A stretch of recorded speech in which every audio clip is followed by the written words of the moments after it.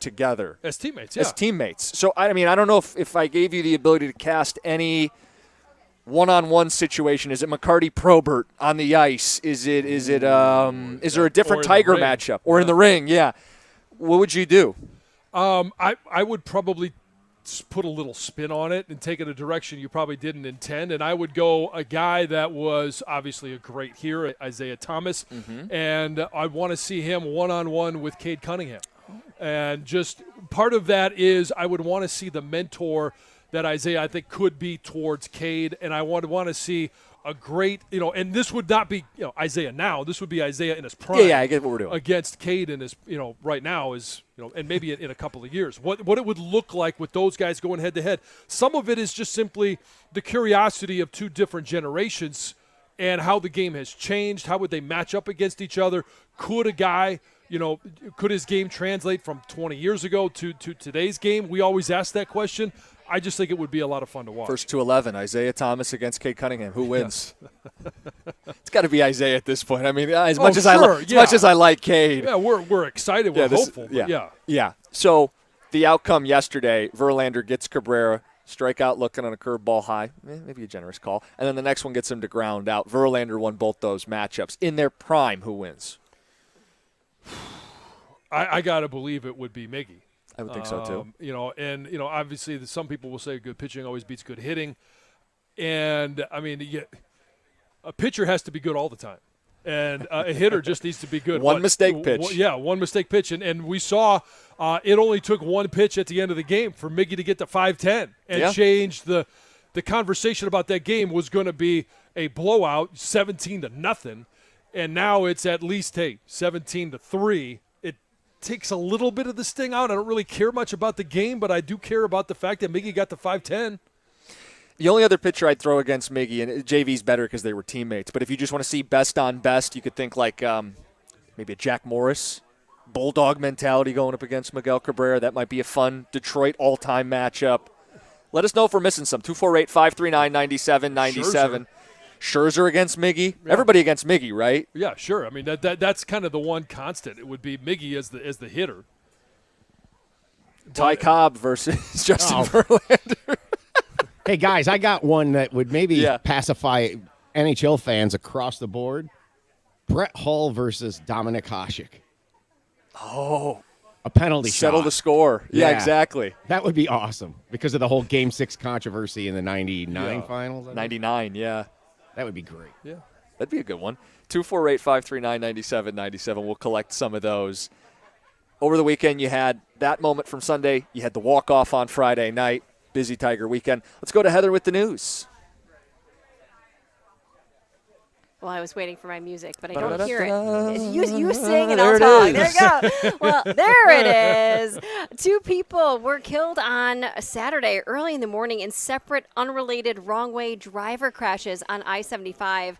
Right around 2:30 a.m., Michigan State Police started receiving the first calls about a driver heading north in the southbound lanes. This was near Springwells. Shortly after, the wrong-way driver was involved in a crash with 2 other vehicles. One of the victims was pronounced dead at the scene. The wrong-way driver and the other driver were both hospitalized with serious injuries. And then just several hours later, police began receiving calls about a vehicle driving north in the southbound lanes near Outer Drive. Troopers were actually able to locate that vehicle on freeway cameras after it crashed near Schaefer. The driver of a Ford Fusion was pronounced dead at that scene, and the wrong-way driver was transported to a local hospital in critical condition. Both crashes remain under investigation. Arizona State is self-imposing a bowl ban for the 2023 season due to these alleged violations of NCAA rules that occurred within the program under ex-Sun Devils coach Herm Edwards. Now, the program informed the athletes of this decision Sunday morning, and obviously pretty devastating news to the athletes without a doubt. Arizona State has been under investigation by the NCAA since June of 2021. I'm sure you know more about this incident. I think Edwards was accused of hosting recruits during this dead period from COVID. You guys probably know more about this situation than me. Yeah, I think it was 2 cheeseburgers. instead of just one. You put that right on a tee for them. Yeah. I do feel for the seniors. I will say this, just kind of looking up the upcoming season, they were not going to be a bowl team anyway, so this is a get it out of the way kind of deal. Don't let it linger over the program. Yeah, probably, but it's that this is where it becomes an issue that we all have with the NCAA, and it's hard to police this. Is you have a decision that's made on a coach that's no longer there, and it's affecting the student athletes that remain. Right. A Florida woman is finally out of the hospital after she was struck by lightning just hours before she got to a Beyonce concert earlier this month. Yes. Jeez. So this woman had just finished painting her nails. She was gearing up to go to the concert when she went outside with her dog to let her dog use the bathroom, right? Well, as she was outside with the dog, the husband heard this loud clap of thunder, like louder than he's ever heard. Like the sirens were going off at their apartment complex, and he walked outside and he found his wife face down on the ground. She had been struck by lightning. Her heart had stopped. Thankfully, paramedics got there, were able to revive her, taken to the hospital, and now she is still recovering. Obviously, missed the concert, but beyond that, she's got a lot of recovering to do. She's left with some short-term memory issues, visual perception issues, and things like that. But so far, 10 people have been killed by lightning this year in the U.S. Is that above normal, average? I don't know, but 3 of those deaths were reported in Central Florida. Wow. Sounds high. It sounds, I mean, because when you think about, when you hear the statistics of like your chance of being struck by lightning, it's like 1 in like a crazy number. So to think that already this year 10 people have died, and not everybody dies, clearly this woman, after being struck by lightning. So more than 10 people have been struck. Well, I wonder if anybody in our area was with those storms last week. Gosh. I mean, it doesn't mean everything doesn't make the news. No, well, and you have a better chance of actually being struck by lightning than winning the Powerball, though, right? Yes, I think so. Okay, there you go. Have you guys ever split your pants? You know, yeah. You have. Oh, yeah. It's a big guy's problem. Yeah. I've got many a split pants. Bend over. What about you, Jim? It's happened, yeah, absolutely. I was a bigger you guy. Used to be a big yes, guy. Yeah. it's happened. Yeah, he understands. I think it's because I wear a lot of stretchy pants. Like I think with women's clothing, there's a lot of men's aren't as forgiving. There's a lot of spandex. Like even if they're jeans, they're like stretchy jeans, right? Like so, there's a lot of give going on. So it's never happened to me, but it did happen to Iggy Azalea during a performance in Saudi Arabia, right in the middle of one of her songs. She was wearing this like black latex, suit, and it just. That's probably the last time you did it, too. Yeah, I was in a black latex suit. That damn black latex, it always gets you. I know. You wish it was more reliable. And it wasn't down like the backside, which is where most people split their. It was more down. It was like the seam. No, it wasn't the front. It was down the side. So it showed her thigh and her leg. Some hip. Yes, which she would have continued on, but apparently that wardrobe malfunction. Arabia. Yes, they said get her out of there. Yeah. So she had to cancel her show and kind of walk off stage, which people were a little bummed about, but whatever. So if you were born on September 9th in 1999, you could be paid to redo your 21st birthday party. The liquor company 99 brand is offering fans that were born on 9/9/99 a chance to win $9,999 to throw a 21st redo birthday bash. It's the Party Like It's 1999 sweepstakes. It's open now until September 7th. The winner will be notified on their birthday. But basically they're saying, hey, if you were born that day, you probably didn't get a really cool birthday because of COVID. You turned 21 in 2020, and they said everybody deserves to have a great redo. 21st birthday party. So they say for one lucky birthdayer, turning 24 in 2023 will feel a lot like what turning 21 should have felt like in 2020. Huh. That's kind of cool. It's very cool. And it's creative. And you could throw a big for that amount of money, $10,000 basically. Oh, yeah. My gosh, you can go all out for your 21st. They also say other people can also, if you were born on September 9th but not in 99, you can still win some cash as well. They're giving away $9.99 to 99 additional partiers as well. They're going all in. And did you know that September 9th is actually the most popular day for birthdays each year? What's 9 months before that? That's was that New Year's? I don't know. Yeah, it's right around New Year's. There you go. Quick math. Yeah, celebrate. Heather with the news. Coming up next, Red Wing head coach Derek Lalonde, 97.1. Hey, do you wish you weighed less than you do right now? Maybe you don't want those split pants anymore like we just talked about. There's still time before summer ends. 90% of Ideal You customers lose at least 20 pounds in just 40 days. I lost 50 pounds in 10 days. I lost 10 pounds in 10 days, and I lost 50 pounds overall. And now that I'm off the program, you're really never off of it with Ideal You. I'm down 65 pounds. It was a decision that changed my life, and I hope you are willing to make that same decision. Ideal You is a Michigan-based weight loss company with no prescriptions, no shakes, no prepackaged food, no bars. That's why I say you're never really off the Ideal You program. Plus, you can lose weight and get $200 Visa gift card right along with it. Ideal You takes real food, all natural supplements, and you get your own coach who is with you every single step of the way. You're going to learn to keep the weight off for good so it's not short term. If you're looking to lose 10 pounds, 100 pounds, or anywhere in between, go to idealu.us right now. Don't wait. Go to idealu.us to book your free consultation. Find out how you can lose 15, 20, or even 30 pounds in just the next 30 days. If you want to lose weight, sign up at idealu.us. Get your $200 Visa gift card. I did it. So can you. Go to idealu.us.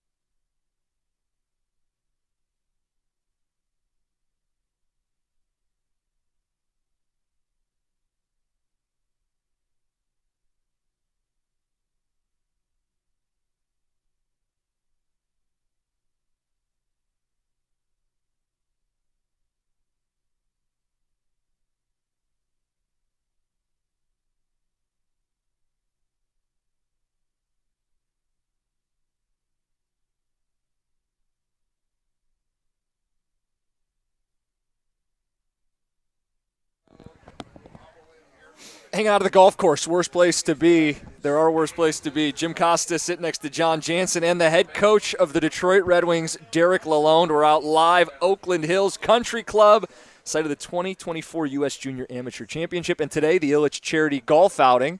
We see Newsy sporting the Old English D. The Old English D. We saw you out at Lions practice. Yes. What was it like taking in the Dan Campbell experience in person? It was a blast. I'm a fan. I know people. I even brought it up earlier, and you guys, we saw. I just love his energy. When I saw him, we had a good talk. We were talking about the season. He's asking about our season. He talked about the time back in the day when he played here. Obviously, the Wings had it rolling then. And then I'm like, I yell at my kids for being on social media, get off social media. Then I'm the one looking up Dan Campbell quotes at 1 a.m. when he's yelling at the team in the kneecaps. And so we had a good laugh. But I loved it. I wanted to come talk to the team. He said absolutely. And the good laugh we had. So we left, and it was really the all access. My kids thought it was cool. And just there's a vibe about it right now. You guys know too. Mm-hmm. You know? Oh, yeah. And I told him I've coached 30 years, and maybe 2 or 3 of those years, and I've won Stanley Cups on teams. I don't know if we've had a vibe. Maybe 2 or 3 years you had that vibe. You work so hard to get that energy, and then you earned it. So I wanted to text him after. My boys, 17, 15, just laughing at me because I was driving, so they do the text. I'm like, say this. They're like, is that too much? And then they're like, you have a man crush on Dan Campbell. And then finally they send it. And my oldest, Alex, very witty, he's like, are you worried he won't text back? But he did, and we had a good laugh. It was an unbelievable experience going to camp that day. Now, you mentioned the vibe, and I know that he's talked to your team, and obviously you mentioned that during training camp you've talked to the Lions.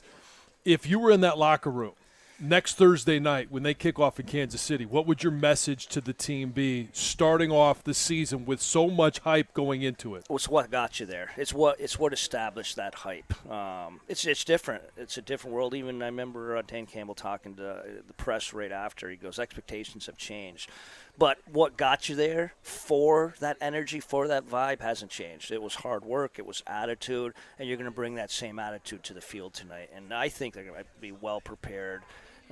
They just have that chip on their shoulder, swagger, or the 1D back. You get to those camp, you look at different experiences.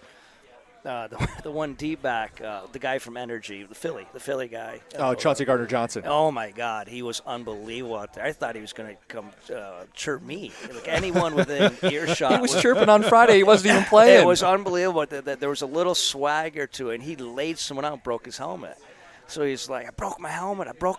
He goes, and just was going crazy. I thought but he literally broke his helmet. Get me back in there. He's yelling at everyone. He goes, I got to bust some more heads. And I'm like, it's just, there's a vibe and energy to it. It's awesome. I'm looking forward to watching it myself. Give me a Red Wing that you could loan to Dan Campbell to help put him over the top this season. Wow, Dylan Larkin, any pace, Dylan just plays that. It's just a fast game, energy, attitude. Mo Sider can knock some heads. Mo Sider, actually, that would be the one. He could probably play. One of those athletes, whatever he would have chosen, he would have been world class at. And thank God he chose hockey. So yeah, Mo. Him and Hutch on the other end, just chasing that quarterback down. The bookends, exactly. So I know training camp for you guys is right around the corner. You got to be excited. We've talked about vibe. What's the vibe? What are you feeling is the vibe as you enter this season? A lot of additions in free agency. You've got some decisions to make on who's going to make the team, who's not. But there's some excitement this year for you guys. I love what we did this past offseason. We've improved. There's no doubt about it. We're going to be significant. That's all I ask. That's all I want. We just got to keep pushing this in the right direction. With that said, I also understand why there's not a single projection or a single expert out there that says we're going to make the playoffs.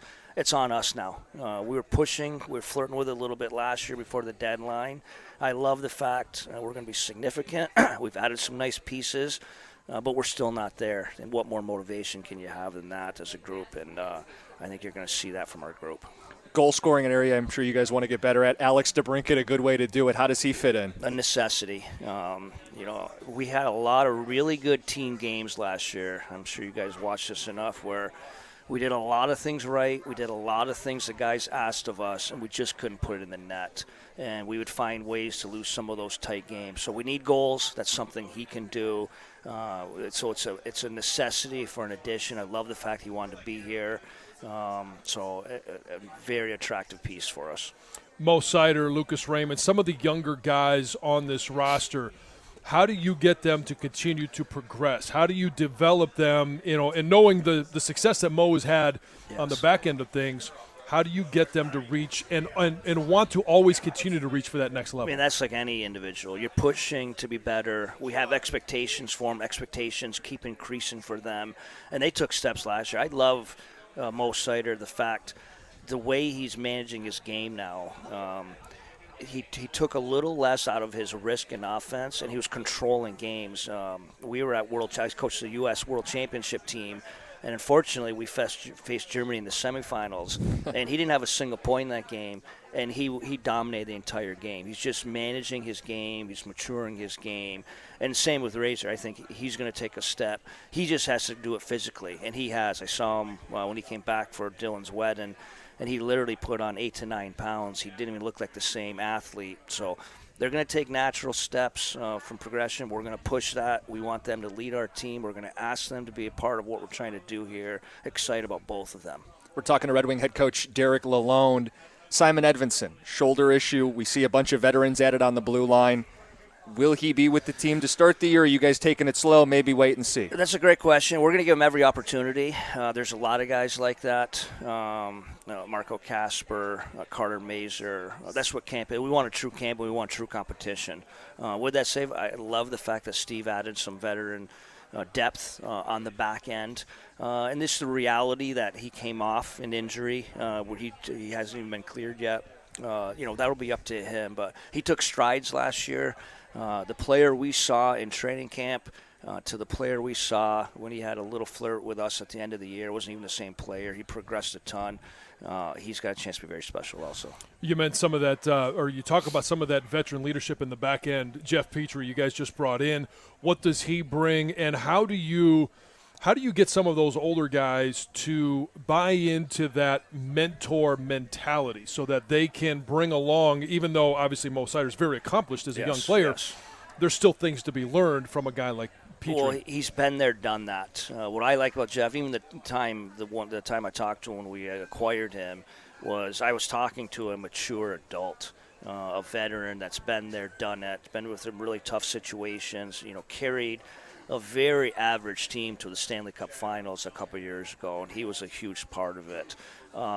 He's getting to the point of his career. You see these guys, they take these transformations.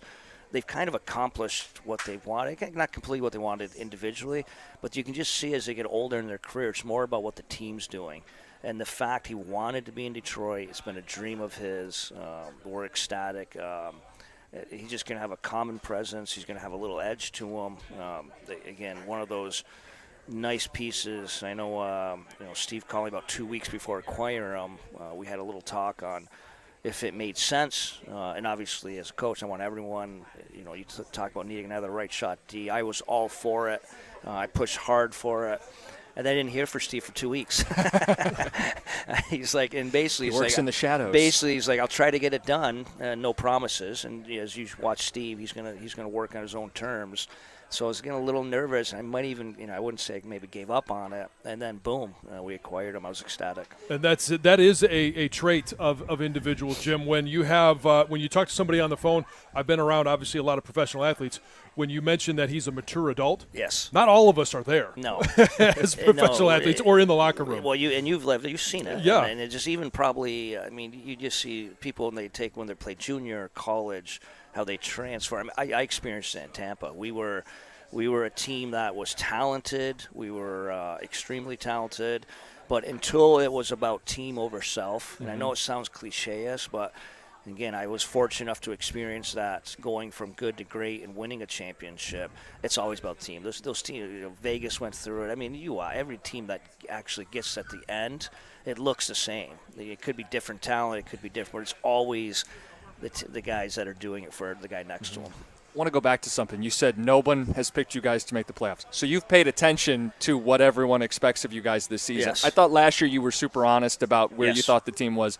What's your honest assessment? Is the playoffs feasible? I had a little rule with the guys last year. I would never talk about the playoffs, and they were even a little upset at times about how we'd call it flirting. And and they responded because it truly is about the process. And Game 58 last year, and again, I don't know if you guys watch us that closely, but we'd beaten the New York Rangers 4-1. We had won 7 of 8. This was 3 games before the deadline. Not only we were in the playoffs, we had 3 games in hand on the Florida Panthers. And we were tied with them. And obviously things turned. We did the right thing at the deadline. It's a reality of where we're trying to be, not where we were at the moment. And they were 3 wins away from winning the Stanley Cup. I get it. They're deeper. That's a superstar like that. But this was a group that pushed last year and overachieved. And I don't see why this group could not do that again, especially with some of our additions. Again, it's not more a knock on us. It's more of where the conference is, the division. There's just nowhere to go. We went 16-10, 600 win percentage in the West last year. If we played in the West, we would have made the playoffs. What does that mean? We're still not good enough to win a Stanley Cup. It's Steve's job to get us there. He reminds me all the time. I'm a coach. I want it now. But Steve reminds me all the time, when we get there, we want to be sustainable. I know exactly the date that you're talking about because if you still go gives me a back hard in time. social media, I was there at the game. This guy was there, jersey on, posted on social media. Getting the car flags out, playoffs, I baby. thought he was going to jump in the dugout with you guys. We needed you in the on locker. The bench. Oh yeah, there you go. Yeah, he was going to take a selfie with you. On the there we go. sidelines. It's Derek Lalone. Good stuff. Red Wings upcoming season. People very excited. Appreciate some time. Awesome. Anytime, guys. Thank you. Coming up next, we'll talk to Scott Harris, Tigers president, baseball ops. It's 97.1.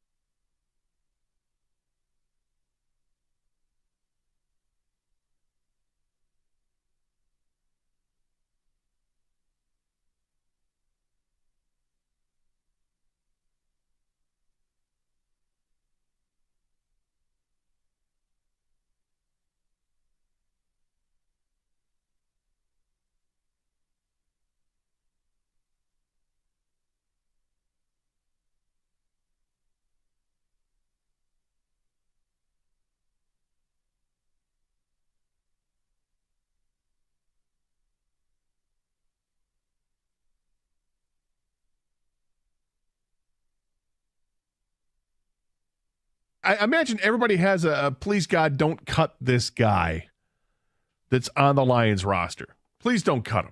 Like, you think that this guy could be something, a diamond in the rough. You don't want to see him go by the wayside. Who would that player be for you? And Kang, I'll start. For me, that guy is Antoine Green.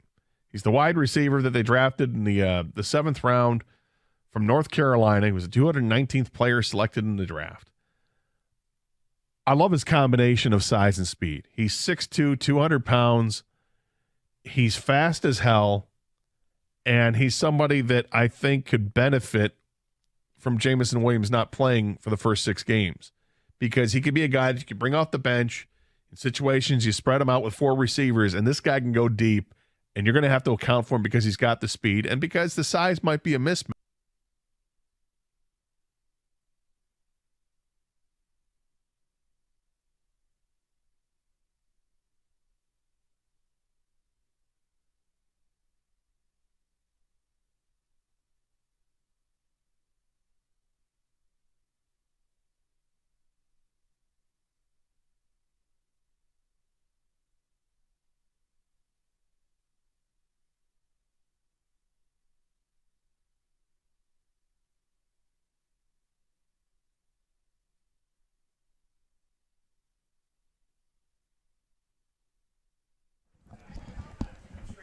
.97.1, we are settling in with the general manager and president of baseball ops of the Detroit Tigers, Scott Harris. And I see there is a spot open on the 40-man roster. So is this where you reveal who's going to fill that spot, or do we have to wait until later in the day to find out? You'll have to wait till later in the day. I got an itchy trigger finger, though, so I'm going to try to fill that spot soon. So okay. It's not a call-up then? It is not a call-up. Okay. Because we're going to ask you about, Colt Keith, and we're going to ask you about Justin Henry Malloy. So it's not one of those two guys. It is not one of those two guys. Okay. Sorry, Tigers Twitter. Yeah, well, so let's go there then, since we're already there. What do you need to see from those guys? How much development needs to be done, and can they be September call-ups? Yeah, I mean, we talked a lot about this when we called up Parker Meadows. Yeah. What do we need to see with those two guys and all of the other future big leaguers in Toledo? We need to get comfortable that they're going to contribute in all facets of the game. Tiger fans have seen Parker already contribute on the bases, in the field, and at the plate. We got to feel equally good about the rest of those guys. I think, as I said last week, I think their bats are pretty close. I think both of them are pretty close to being able to help us at the plate. We got to make sure that we're investing in the other facets of the game so that they're ready to get here. So you're not calling them up as DH? Is basically what you're saying. You want them to be total players, because we have seen that from Parker Meadows. How exciting was it for you when Parker Meadows came up and to see the walk-off he had Friday night, to see the triple, to see the moments, the diving catch in the outfield? That's got to be a huge payoff for you. Absolutely. But in my job, I gotta look at the whole picture here, and Parker's not out of the woods yet. He's in this period of time where pitchers are adjusting to him. Mm-hmm. He's going to get to this period on the horizon where he has to adjust back to pitchers. He's a young player in the big leagues. Most young players in the big leagues do struggle. He will struggle at some point, but we feel confident that he's going to help us in the other facets of the game while he's still figuring it out at the plate. The other thing I'll say is we feel obligated as an organization to invest in the other parts of our young players' games. We also feel a responsibility to the player, too. We want to set them up to have long, productive careers in the Old English D, and we feel like when they're in AAA, we have to invest in all parts of their game before they get here. What's the organizational plan at third base? I know Justin Henry Malloy has played some there. You've also played him some in the outfield. Colt Keith, little third, little second. Do you guys feel you have a third baseman of the future? Yes.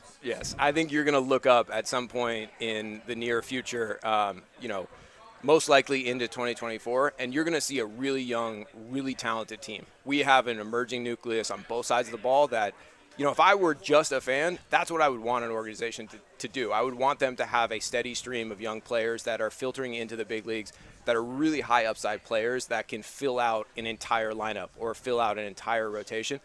We're not where we want to be yet, but we start to have the pieces in place. I see you have our depth chart up.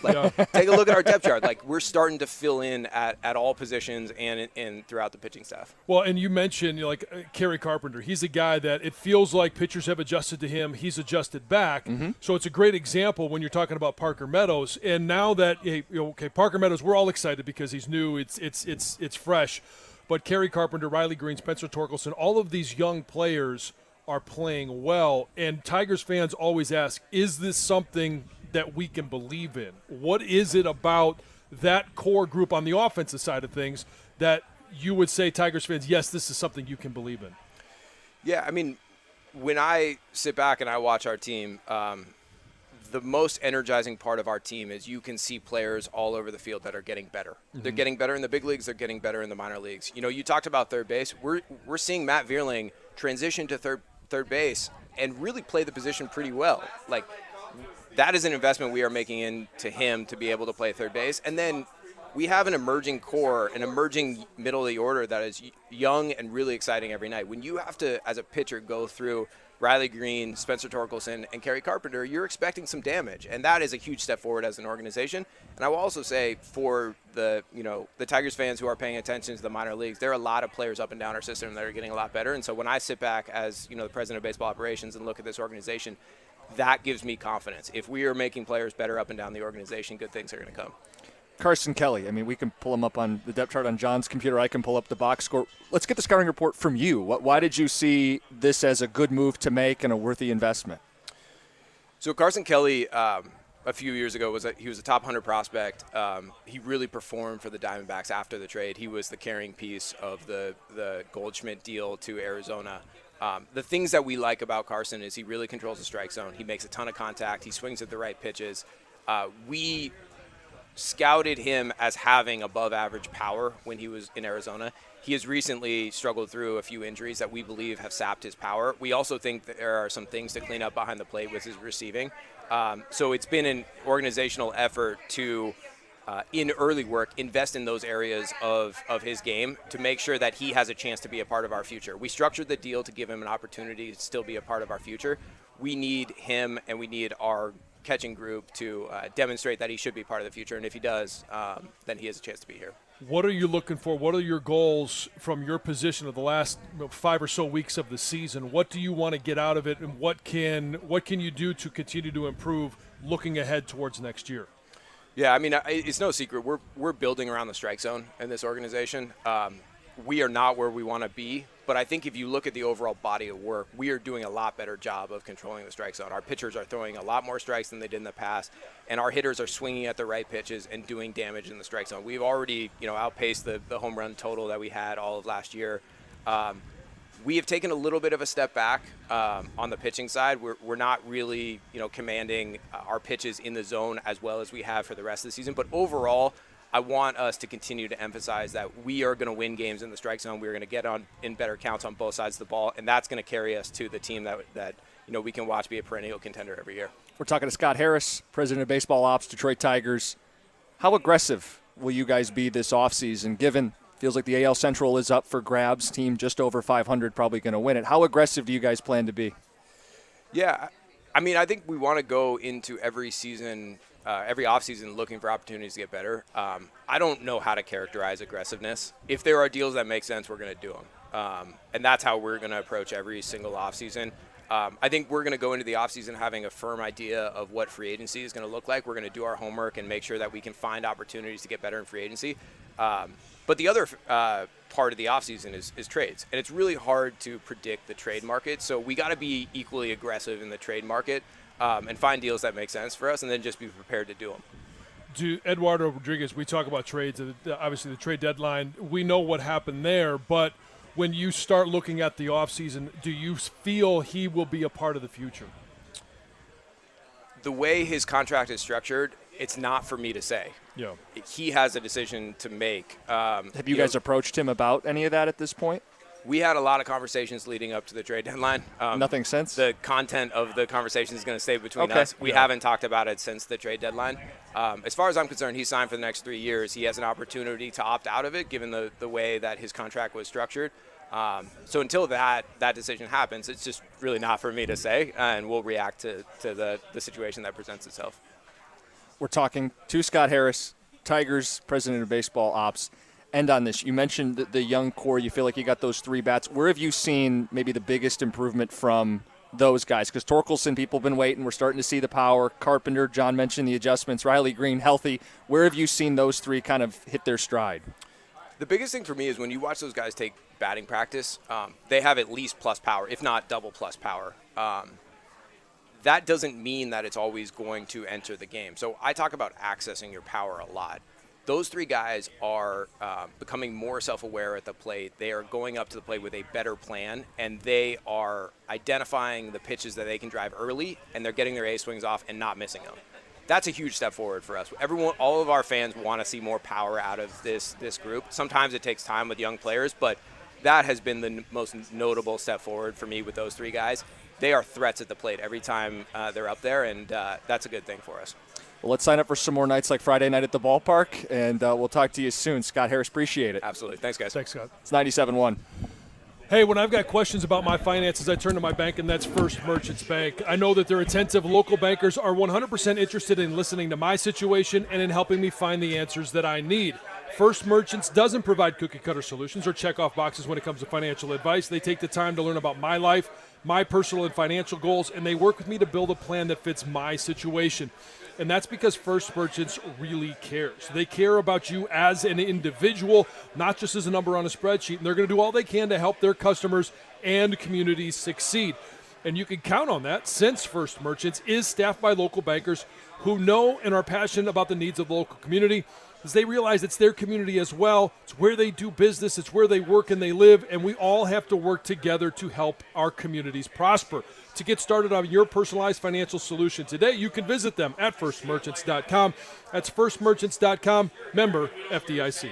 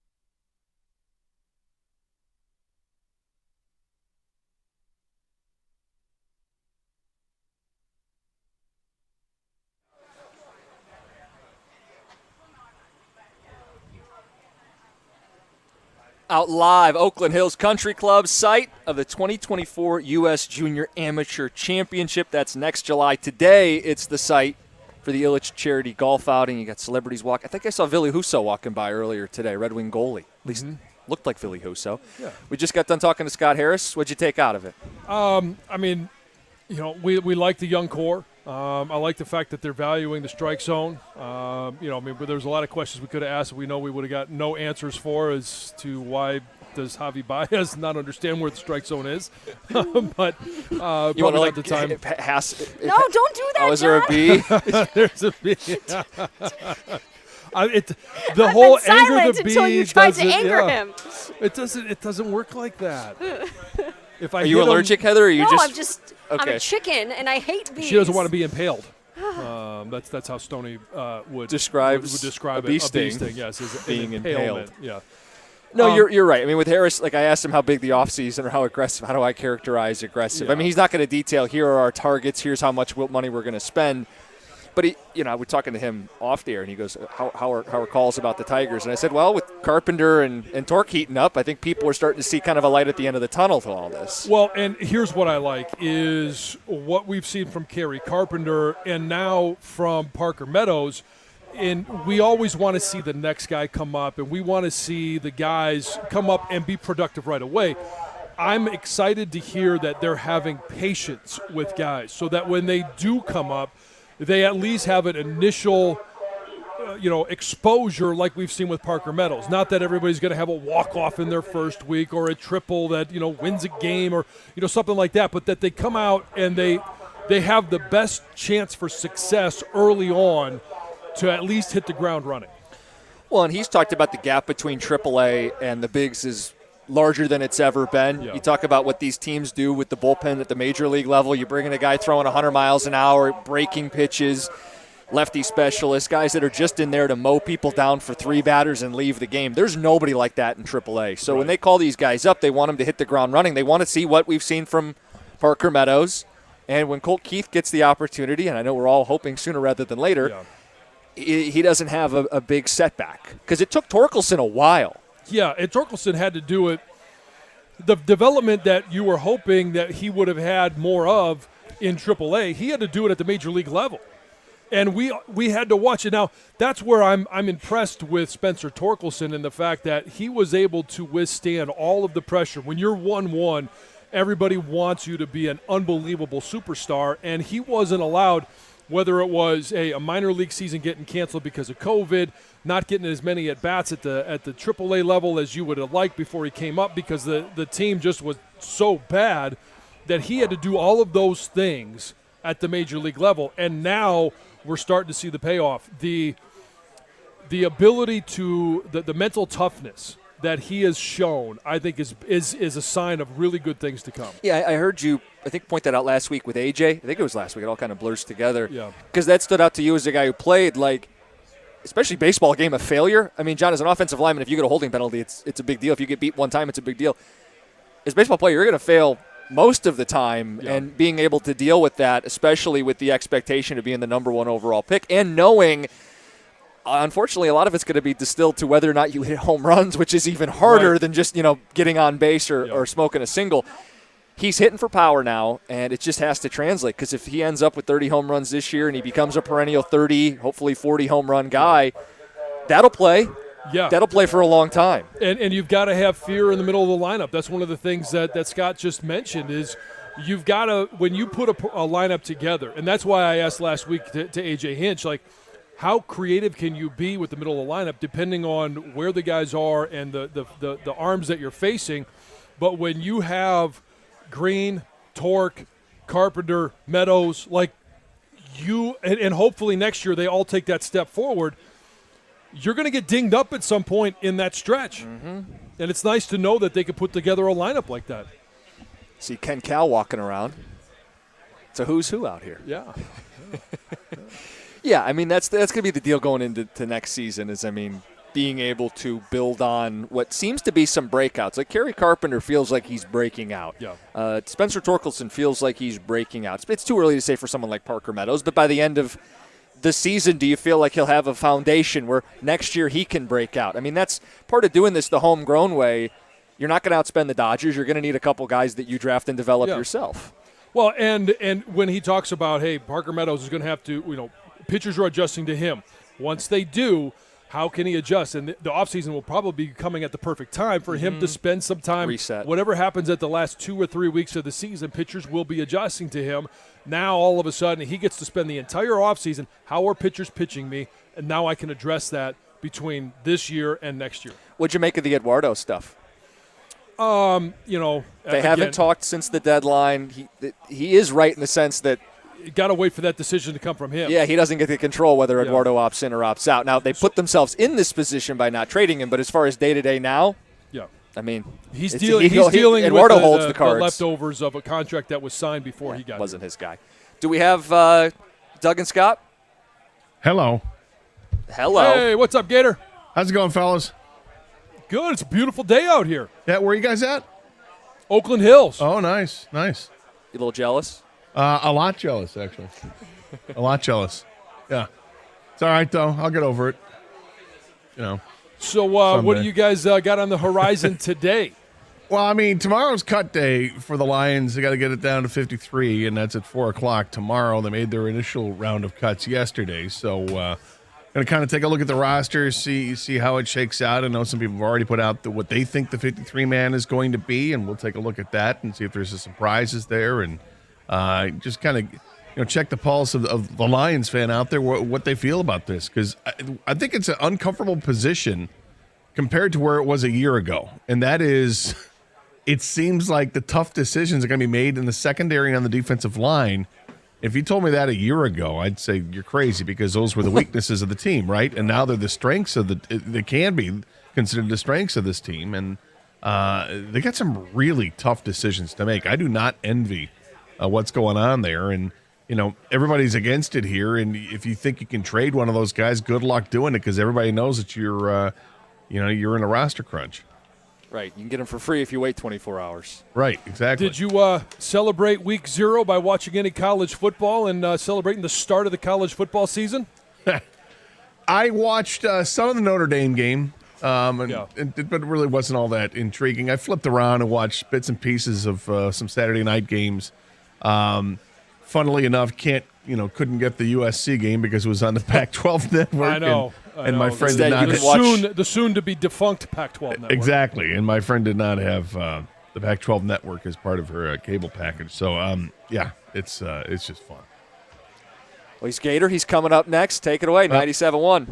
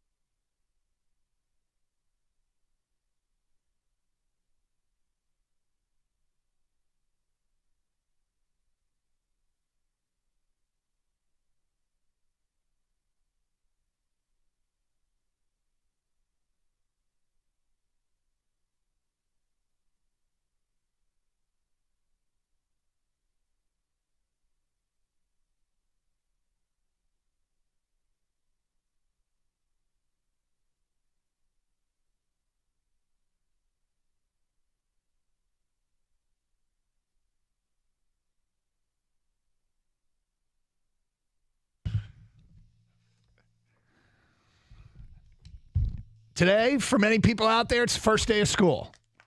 And quite frankly, it feels like the first day of school to me. A little bit chilly out, football in the air, things afoot out at Allen Park, Michigan and Michigan State into game week preparations. I know we'll hear from Jim Harbaugh today. Is Mel Tucker move his thing up to Monday because of the game week? He might. Yeah. And Michigan State playing on Friday this week. So there is a lot of excitement right now as to what's going on in the world of sports, and we have a lot to be excited about. Dan Campbell just meeting with the media at this hour, and it's kind of a tough day out there because today's 22 players get cut. They're down to 75. And they got to get down to 53. And Gator, unlike in the past, there's probably going to be some cuts that hurt a little. I put that in quotes because they're just players that somebody's going to get released today that somebody here or out there doesn't expect. But that's just what it is when your roster gets deeper and better. And maybe these are just decisions that are being made on the margins that aren't really going to matter, but it's still something. It's still something to try and make sure that you get it right. One thing you got to keep in mind is that there's a good chance they're not going to announce some of these things till tomorrow at like 3:59 because there are some players who are trying to sneak through to the practice squad, and you don't want to give them more time out there on the open waiver wire to get selected by other teams. Well, exactly, and I think it's I think there's going to be at least one name that we're all going to go, wow, okay, all right. I mean, there will be a whoa tweet that comes out, and it was like I said to the guys in the crosstalk. I think this is a strange position how it has flipped from one year to the next. We start off last season going into 2022, and we were very unsure about the defensive line as a whole, pass rush, defensive tackles and the ability to stop the run. We were very skeptical about the secondary. As the season played out, we got more comfortable with the defensive line in terms of a pass rush because of a couple rookies that really stepped up their game. And we know the defense as a whole really took a step forward in the second half of the season. And a big part of that is because of the secondary. But we still thought they got to do more, and they did. Mm-hmm. So now here we come through a training camp after free agency and a draft and trades and all this. And I think those are two areas, defensive line and secondary, where we're all going to go, oh, boy. There's going to be at least one player that's going to be gone that maybe we would not have expected. Well, look, those decisions are being made or being relayed to players as we speak, as cuts have started, and no real shockers yet. But, I mean, you got to figure wandering around that locker room are going to be guys that are trying to keep a low profile, not wanting to hear their name called at any time. We'll run down who some of those guys are as the show goes on. Gator, it's our first show back together in the new studio. I know you were gone most of last week, but got to work in it Friday. Yeah. Pretty nice, huh? It will be. Yeah. It's incomplete. So I'm looking forward to the completed stage, but it's nicer for sure. Yeah, I want those monitors. Yeah, I like to have the monitors over there and some kind of coverage over here in front of us, and it's all good. We had some football this weekend. There was a college football. I took great interest in Notre Dame and Navy because I'm just watching Notre Dame, thinking about how they're going to match up with Ohio State in a few weeks. Then the rest of the schedule, there was some bad football played, but boy, did I watch a lot of Ohio and San Diego State because, hey man, when you cross the desert without water or food for weeks, and someone offers a saltine cracker and a Guinness, I eat it and drink it, even if they're not in my regulars. But you do it because you're ready. And Ohio was the saltine, and San Diego State was the Guinness. I don't like Guinness, just for the record. I love saltines, by the way. Do you? I do, but I didn't. I flipped around a lot on Saturday night. Was trying to catch some games, and it just. I would watch a little bit. I mean, it was kind of like more background noise than anything else. I mean, obviously, I watched the Tigers, and I couldn't get into the games that were on that day. I mean, Jacksonville State doesn't get it going for me. Jackson State wasn't getting it going. That was Rich Rod. It was a Rich Rod site. Right. Well, whatever. I mean, I wouldn't even know because it just didn't hit my radar. And just the other games, it just were it was a nothing schedule for week 0, which is disappointing. Maybe that needs to be worked out in the future. Dude, give us something. You weren't in last week. I predicted on a couple of occasions. Who's running college football these days, Gator? I don't know. The TV networks. That's true. And do you think the TV networks are going to look at the untapped revenue stream that is week 0 and go, no, we're cool with UTEP and New Mexico State being a marquee Saturday night game? No, they're not. In fact, it was funny. Last week, ESPN put out their bottom 10, their worst 10 teams in college football. How many of them played Saturday? 5. There were 7 games Saturday. 5 of them involved 5 of the worst teams in college football. That's all right. Is it so they're I mean, plus, it's incredibly ironic that the marquee, well, I don't know, Notre Dame's probably the marquee game because they were playing Navy, so it was marquee. But USC San Jose State was a good game. Marquee game at night, and nobody can watch it because nobody's got the Pac-12 network. I mean, I happen to have the Pac-12 network, but I wasn't at home. I was at a friend's house watching games and did not have it. So, and I imagine most households don't have it. So I think it's just ironic as hell that the best team in the Pac-12 showcased on the Pac-12 network that nobody can see, and that's the team that's leaving because they have the Pac-12 network. The Dan Wetzel joke that their TV deal is with the gas station network, so when you're pumping gas, you can watch Pac-12 right, exactly. football. But, that sounds about right. Anything exciting this weekend? Anything fun? Friday night was fun. Friday night was the Tigers baseball game. Oh, right. That was fun. That was badass. I mean, that was really badass. I mean, it maybe not many people watched it because the end of the season here, and we are getting geared up for football, and of course you had the Lions playing on Friday night as well. But the end of that baseball game was really, really cool. Yep. But yeah, watch that. Obviously that, and then of course the Lions. I liked watching Antoine Green go 70 yards for a touchdown. I think that screams why this guy's here and why he should be part of this team. That speed kills in the NFL. You got to have it. With Jamison Williams out for the first 6 weeks, this is a guy 6'2", 200 pounds. He's solid and has great speed, and he's been catching the ball in the preseason. So that's a good sign for what the Lions have. 248-539-9797. We got phone calls and feedback. We do Champ and Chump. If you're new to the show, Champ and Chump on a weekend every Monday. Who stood out? Who should be singled out for having the greatest weekend? Who should be called out for having a weekend that stunk? What about you? Would you? Obviously, you weren't with me. Went up north. One last hurrah before we get into the full football schedule. And so the wife and I went up north and had a great time, and just loved the Petoskey, Bay Harbor, Charlevoix area. Stayed a night at Walloon Lake, which was you spent the night at Walloon Lake. Spent the night at Walloon Lake. Yep. Right. One of our favorite restaurants there, the Barrelback. Yeah. I got to play the Arthur Hills. Oh. I do got a funny story about that. Boy, did I get an unexpected text Friday of somebody at the station who screwed up. Oh. Yeah, we'll get to right. I'm up north, completely unplugged. My phone buzzes. I look down, someone at the station. Major screw up.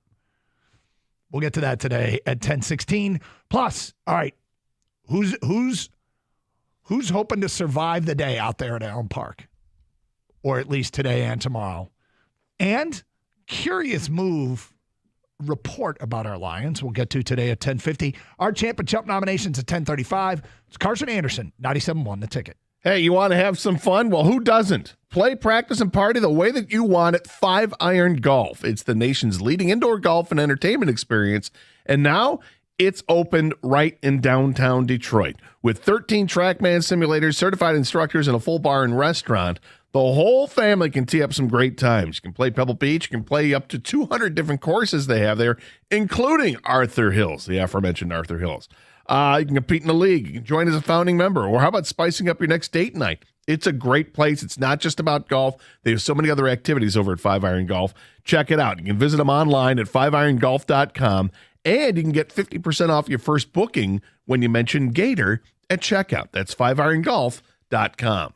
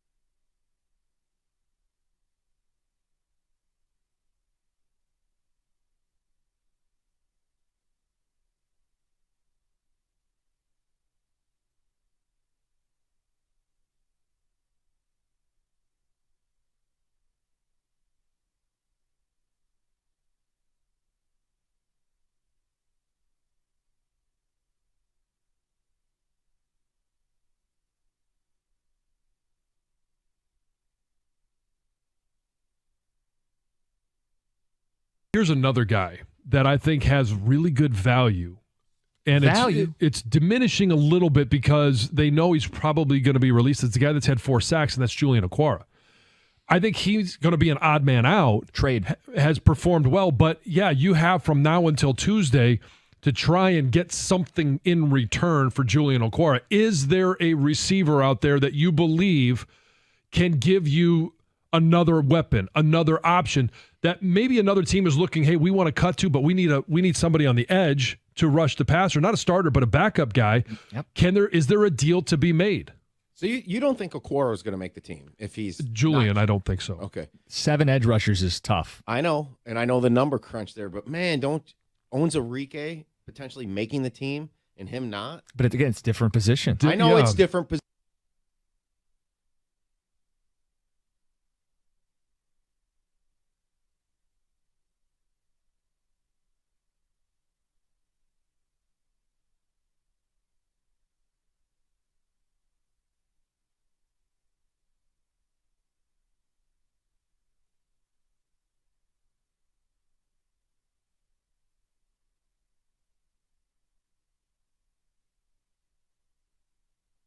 I imagine everybody has a please God don't cut this guy that's on the Lions roster. Please don't cut him. Like, you think that this guy could be something, a diamond in the rough. You don't want to see him go by the wayside.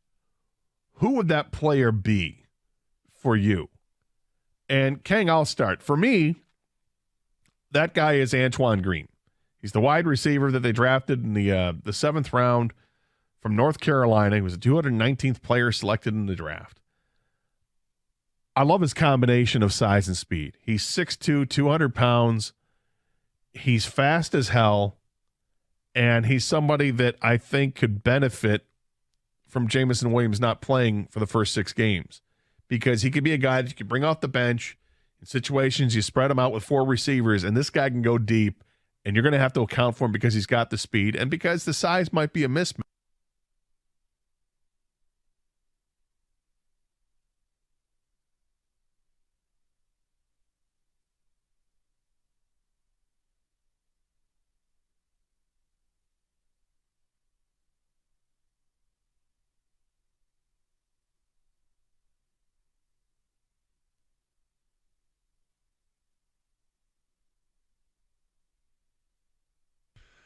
Doug Harsh, Gator, is back. I'm back too. We both were gone the bulk of last week, but we're hunkered down, ready to go for football season. Michigan and Michigan State, we got a topic for each of them that we will introduce later in the show.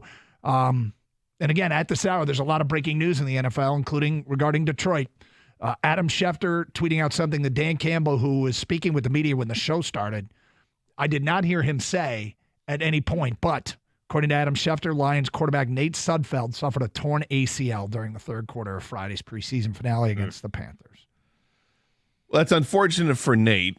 Does it affect the Lions? Hopefully it doesn't affect him at all, because Nate would be the 3rd-string quarterback, and even that wouldn't be guaranteed for long because of Hendon Hooker's health, that he seems to be pretty healthy and that he might be back on this team sooner than later. So, I mean, I feel terrible for Nate Sudfeld. You don't want to, have a significant knee injury because, let's say he wasn't hurt. Lions keep 2 quarterbacks. They're going to have to waive Nate Sudfeld. Sudfeld would have a chance to latch on with another team and have a chance to play. Not with a torn ACL, he doesn't. No. So I feel terrible. Yep.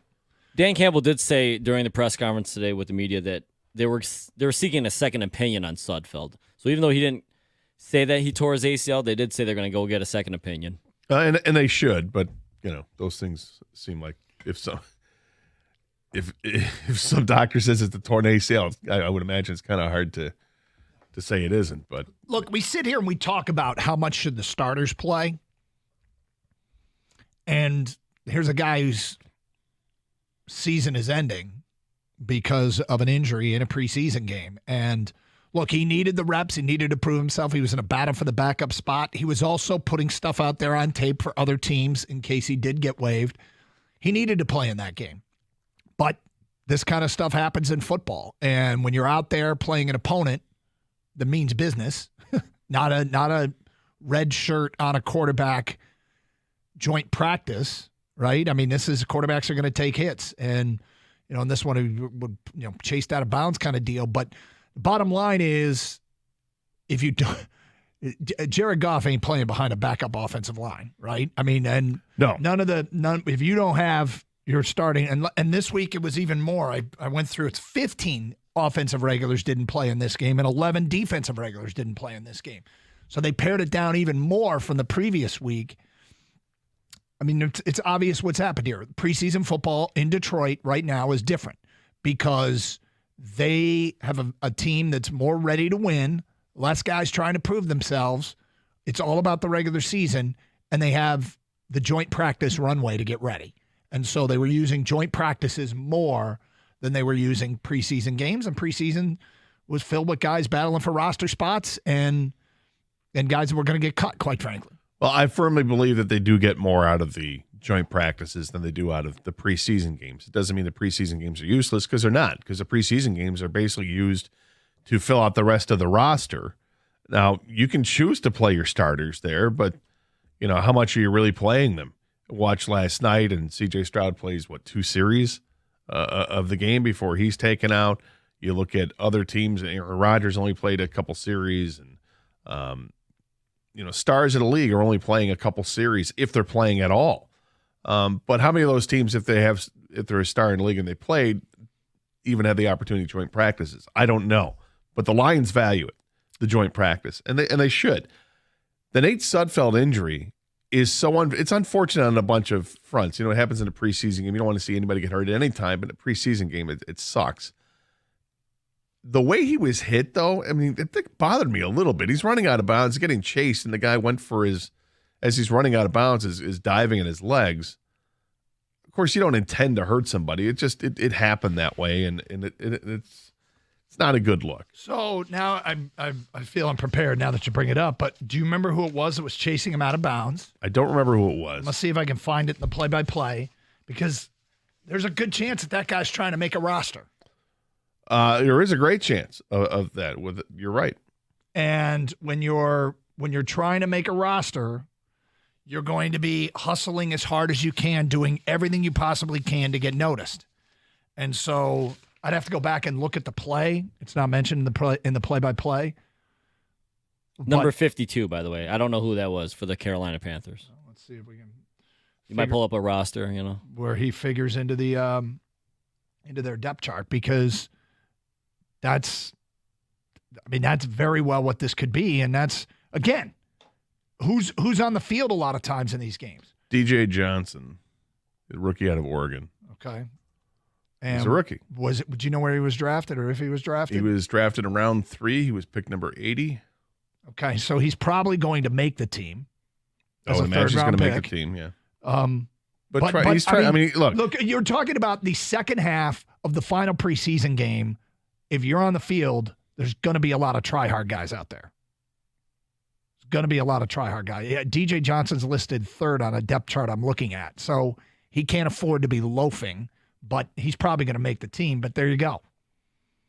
I mean, if it was something too much, Kang, did you have the highlight up? Yeah, I'm watching it right now. And the thing is, I'm not saying you're saying it's dirty. It's not a dirty hit. I know you're not saying that. It's unnecessary, is I guess what I'm saying. Because this guy's he's going out of bounds. He's being chased, and the guy goes all out to dive at his legs, and diving into quarterback's legs so he can't see you.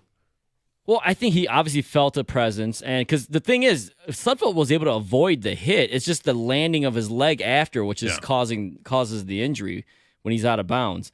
You can't fault a guy for going. I mean, he's going all out because he's trying to show off to the coaches, right? Yep. And Sudfeld kind of just throws the ball out of bounds, and like he said, he avoids that hit, but he lands really awkwardly on his left leg, and it didn't look good. That's for sure. No, and you could tell pretty much right away that this wasn't. Now, so does this mean Adrian Martinez is your clipboard baseball cap emergency quarterback? I saw P.J. Walker got released, and I like P.J. Walker. There's guys going to be released out there. Whoever it's going to be is going to be a practice squad guy. They're not going to carry three. You three can now. This year, you can have a third quarterback that doesn't count on your game day roster. He's right, just but he's going to be a practice squad guy, and then it gets thrown on the game day roster. I'm not sure how that works. I'm not sure if you have to be a practice squad guy. I'll have to go back and look. The irony is the Lions were the ones that lobbied for this. Mm-hmm. The Lions, when the rule changes, they lobbied for an emergency, doesn't count against your 45-man game day roster. Yeah. And so game day. Yeah, game day. Uncensored. Uncensored. Uncensored. Game day. He's ready to go, people. Anyway, so I'll have to go back and look at how that ruling works. But Dan Campbell, after they pushed the rule through, Dan Campbell did say last week, "No, that doesn't mean we're going to use that rule. It's just something we pushed for." So right, but getting back to it, so what happens here? Well, if they have their two quarterbacks for sure that are going to be part of the 53-man roster. Can Martinez be snuck onto I imagine Martinez will get through waivers and be put on the practice squad. And be put on the practice squad if that's what they want. They've got, Hendon Hooker is on this other list, injury list, so he doesn't count against the roster until they decide to activate him. But do they go out? Do they try to get an upgrade over Martinez? They might. I mean, you mentioned PJ Walker just released. But again, it's. These are decisions that are being made on the margins that may have no impact on the coming season. Hell, we just lobbied for Teddy Bridgewater, a player we hope we never see. So now, if we get into the third-string quarterback, if we get down that far into the depth chart, it could be a problem. But then again, San Francisco wrote a third-string quarterback pretty deep. So, look. I'm going to knock on wood. That it's not going to matter? That this doesn't matter. All right, I mentioned before the break, and then we had the breaking news that Nate Sudfeld, according to Adam Schefter, torn ACL. I get a text Friday. I'm about 20 minutes away. My wife and I are going to play golf. I'm about 20 minutes away from literally going to Boyne Highlands to play the Arthur Hills course. Mm-hmm. My phone buzzes. It's Jeff Lesson. "Hey, are you up north?" Because he knew I wasn't on the air. And I said, "Yes, I am." He said, "Could you do me a favor?" And I said, "Quite possibly." The text said, "I left my clubs at Boyne Highlands. Any chance you can pick them up?" He left his clubs at He Boyne left Highlands. his clubs. How do you leave your clubs? So he I understand said, leaving a club like, "Hey, man, I left my wedge at the sixth hole. Anybody return it? That type of thing." But a bag of clubs? Yep. Huh? He left his. Now he said they're his backup clubs. But I guess when you're Jeff Lesson from Lesson on Golf, you get to have backup clubs. But he wanted me to pick up his clubs that he left at Boyne Highlands. And I was literally like 20 minutes away from going. So I walked in. They're like, "Yeah," everybody was like, "Yeah," rolling their eyes.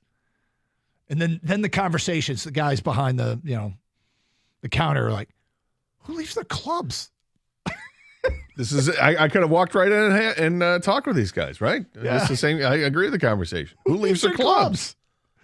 Well, apparently our golf guy left his clubs. Which you bring them around to the bag drop, you go get your car, and you forget to go back to the bag drop and get your clubs? So suffice it to say, we grabbed Jeff's clubs. We went through the bag a little bit, pulled a few hybrids out, played with them. Oh. Yeah. There you go. What does he have that I don't have that maybe I want to try out? Wife liked one of his clubs. Okay. Yeah, I was like, "Jeff, I sent him a picture. You're not getting this one back." So I had to bring his clubs into work today. But all right, champ and chump. Maybe I'll chump Jeff. Did I notice that bag of clubs was missing a bunch of clubs? Yeah, that's his backup bag it's got like 7 hybrids and 2 irons, and that's like it. there's and, like and no a driver. irons. Yeah, it's what Jeff plays with apparently. Anyway, 10:35. We'll have our champ and chump, and your votes have been rolling in. If you've sent one via ticket text, stay tuned. We may read it on the air. It's Carson Anderson, 97.1.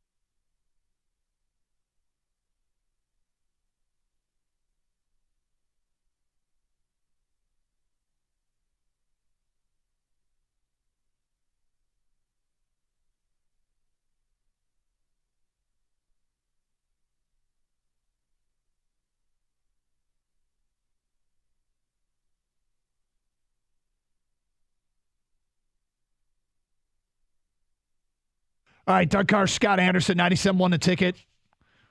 It's a busy time and lots going on. You've got the Lions. News today that Nate Sudfeld, unfortunately, has a torn ACL. He might not have made the roster anyway. You can have, and Jansen texted us, the rule is the third quarterback has to be on the 53, so he can't be a practice squad guy. And look, if they want a third quarterback, they have to keep him on the initial 53, which made us immediately run to the 53-man roster projections. The projections that were put out there, just quickly, Dave Burkett of the Free, Colton Pouncey of the Athletic, neither of them had Sudfeld making the team. So it might turn out to be nothing. Adrian Martinez, though, will probably be a player they either try and sneak through or they might sneak through to get to the practice squad. You got to waive a guy, and then he goes to the practice squad if he goes unclaimed. But then would they want a third quarterback? They'd have to go outside the organization now because they obviously won't have Sudfeld around for this season. But there's still 22 cuts to go. And we'll talk about the guys on the bubble and who's there. But Monday's main champ and chump. Gator, here's a whole bunch of votes that have come in early in the show. Kirk at a Truck says, champ Parker Meadows, chump kicker Riley Patterson. Parker Meadows, one hell of a moment for him, huh? Yeah. Well, not just a moment. I mean, the week. Yeah. But that Friday night walk-off home run. That was incredible. Yeah. I just had a smile ear to ear watching that happen live. They got no hit. No hit through 7 innings, right? No hit through 7, and then they come back and win on a walk-off home run by a rookie. Which, when you put it all into perspective, the Tigers' offense was so anemic this weekend against the Astros. They showed up in the 9th inning of the first game, were non-existent in the second game, and then, showed up when they were down 17 to 1 or whatever it was, and then Miggy hit the 3-run homer late in the game. Tigers' offense was nowhere to be seen over the weekend. Jamie in Ann Arbor writes in, champ Parker Meadows, chump Roy Johnson, the Bishop Sycamore, quote, coach. He's one of the worst people to ever exist, and the BS high school doc showed how awful he was to those kids. I watched, I think I caught the second half of it. I know I watched probably an hour's worth of it, and I think that was at least the second half. I can't wait to watch the first half of it. This guy is such a scumbag. It's embarrassing. And he's open about it, right? Sort he's of. Kind of. Well, he is, but it makes him even more of a scumbag. In the end, he basically admits that he did it just to get on TV and get some notoriety. Weird. It's just, among other admissions, it's a crazy situation. That story really is one of the most unbelievable stories out there. Okay, we've heard unbelievable stories in sports. That's right up there with Linnea Kekua and the whole bit with Manti Te'o. I mean, it's a. Is it an HBO doc? Yes. Shoot. What, the Bishop Sycamore? Yeah, I thought that was Netflix. I don't think so, because I was watching on regular cable, so it was. I think it was HBO. Yeah, I've got to find a way to see that because, I don't think I. Yeah, that's HBO. Yeah, it's HBO. Sorry, Shoot! Let's go over to Gator's house. Yeah, come on by. I should. More Champ and Chump votes rolling in here to the Carson Anderson inbox. Champ Parker Meadows chumped the whole summer season of weather. Too much rain, now too early for the cool weather. It's from Nick and Farmington. This summer, honestly, from weather standpoint, has sucked. It's really sucked. I'll speak on my own behalf because, Doug, if you don't, nobody will. There you go. Having the boat this summer has been brutal because there have been so few days that are worth going out there where it hasn't rained or it hasn't been, high winds. If it's been nice out, you want to do other things too. It's just been a really crappy summer from that standpoint. I hardly played any golf. I haven't been able to enjoy this weather. Boy, it sounds like first world problems, doesn't it? Yeah. Yeah, my golf is down, my boat, my golf. I can't catch a break. The pool boy quit. I'm barely taking the top down on my Corvette. It's crazy what's happening out here. It's been a terrible equestrian season. Have you even been on your horse? My steed has not been ready for polo for weeks.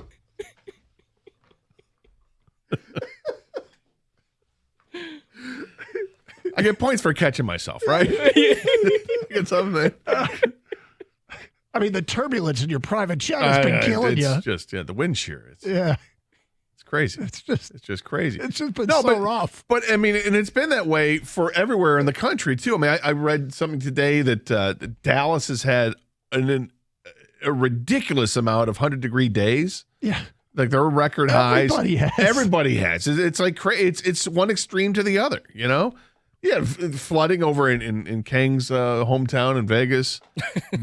Flooding over. I heard that there was like somebody came down, like if you were in the Paris hotel, like part of the roof came down. Yeah. Like what? We can't handle it. Can't handle it. We can't. Yeah, you can't have nice things out there. But the weather has been really strange this year. I'll get used to it. I don't want to get used to it. I know, but I'm not sure. Things are changing. Next one, champ Victor Hovland, chump. Little League World Series, how much can ESPN jam the hype down our throats?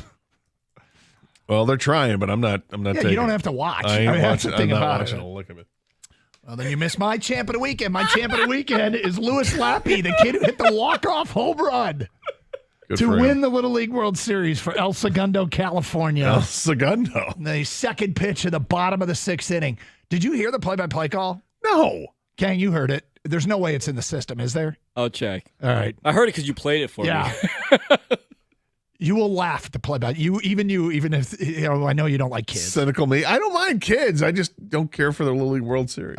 Well, because here it is. It's got nothing against the kids. Listen to this. Oh no, we don't have it. Never mind.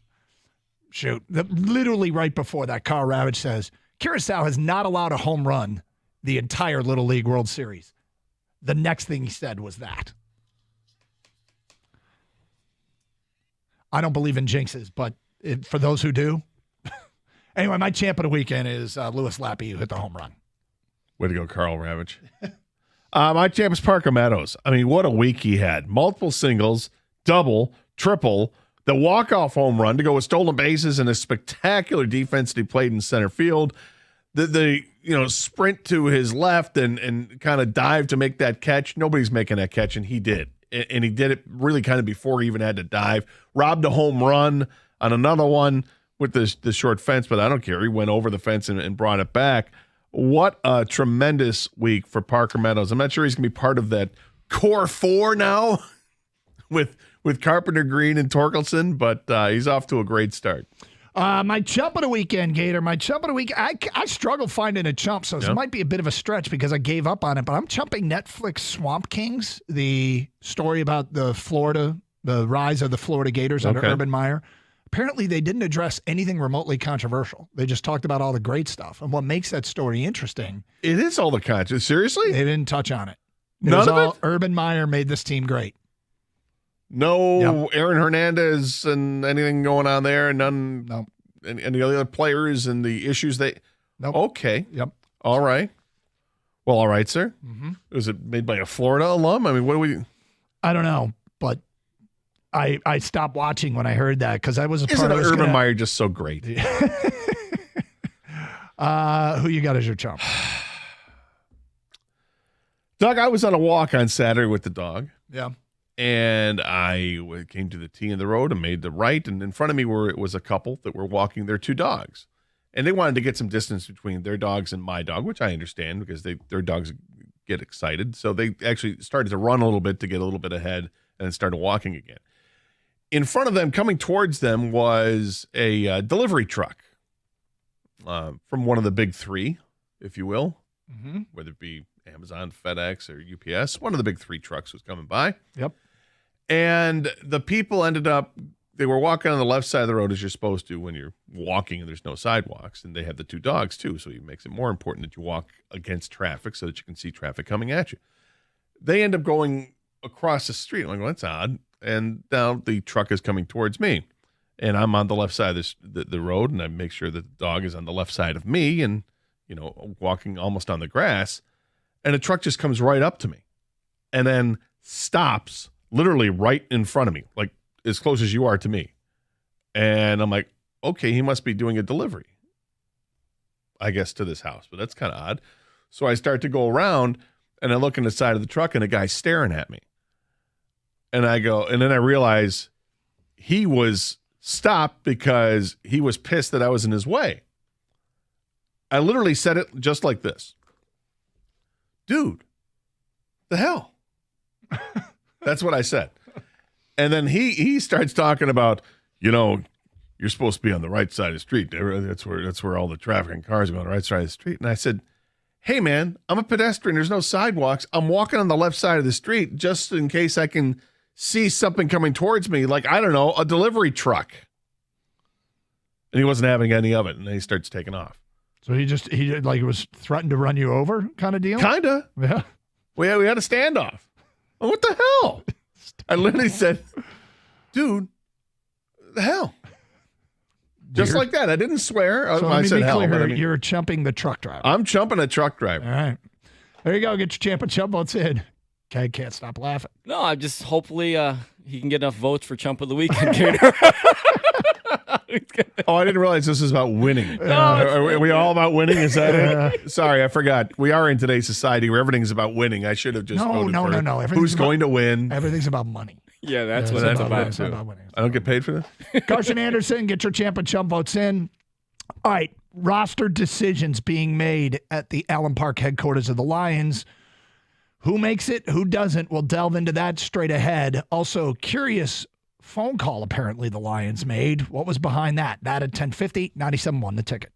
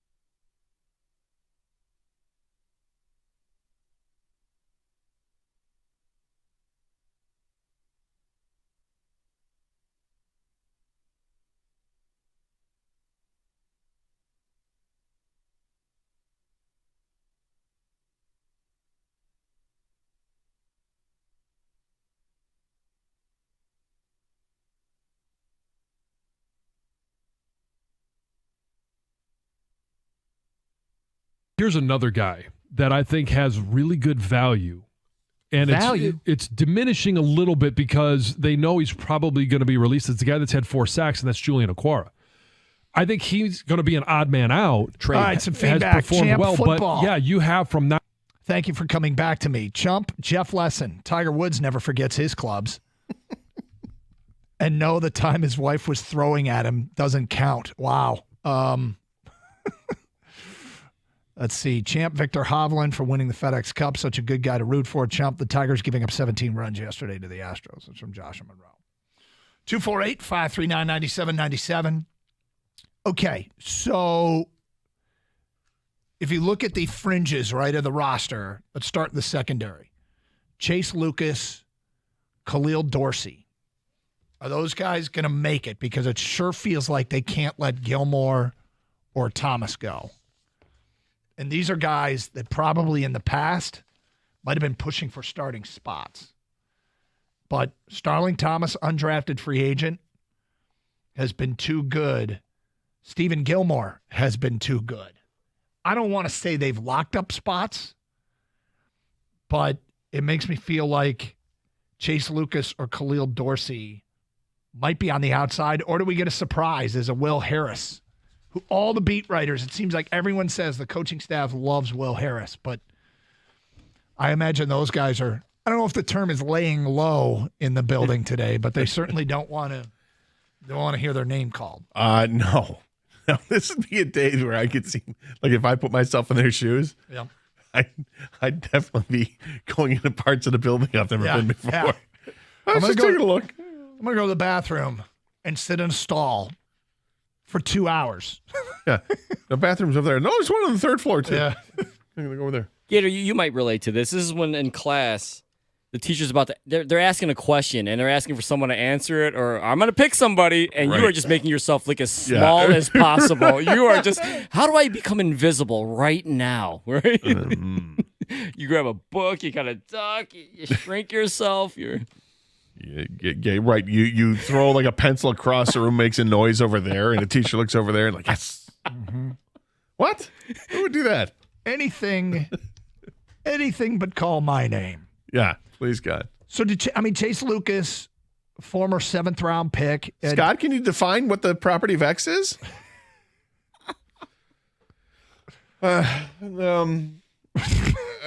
X is 4? No. My foot hurts. I need to see the nurse. Hey. Can I get a bathroom pass? It's some bad Chinese food. It's messing me up. But, so who gets cut? Dorsey, Lucas? I can't see Starling Thomas or Stephen Gilmore getting cut. I don't either. I think Chase Lucas has had a nice camp. Did they get to buy some time? Does Mosley go on a PUP list or something? Or is he ready to go? He is. He's going to be injured. I don't think he's. So everybody's speculating that he will start the year on a injury list. Again, this goes back to what I said to start the show. There are some uncomfortable situations right now with the Lions because of the cuts they have to make. And ironically, there are positions that a year ago you never thought this was going to be a difficult decision. Oh, we'll get into that too, because I'm not so sure that in previous years Stephen Gilmore or Starling Thomas wouldn't have been pushing to start, of course, in the secondary. And these are credit to Brad Holmes. I don't think there were open spots at the corner position. And he went out and signed 2 undrafted free agents that didn't get 2 guys who didn't get drafted. In Sutton and Mosley. I'm sorry, you're undrafted free agent. I thought Gilmore and Starling Thomas. Yeah. He went and signed those 2 who are, I think, both going to make the roster. Well, how about not only that, a guy who's penciled in right now to start is Jerry Jacobs. Yeah. He was a practice squad guy. Yep. But played his way up, and credit Brad Holmes and the scouts for coming up with guys that can play in this league. And they've got a lot of them right now, it appears, in the secondary. Guys have really performed well. I think in the past, when you see cuts and you heard Dan Campbell talk about cutting players, I think he cut players because he didn't like it because he liked the players. They did everything that they asked, and yet they just weren't good enough. Right. I think now it's difficult because they don't want to rue the day. Yeah. They're like, look, we can't afford to miss out on Starling Thomas, the player, long term. Right. Because here's the other thing they know. I think the likelihood is higher that a player they cut gets signed by a team in the NFC North. Why specifically the NFC North? Because I do think this happens in the NFL. I think that guys get that other teams let go, get picked up by teams in that division, so then get some intel. I think you got to be leery of the Jacksonville Jaguars and the New York Giants as well. Of course, because of the joint practices. Yep. Yeah. 248-539-9797. Tough decision there in the secondary. DJ's on a cell. Hi, DJ. What up, though, man? Y'all all right today? We're good. Yeah, so over the time that Brad Holmes and Dan Campbell have been doing this, I've been impressed with the fact that they've done something that a lot of previous staffs didn't do. If you can't play, Brad Holmes and Dan Campbell will get rid of you. They don't waste no time either, and I love that about them. With that being said, from what I've seen, despite what they saying in practice, because we're not there, those two kids, Gilmore and Thomas, has looked way better than Will Harris.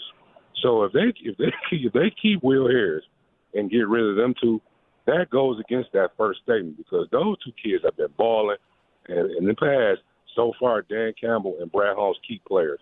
So I'll be very surprised if they cut them too. So I'll be pissed too.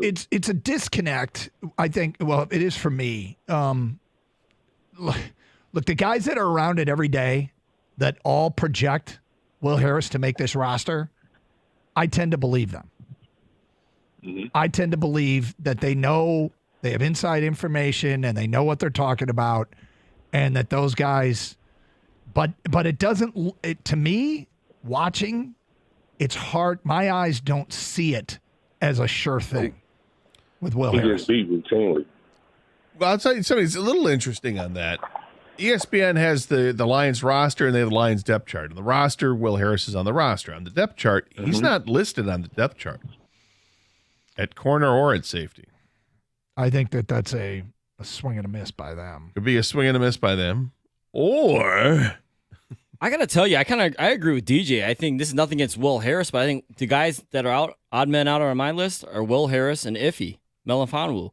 I got to keep Chase Lucas, got to keep Gilmore, I got to keep Starling Thomas. I like Dorsey a lot. Mm-hmm. You know, these young guys, they came to play, and he's right. We're not at every single practice, but and the writers do a good job for the most part, but they're not 100% correct all the time. 100%, no. So So just a quick follow up too.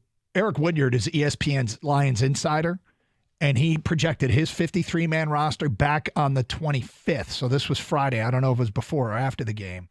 He's got Will Harris making it at the corner spot. My eyes don't see it as a sure thing. I'll just say that. And if it comes down to Khalil Dorsey or Will Harris, I mean, I suspect it's going to be Harris because everybody down there seems so convinced it's going to be Harris. But all right, we're out of time here. Lions apparently made a phone call about this guy. The question is why. We'll get to that today at 11:02. Michigan and Michigan State. We will talk some Wolverines and Spartans before the show is done because it's game week. It's Carson Anderson, 97.1 The Ticket.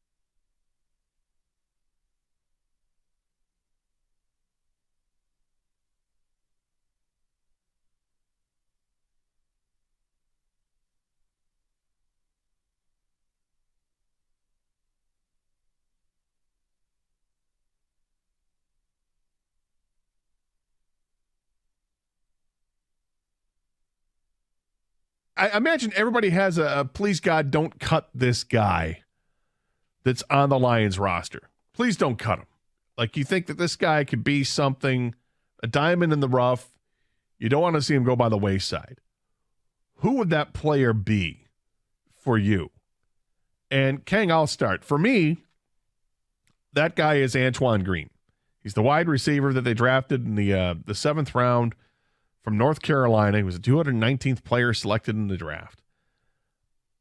I love his combination of size and speed. He's 6'2", 200 pounds.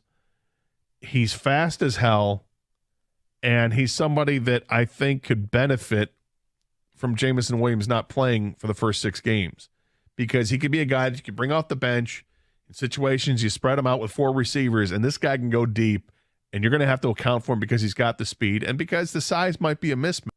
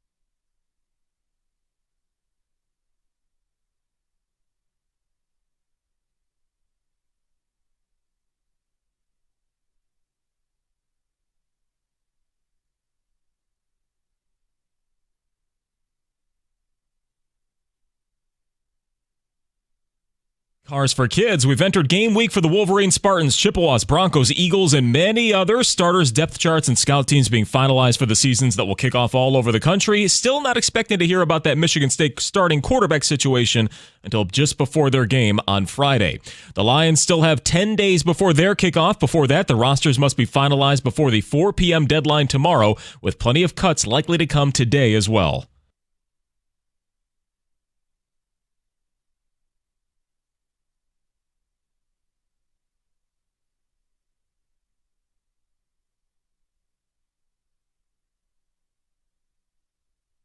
Thirteen players were waived and released yesterday. Also today, Dan Campbell wouldn't confirm if Nate Sudfeld suffered a year-ending injury in their last preseason game. He says they're getting more opinions. Feels awful for him. 4 games left in the Tigers' massive 10-game homestand. They went 2-4 against the Cubs and the Astros, and now the Yankees are in town starting tonight. Reese Olson gets the nod with Skubal. Manning and Erod also slated to pitch. Dan Dickerson's call will be right here on 97.1 at 6:40. Also, the Tigers front office head Scott Harris joined us on 97.1 The Ticket this morning, says they haven't had more talks with Eduardo Rodriguez about his future since the team since the trade deadline. They're going forward like they have 3 more years with him and will make their decisions after he makes his opt-out decision. At the Ticket Update Desk, I'm Chris Villar. For more, go to 97.1 The Ticket and Odyssey.com.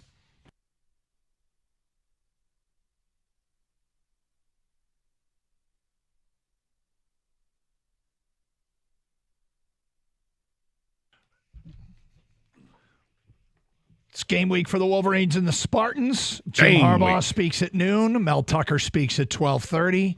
Any breaking news? Any depth charts released? I love depth charts. I just love depth charts. Many times they aren't worth the paper they're written on, but many times. But I still like to get my hands on a depth chart and analyze it, and talk about where everybody is, et cetera, et cetera. So, depth chart or artist rendering, which you prefer? Depth chart. Both are kind of useless.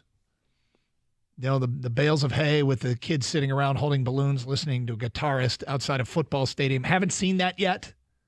See it in many, many artist renderings. Yoga, that was my favorite. Northwestern's football artist renderings of their new stadium had a group yoga class going on outside their football stadium in an artist rendering, which is just spectacular. And I think about how we are missing out in Ann Arbor and East Lansing. Not enough places to do yoga. Not enough places at the football stadium to get yoga done. And I call upon those in charge, athletic administrators, to fill this void. Because you think it's hard recruiting now in the world of NIL? There's nowhere to do yoga outside the stadium. Step it up. You look so depressed. What's the matter?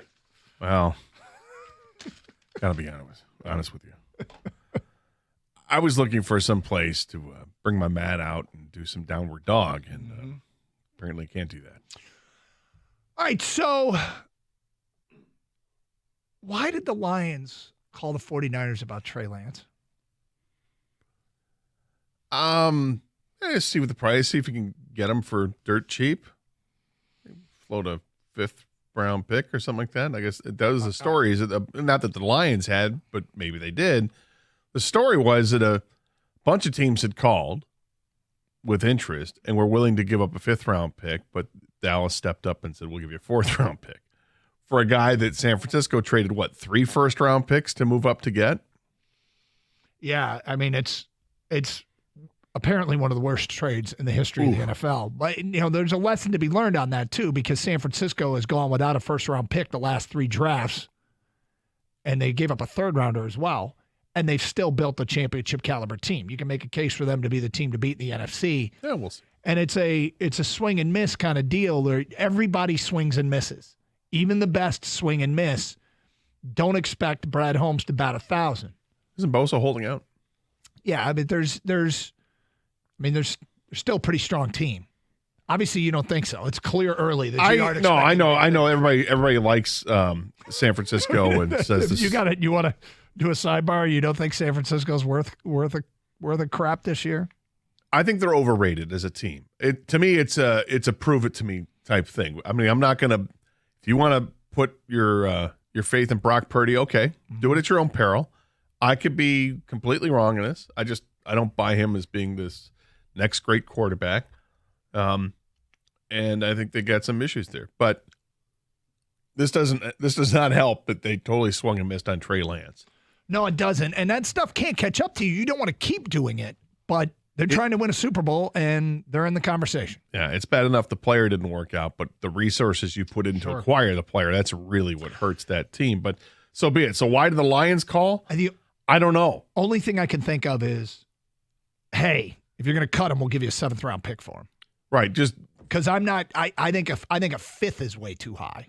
Given their current situation, I would rather have a 5th-round pick than Trey Lance. Well, and just think about the situation. What would Trey Lance be your? What you're gonna wave Teddy Bridgewater and have him as your second quarterback? The only thing I can think carry of is 3 quarterbacks on your roster. I think they would say there's no guarantees with Hendon Hooker, and we think we'll have 2 guys that will be developing long term. That's the only thing I can think of. Is if we can get him for basically nothing, we'll take him. We'll take him off your hands. Right, but I guess what I'm getting to is that it's if you had gotten him, then you would have to keep him on your roster at the 53-man roster. So now you're carrying 3 quarterbacks, and you're losing another player that you really don't want to lose for what? For the hope that maybe he develops years down the road? Well, what else could it be? I don't know. It's almost like they were like, "Oh, this guy's available. What do you think? We'll just see if they can. We want a 7th-round pick. Sure, 7, 6. How about 6? Sure, we'll have for a 6th round. How about a 6th-round pick? No. All right. Well, we did a due diligence. We tried and it wasn't there, and it still doesn't make sense to me. It doesn't, because of the situation you're in with the roster crunch and trying to get down to 53. You'd have to have him on it, and I don't think that makes any sense. Kang, as a guy who, So and we're gonna have a debate between Trey Lance, Malik Willis, and Zach Wilson. 3 quarterbacks that we each thought would be worth it and take a shot at. Who's gonna make it? I gotta tell you, I feel the least strong about my guy, Trey Lance. I mean, he's been pretty brutal in the preseason when he's gotten to play. He hasn't gotten to play a lot, but when he has, the guy's making the wrong reads. He's overthrowing and missing throws that he should be making. And I totally understand for a team and organization like the Niners who are looking to win right now, moving on from Trey Lance, because if he's your backup and they don't feel comfortable and Sam Darnold's better, you move on. With that being said, if I were the Lions, I said to you, I think, Doug, if they didn't have Hendon Hooker, I'd totally go after Trey Lance. But they have Hendon Hooker, so it doesn't make any sense to me. So to try to rationalize this and why they would call, the only thing I can think of is maybe Hendon Hooker isn't as far along as they hoped or thought or liked as far as injury reasons, and they want to give him that full, because the rumor is they want to activate him at some point, but that hasn't happened yet, so they don't have to activate him at some point. Maybe they want to keep another year under control, because if they don't activate him, they get that extra year, and they just have Trey Lance instead of Hendon Hooker this year to see how he develops. That's the only thing I can think of. Otherwise, it doesn't make sense to me either. And the reports are lately, though, that Hendon Hooker is a lot healthier than anybody expected him to be. I agree. I'm not just trying to make sense out of it. I hear you. That's why I think it's hard to make sense of this. It's very odd. It's very odd, other than they're playing the odds that as much as they like Hooker as a prospect, there are no guarantees, none whatsoever. And so if they could have added another developmental quarterback for down the road, but it really doesn't make a ton of sense to me. See, I wouldn't activate Hooker this year. This year's complete redshirt for me. That's me. So that would make more sense. But according to the reports, the Lions hope to, and so I don't understand why they would kick the tires on Trey Lance. And they have Teddy Bridgewater, of course. Because the Cowboys had to release Will Greer to make this move. I imagine everybody has a please God don't cut this guy. It's curious enough as it is. On the Lions roster. Please don't cut They him. gave up a fourth rounder for a guy that took be something, 3 firsts and a third to acquire, and I think the fourth round is too much. You don't want to see him go by the wayside. Who would that player be? I mean, do you think it's going to work in Dallas? And no, Ken, but they're probably preparing for just in case they can't sign, that guy is extend Green. Dak Prescott. He's the wide receiver for that some they reason drafted Trey Lance figures it out with their staff and shows much more improvement than he did in San Francisco, maybe they go, all right, Dak. Or maybe this is, I love his combination a of piece in their game that we're not going to give 6'2", you 200 pounds. Quite the extension you're looking for. He's fast as hell. Because we have someone maybe and he's somebody that I think could benefit from Jameson Williams not playing for the first 6 games. It was a curious report. Because he could be a guy that can bring off the bench. But it's a curious report. Here's the spread him out with 4 receivers, and this guy can go deep. In Detroit. And you're going to have to account for him because he's got the speed. And because the size might be a won't play most of this year. If we see him at all, I would bet that we won't see him. He is 2 years older than Trey Lance. Yeah, well, Trey Lance left early, and this guy was seasoned. 248-539-9797. Phone calls, feedback. Champ and Chump, get those votes in. We'll continue to work our way down the roster. Other decisions that are being made at this hour with the Lions and their cuts. Jim Harbaugh speaks at noon. Mel Tucker speaks at 12:30. We'll pass along any breaking news from their news conferences. 97.1 The Ticket.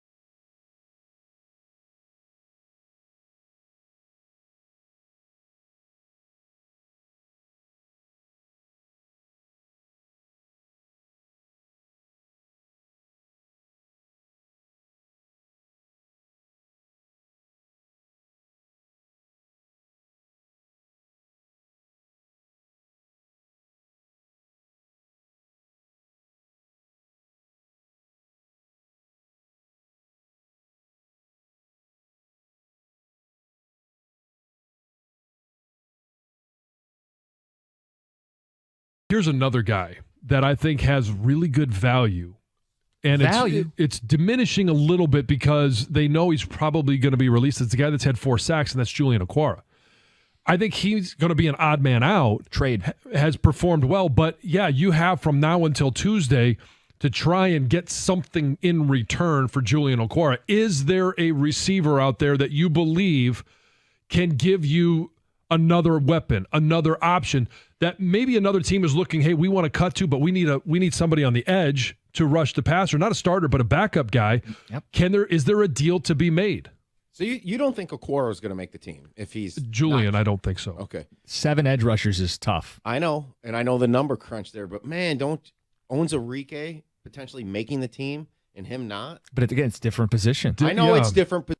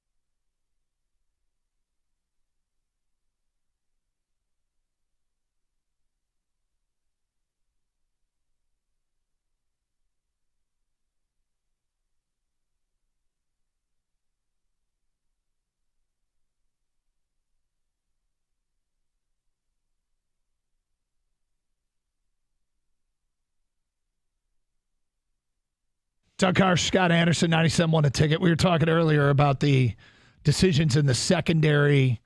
Does Chase Lucas make it? Does Khalil Dorsey make it? Starling Thomas and Stephen Gilmore both have to make it, right? The way they played in the preseason sure feels like it. But, I mean, the decisions have gone from being tough because, you know, you like the guys, tough because these players have come in and given you everything they've got, and tough because it's hard to tell someone their dream is over, to being tough because you don't want to let a future starter walk, but you might not have roster spots. And can you sneak Starling Thomas or Stephen Gilmore through to the practice squad by waiving them? They go unclaimed? Probably not. So can you sneak Chase Lucas through if you want? Can you sneak Khalil Dorsey through if you want? Maybe. You know, I talk a lot about the turnaround last season when they went 8-2 down the stretch. Yep. And the defense stepped up, gave up 20 points a game during that stretch. I mentioned that the quarterback rating against was like 79.9, and how good all those numbers were. In the preseason, the Lions' quarterback rating against was 71.4. It was even better. Now, it's preseason. Yeah, great for all the backups. Yeah, and backups on backups. But this goes to the point, though. I mean, the secondary stepped up. You know, they did have a pass rush. The defense was pretty good in the preseason, and it's all the backup players and a bunch of rookies that got an opportunity to play at least a little bit. But I like where they're headed. And I mean, I think this goes to show that they do have tough decisions. And I think who they cut, be it from the secondary or from the defensive line, I think a couple of those players are going to find themselves on another NFL 53-man roster. 248-539-9797. James is on 97.1 The Ticket. What's up, James? Hey, so the longer I've been waiting, the longer I don't believe my own take I'm about to say. So the Lions still have a problem stopping running quarterbacks, it looked like, through the preseason. Is there any possibility they wanted some guy because they don't want to use Bridgewater because he's going to be learning our system? I mean, I mean, I know that the 49ers gave up everybody except David Putney to get this guy. Mm-hmm. So you mean in practice?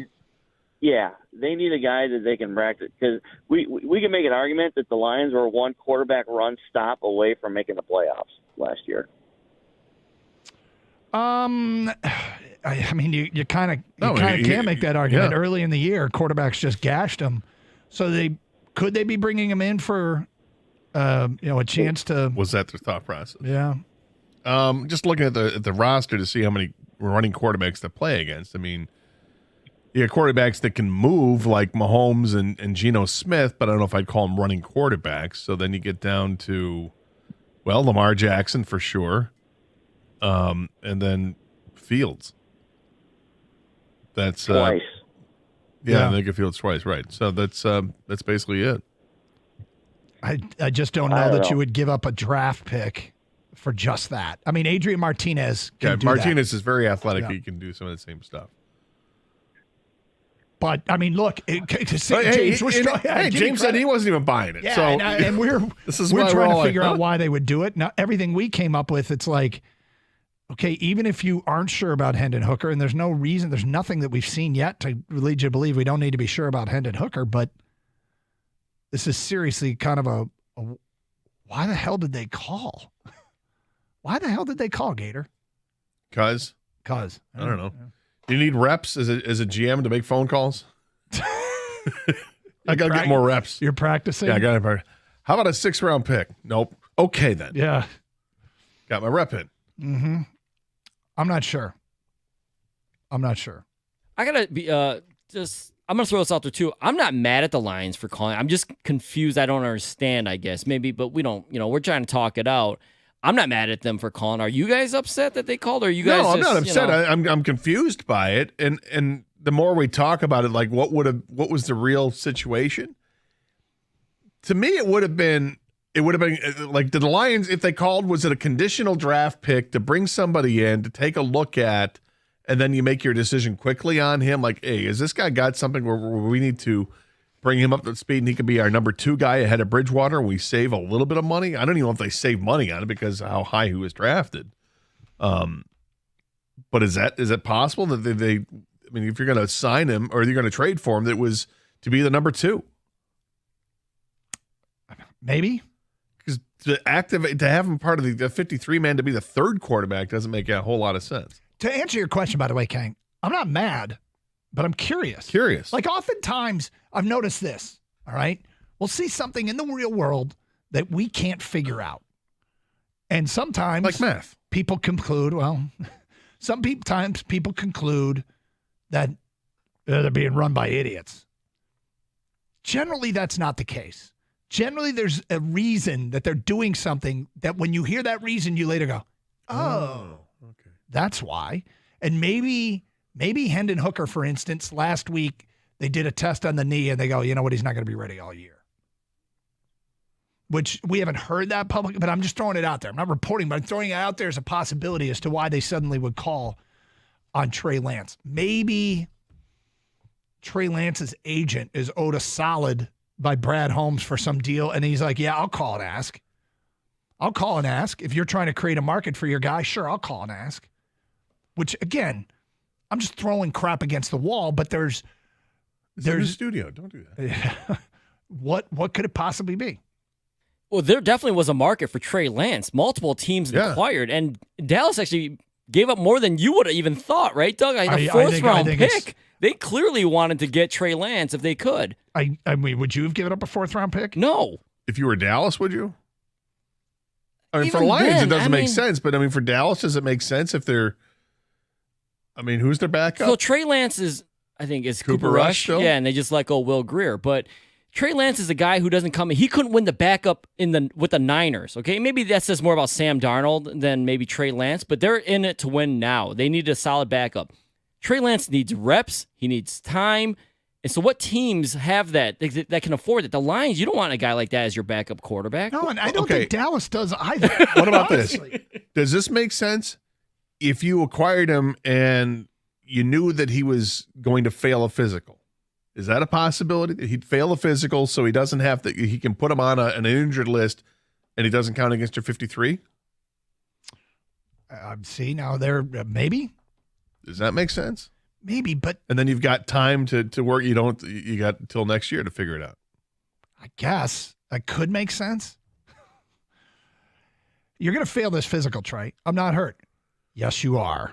I don't know. That knee doesn't look very stable. That back. Yeah. Anyway, so Lions. Can you jump 50 inches straight up in the air? Well, no. Then you're not healthy. Here's the other possibility, right? Is Detroit called San Francisco about somebody else, and San Francisco said, "Are you interested in Trey Lance?" Well, we might be. What are you thinking? 4th round pick? No thanks. Then does that get reported then as the Lions had conversations about Trey Lance? Are you saying the Lions called about Nick Bosa? Is that what Doug Karsh is saying? No, I'm okay. Maybe they offered Julian Okwara.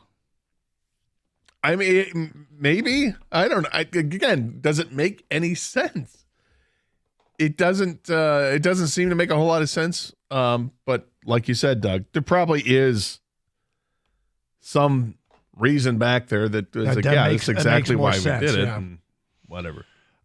Feedback coming in. Champ, all the teachers starting the school year. Chump, teams trading three first-rounders for quarterbacks, Niners and Browns. That's from Mark and Dryden. From a Niners fan's perspective, you just got to think of it that you did all that and you got Brock Purdy. Honestly, because that's what you were looking for was a young starting quarterback to lead you to the next level. And then you just got to erase it was for Trey Lance and think we did that for Brock Purdy. I mean, maybe. That's the only way you can rationalize it. Champ. It's like the Patriots trading up to get, I don't know, whoever the next hot quarterback was when they had Tom Brady. You know, we'll give up 3 first-round picks to get this guy. Yeah. But you end up having Tom Brady, and it doesn't matter. Champ, Parker Meadows' first career homer is a walk-off. Chump, DTE, lost power Thursday night and didn't get it back until last night. Now I have to replace all my food from the fridge and freezer. Unacceptable. It's from Jeremy and FC. Well, the only thing I would say to that is what I said on Friday. Those storms were severe. This wasn't just like, oh, we got some rain and the power goes out and damn you DTE and damn you Xfinity or whatever. Mm-hmm. There were multiple tornadoes in the area. Yeah. That did serious damage. So, I mean, I know people want it. It's an easy button to go ahead and hit it when you're without power for a few days. I understand that. But really this is a different circumstance than I think what we've seen in the past. Champ, Lewis Lappy, the California Little Leaguer. Chump, John Lynch. The GM of the 49ers. That's from Rick in Tennessee. Champ, Notre Dame. They are a playoff contender now that they finally have a quarterback. You know, Hartman's good. Chump, the Tigers bullpen for getting nuked by Houston all weekend. Notre Dame is going to be interesting because they lined up. They got a great offensive line. They've got a power back at Audric Estime, and like one of their first huge tests is Ohio State, and Notre Dame might try and go figure, run the football at Ohio State. Now, I think Ohio State, you know, Tommy Eichenberger is a good linebacker. Michael Hall Jr. and the kid whose name was terrible to pronounce, but I didn't have to say it much, thankfully, the Tui Moluau. I mean, those are good guys on that defensive front, and I suspect Notre Dame's going to try and run it at them, but I was impressed with the Fighting Irish. Another one here. If the Cowboys... They did play Navy. I know. Navy can give you fits, although Navy's trying to change what they're doing offensively. Yeah. And I'm like, what makes you tough to play is that option. But, I mean, last year the score of the Notre Dame-Navy game was 38-35. If Cowboys release Will Grier after picking up Trey Lance, would love to see the Lions look at him as a third option at quarterback. He looked pretty solid in the recent preseason game. And then this. Brad Holmes needs to do 2 things this week. Trade for a wide receiver or find a veteran camp cut.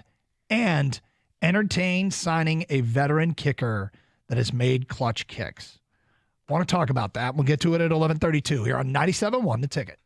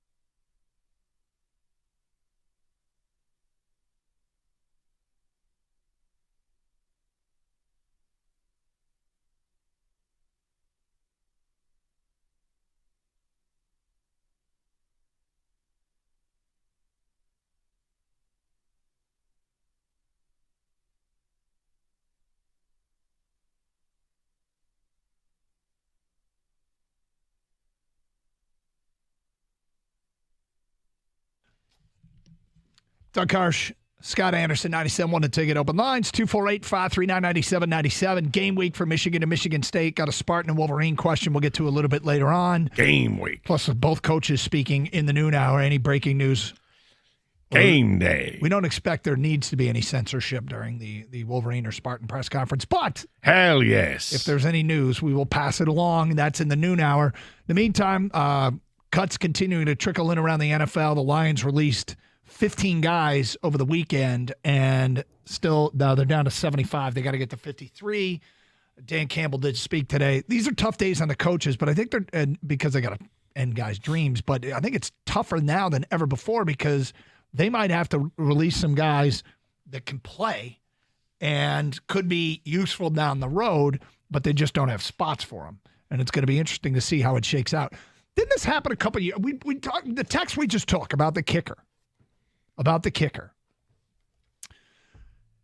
Didn't a couple of years ago the Lions cut all their kickers at the last cut and had no kicker and then signed a guy? Does that ring a bell? Something like that. That their final 53-man roster, when they cut everybody, had 0 kickers on it. Somebody help me. That I don't know. And then they went and got a guy.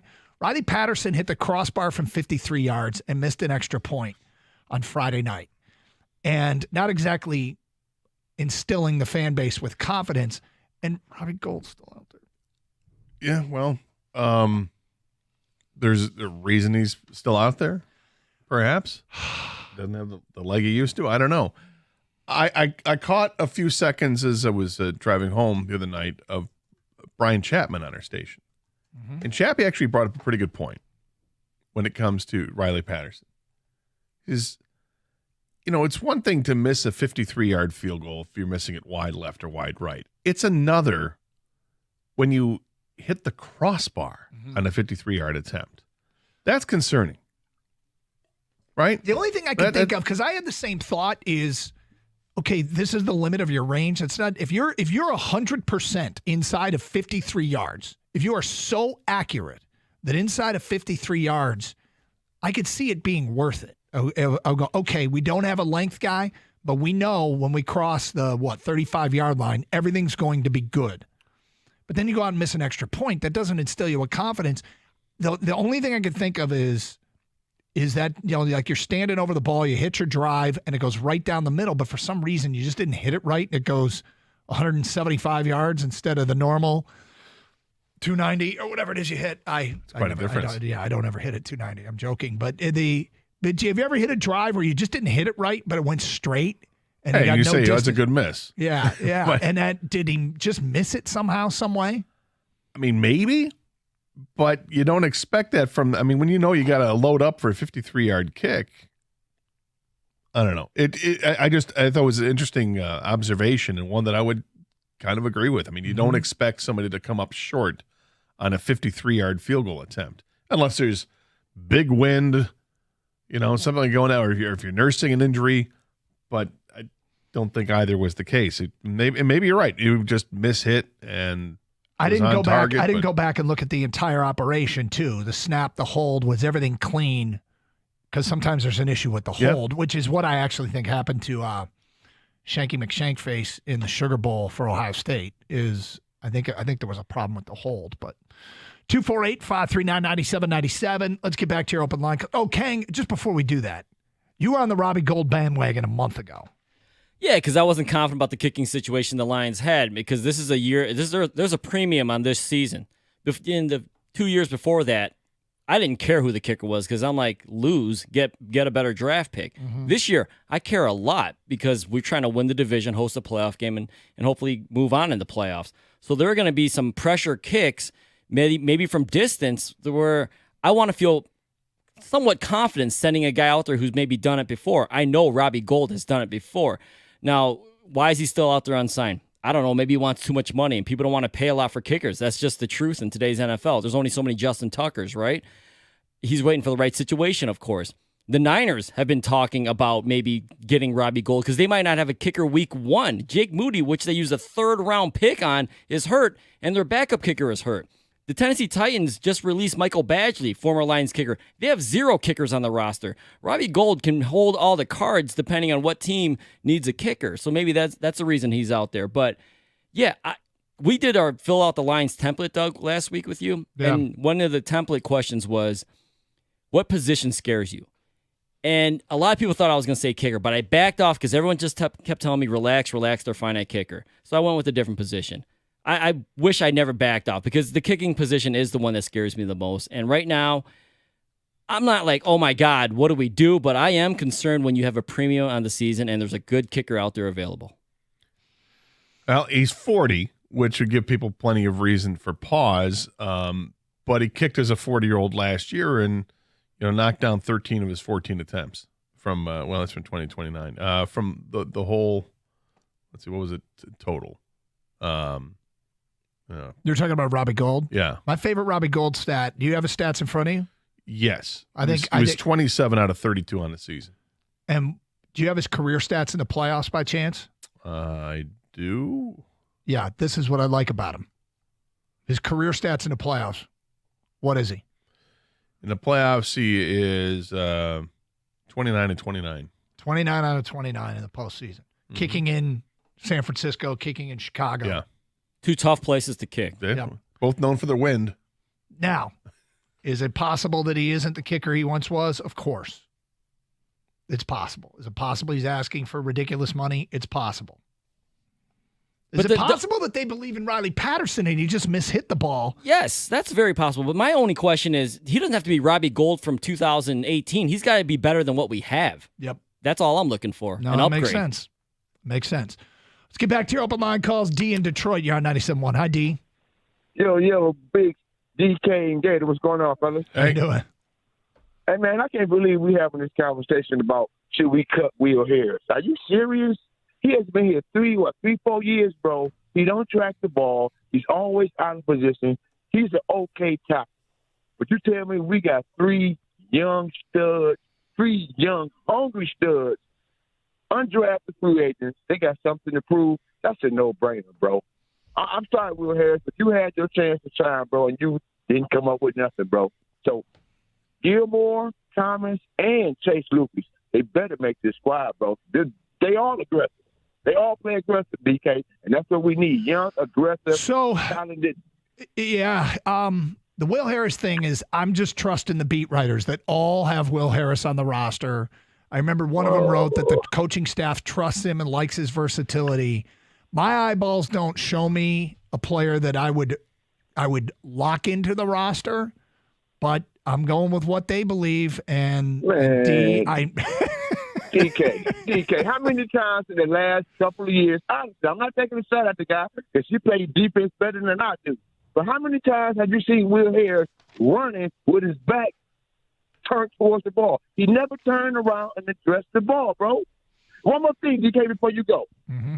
That Parker Meadows walk-off home run, I'll be damned if that didn't remind me of when Maglio hit that bomb against Oakland and Comerica Park went just bananas with the light.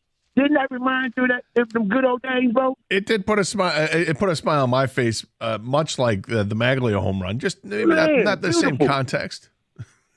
But the crowd was into it, dog. There, that's not trying to say how everybody was so just erupted. No, people were. I mean, you couldn't help but leave the stadium if you went to the game with a big smile on your face. You couldn't help if you were watching the game the same way. It was awesome. It's too bad it was in a late season game that has no real bearing on what's going to happen in the season here. But for him, it was awesome. It's a good moment for him. If you're a Tigers fan, you're starting to think, okay, I mean, this is a guy who's playing center field over Riley Green. Is he part of this team's future or not? The big question on Parker Meadows was not his base running. It was not his fielding ability. No. It was his hitting and being consistent with it. And this year at AAA, he had been pretty consistent with his hitting and showed some power as well. I think he had 18 home runs in the minors before he got called up, and we saw this week. I mean, a bunch of singles or a few singles, a double, a triple, and the home run. Yep. He's done it literally all since he's been called up. But as Scott Harris said this morning, talking to the guys in the morning show, it's great, but now pitchers have a look at him, and the pitchers will make some adjustments, and he's going to have to show he can adjust to the adjustments. Yep. Hey, Hall Financial, the lender that saved Michigan residents millions, is reinventing home lending with their exclusive, get this, no-fee home loan. People see fees on stuff all the time. It's just an additional overcharge, right? Well, not with Hall Financial. They're proud to announce Michigan's first no-fee home loan exclusively to Hall Financial clients. Even better, with the no-fee loan, you stay locked into the no-fee program, ensuring you don't pay fees to Hall Financial when it's time to refi. If you aren't working with Hall Financial on your home loan, you're overpaying. The no-fee loan applies to both new purchases and refis. Call Hall Financial right now to learn more about their no-fee home loan option. 866-CALL-HALL or chat with them online at callhallfirst.com. That's callhallfirst.com.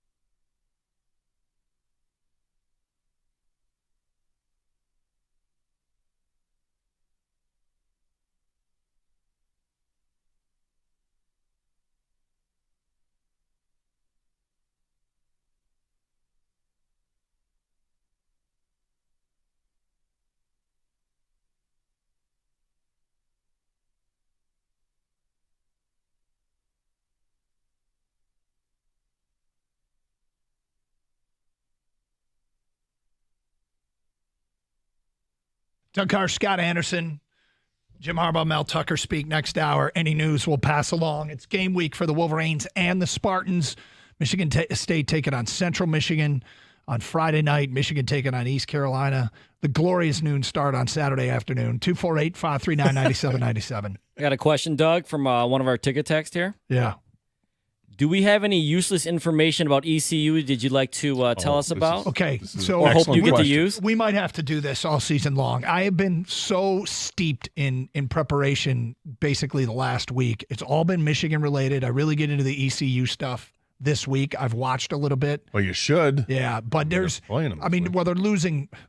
They lost a ton of guys. Like tell us about it. Yeah. Well, Aller's a quarterback, graduated. They had 2,000-yard receivers. They're gone. They had a 1,000-yard running back. He's gone.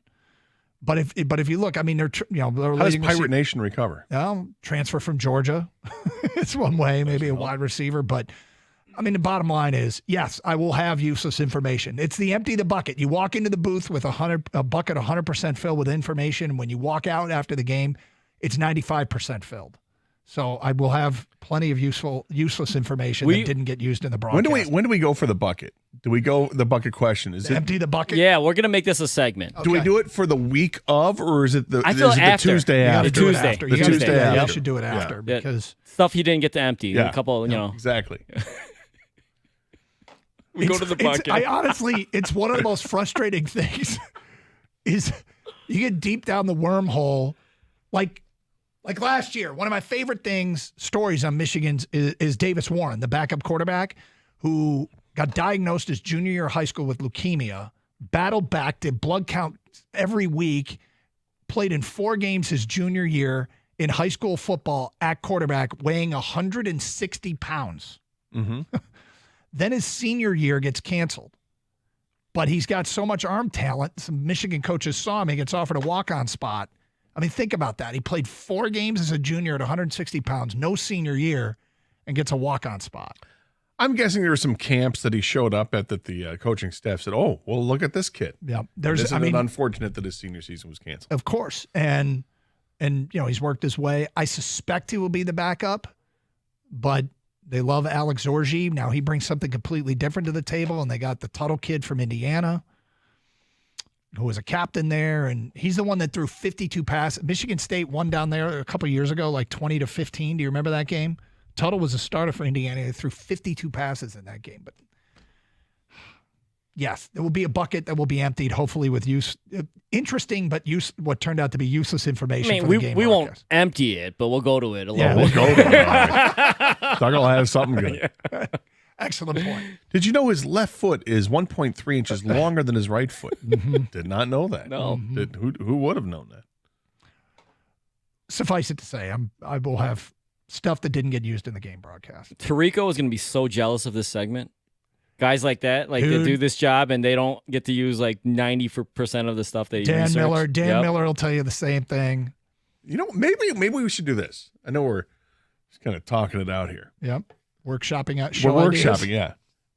Should you talk to Tirico and talk to Dan Miller and get their let's stuff? Just, no, and just say once a week, if you guys don't mind, take 1 minute out of your day, call into the show and give us your empty the bucket stat of the day, your of the favorite week. thing that you didn't get to use. Yeah, I can't remember if it was Dan or Mike. One of them told me when I was talking about the job a little bit. One of them said, "By the way, guys that force it, like I got to get this in."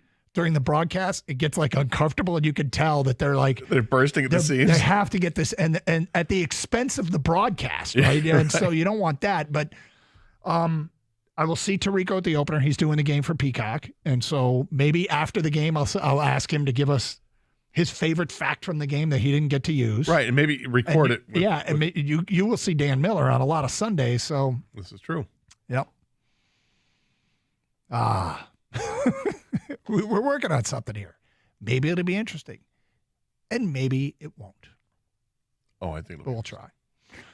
248-539-9797. Let's get back to your open line calls. Jason's on a cell, and he's on 97.1. Hi, Jason. How's it going, guys? We're good, thank you. I'm chiming in on the kicker subject once again. I support Brad Holmes, Dan Campbell, 90% everything they're doing to transform this team. I'm looking forward to the season. I'm a 20-year season ticket holder, They call me the arrow man. I hold up an arrow, splitting the uprights when the kicker kicks. Okay. I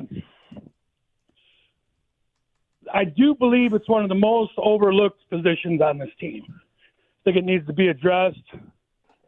Since we let Prater go, we haven't really filled the position yet. Didn't matter as much last year, it felt, although maybe it did matter. Maybe the end of the Minnesota game up there plays out differently if they've got a more reliable place kicker. At the end of the day, I am hoping that either Patterson just mishit that ball or they've got something else in their back pocket. They've gone down this road far enough and they're ready to audible and go a different direction. Because you don't want that. You don't want that to cost you. Yep. His latest press conference, they asked him about the kicker, and he said he wasn't concerned with it at the time. Either he's okay with what he has, or they're going to address the situation later in the future. Well, we'll see. I'm Robbie Gould's still out there.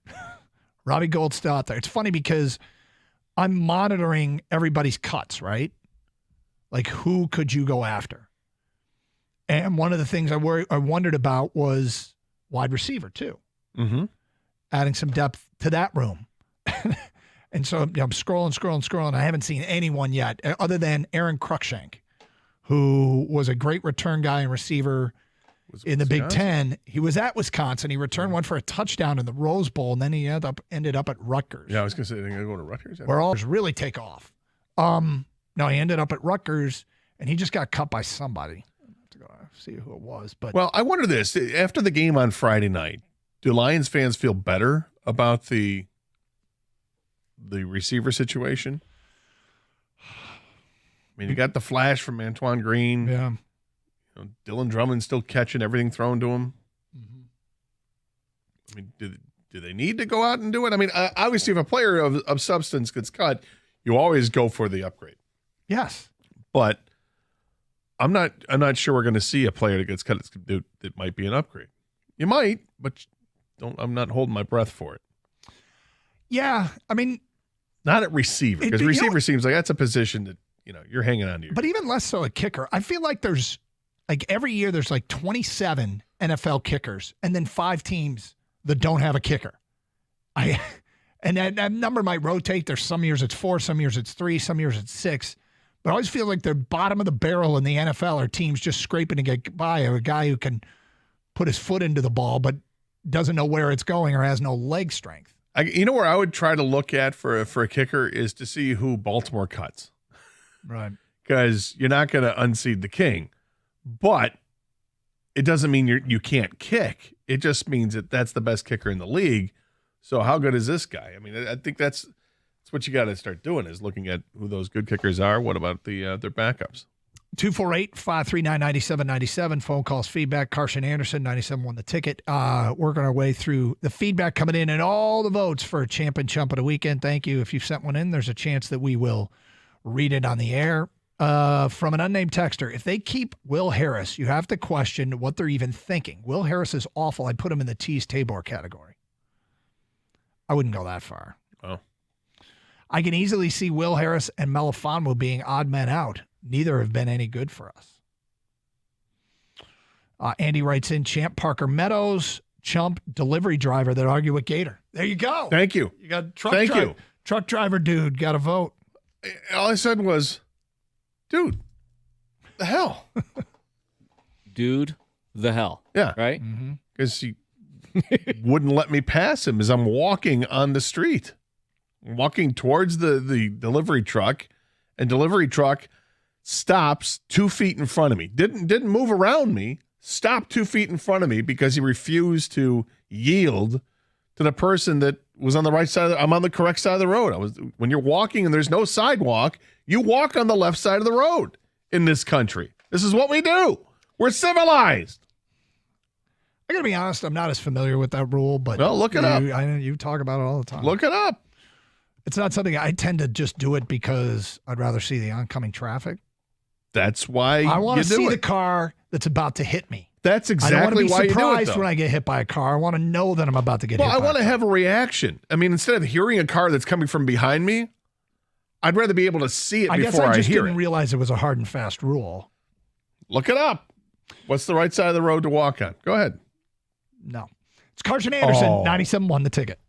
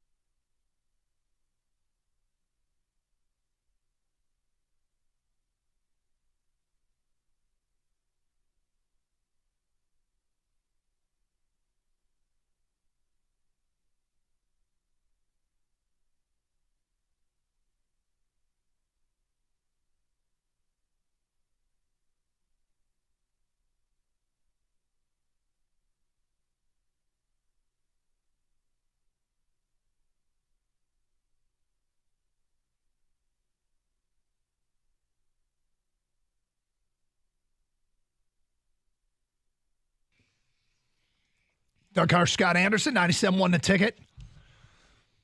So Nate Sudfeld, torn ACL. Reportedly. According to Adam Schefter, yeah. Dan Campbell said they were seeking a second opinion this morning, although he didn't confirm what the injury was. That's the news of the morning. He did talk about how tough the next couple days are. They used to do tiered cut downs, like they had to get from 90 to 78 to 65 to 53. Now it's 90 guys to 53, which means half the guys that were in NFL locker rooms, just about half the guys that were in NFL locker rooms all throughout the preseason are being let go. Lions got down to 75 with nothing really particularly surprising, but they've got 22 more to go.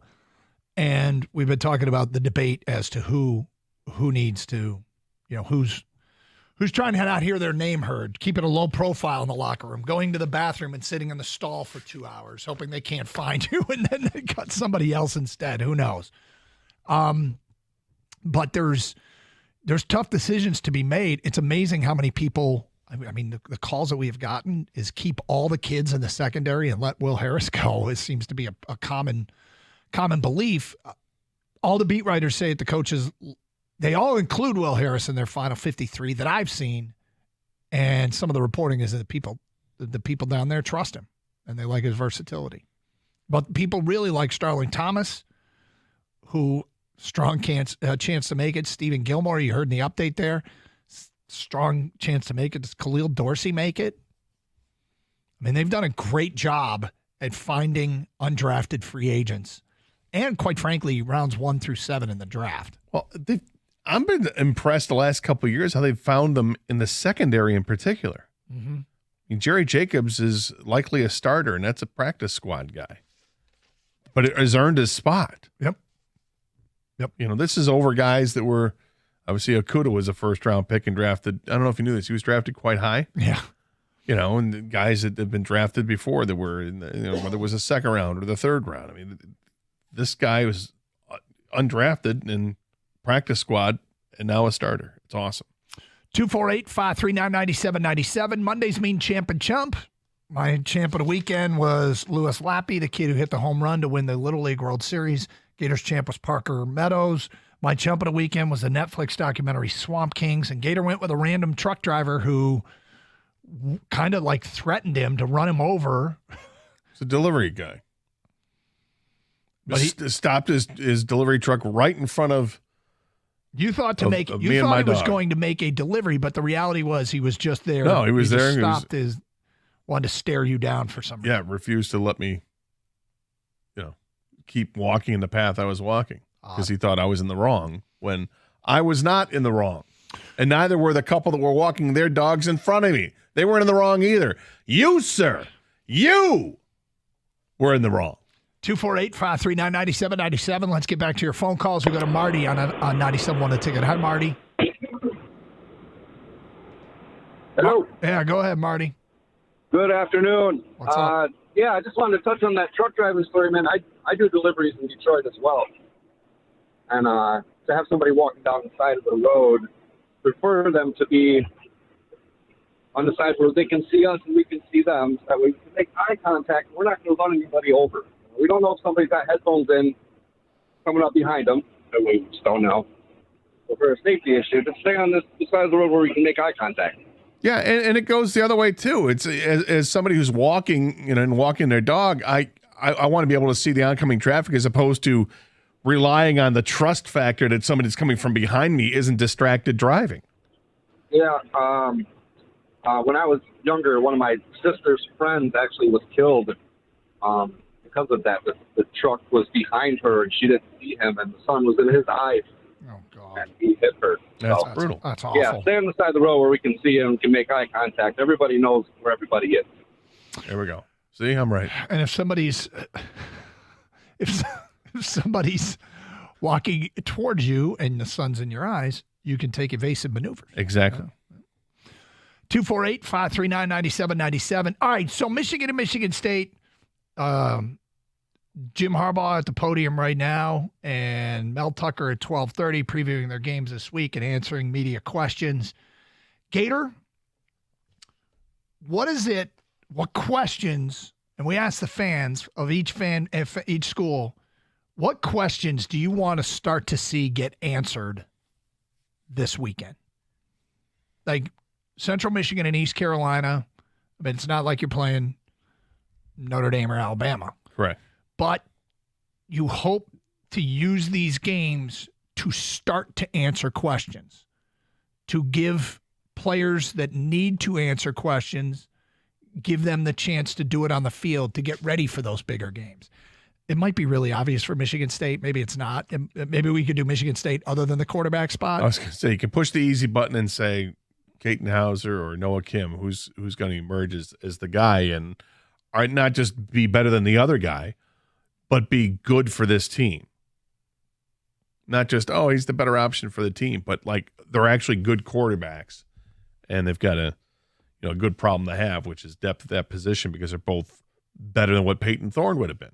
Mm-hmm. I mean, that's what you're hoping. But beyond that easy button, for me, it's is the offensive line intact, and can they open up holes in the running game? Because that can certainly help out the quarterback situation if you're able to run the football. And I think they've got a good stable of running backs.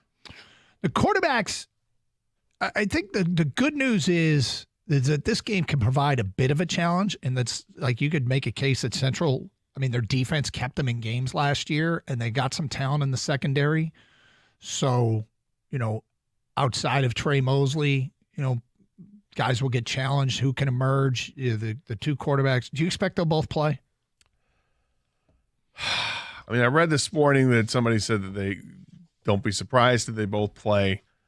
They've been pretty tight-lipped about what's happening with the quarterback situation during practice. I would prefer that it's not even a question, that there's one guy who starts and he goes with it, and then hopefully you've built up a big enough lead where you can turn things over in the fourth quarter to the other quarterback. Feels like it used to be, if things were close, play the young guy because it'd be around longer, but the way college football rosters are built anymore, everything's year to year. And you don't know if the guy who doesn't win the job is going to transfer at any school. So you play to win the games, and you play to win the game Saturday, and you do whatever you can do best. For Michigan, what questions can start to get answered? I mean, outside of Roman Wilson and Cornelius Johnson, we hear great things about Tyler Morris emerging as one of their young wide receivers. So a chance for him to prove himself. Guy lost his senior year to a torn ACL.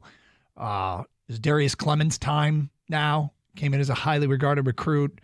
The freshman, it sounds like Fred Moore has been very impressive. Christian Dixon, kind of a forgotten man in the mix. I mean, I guess we'll see how it plays itself out. But again, are you really answering those questions against East Carolina, or you're hoping that they are setting the stage for bigger things? And then it's the corner opposite of Will Johnson. But I think most importantly, I think for Michigan, it's to show that they know the assignment, that it's all about business.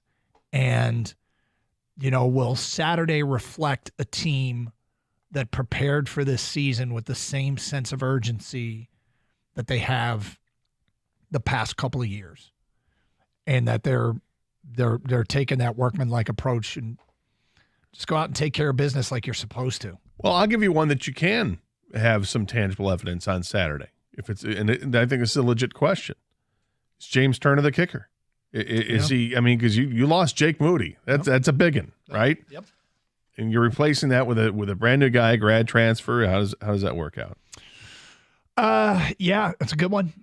It's a good one because they had Money Moody there for the last few years, and he was good. I've been saying it all offseason. Michigan needs Robbie Gould. I can't keep preaching enough, guys. Yeah, 248-539. They got to get the NIL sorted out, but then 248-539-9797. Michigan fans, what questions do you want to see start to get answered this weekend? Spartan fans, same thing. What questions do you most want to see get answered? And you can either go quarterback or move outside the quarterback. Second to quarterback if you're a Spartan fan. That might be the obvious answer. It's Carson Anderson, 97.1 The Ticket.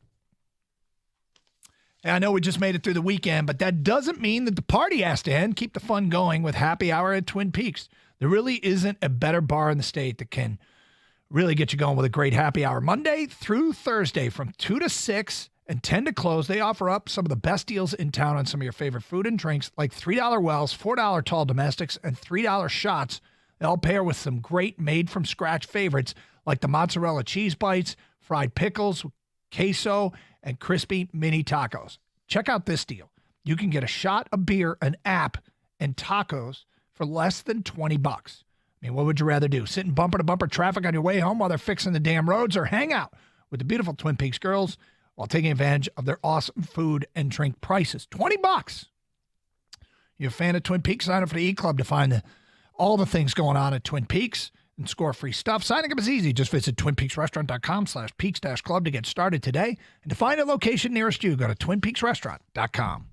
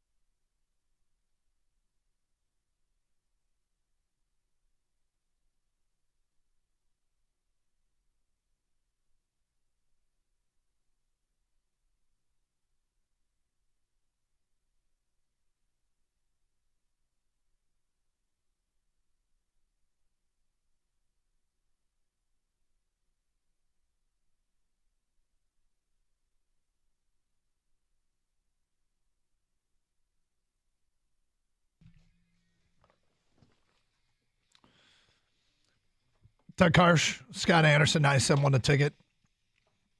Open lines, 248-539-9797. Introduced some college football stuff. Love to hear from Wolverine and Spartan fans. What questions do you most want to see starting to get answered this weekend? Neither of them are playing an opponent.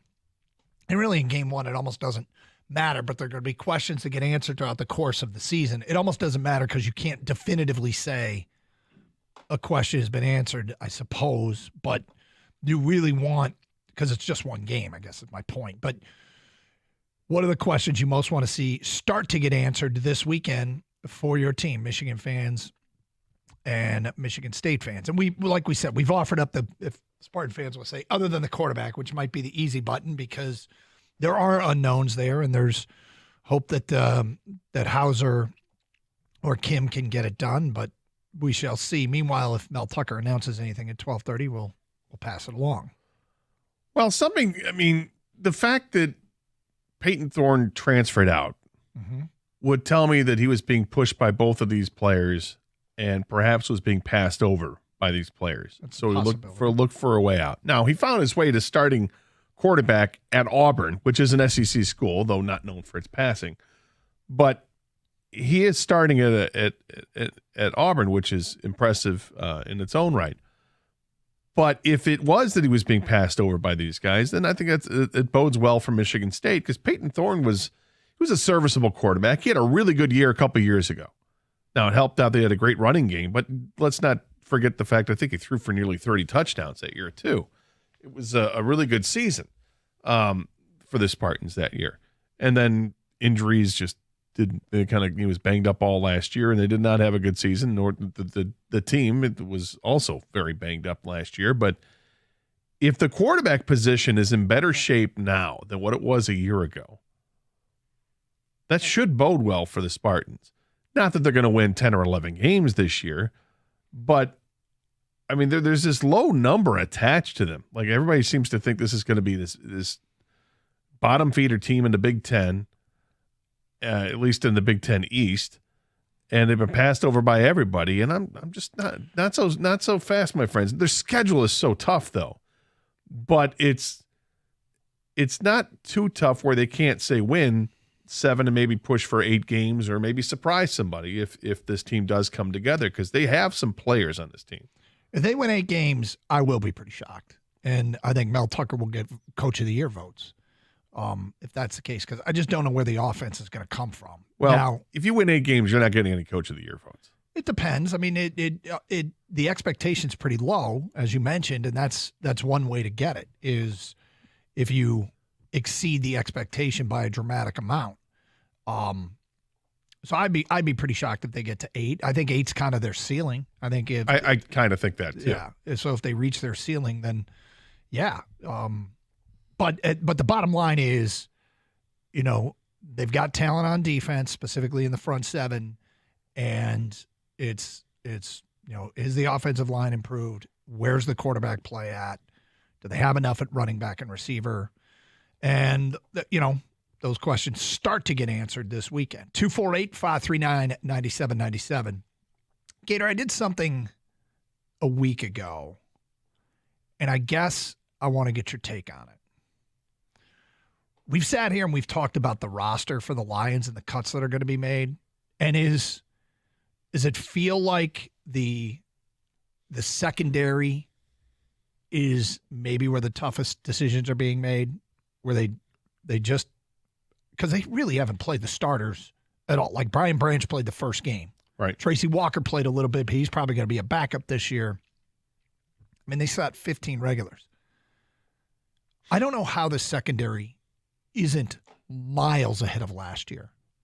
Like, miles. When we talk about things that we think, I think this is a fact. Their secondary last year, do you want to know who the starters were? Oh, Okudah? Yep. And Awari?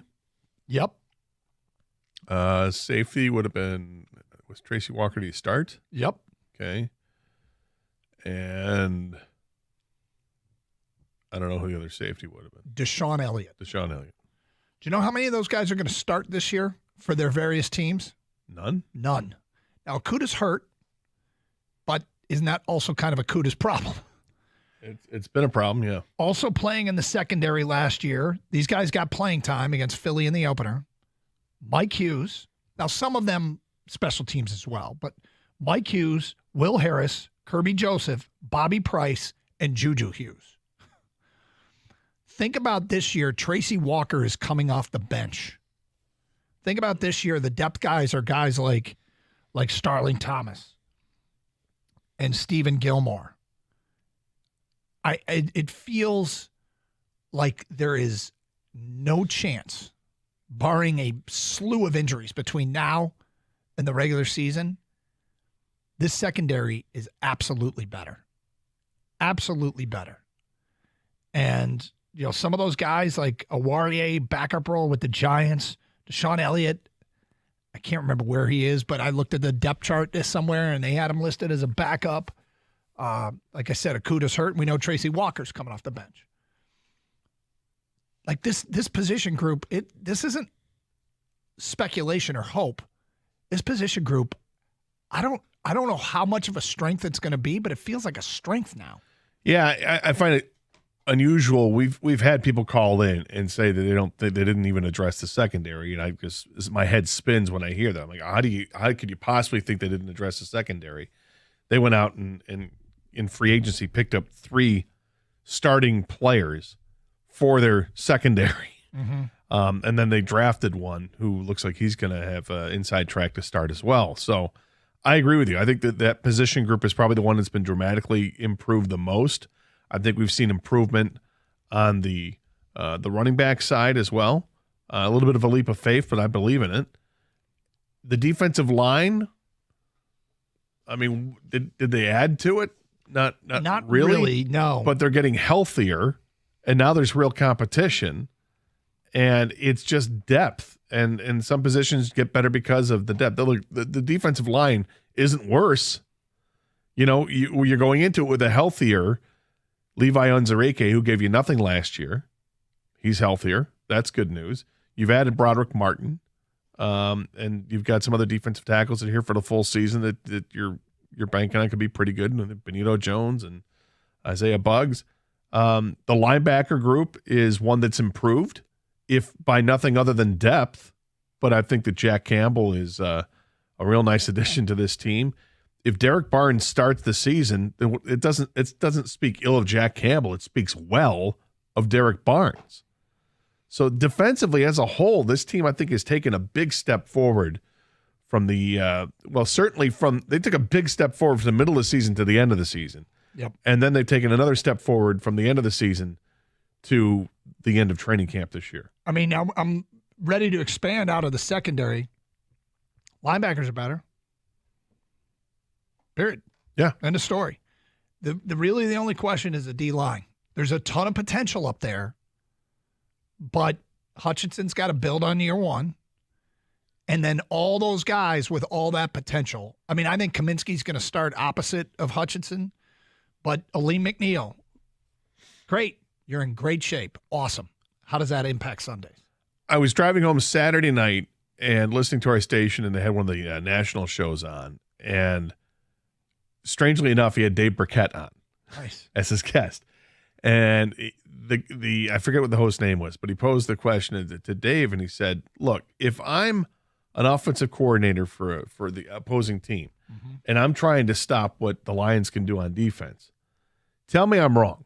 I'm going to double team Aiden Hutchinson every single play. So who's going to step up and provide, a pass rush on this team? And I thought to myself, it's a fair question, but I think the question gets answered. John Kaminsky has been really a nice surprise. James Houston has been a hell of a surprise. And on top of that, you get guys healthy like the Aquara brothers if they make the team. You got Charles Harris, who's back and healthy. That's a big plus for this team. He didn't play a whole lot in the preseason because, he's counted on as being one of the starters. So I think they kind of answered their own question there. The defensive line, I think, got better because they got healthier. Wasn't he the number 1 or number 2 double-teamed defensive lineman in the NFL last year? Hutchinson? Yeah, statistically. He was near the top of the league and how many times he got double-teamed. He's still able to produce. But, yeah, I mean, it might be one of the reasons why Kaminsky was so productive. I just think Kaminsky is one of their great finds. It's a tremendous find. It's one thing to go out and to draft well, which speaks to your acumen. But one of the reasons why I really have faith is how many guys the Lions have actually found that were cut from other teams that can play. Like they saw something in John Kaminsky that apparently Atlanta did not. And maybe even Isaiah Buggs. But that's my big question is up front because I feel pretty damn certain that the back seven's in way better shape than it was a year ago. Not a little bit, a lot better. Specifically with the defensive line, what I still want it proved to me is the tackle position. It's not the ends. I think they're going to get plenty of push from the ends, and I think those guys are also responsible when it comes to the running game. You're going to see a hiccup here or there where they break contain and don't set the edge or whatever, but it's the defensive tackles. It's can they stop the run? Can they gum things up enough where the linebackers just come in and clean house? Or can they just make the play themselves? 248-539-9797. Phone calls, feedback, both NFL and college. We will get to that at 12:32 here on 97.1 The Ticket.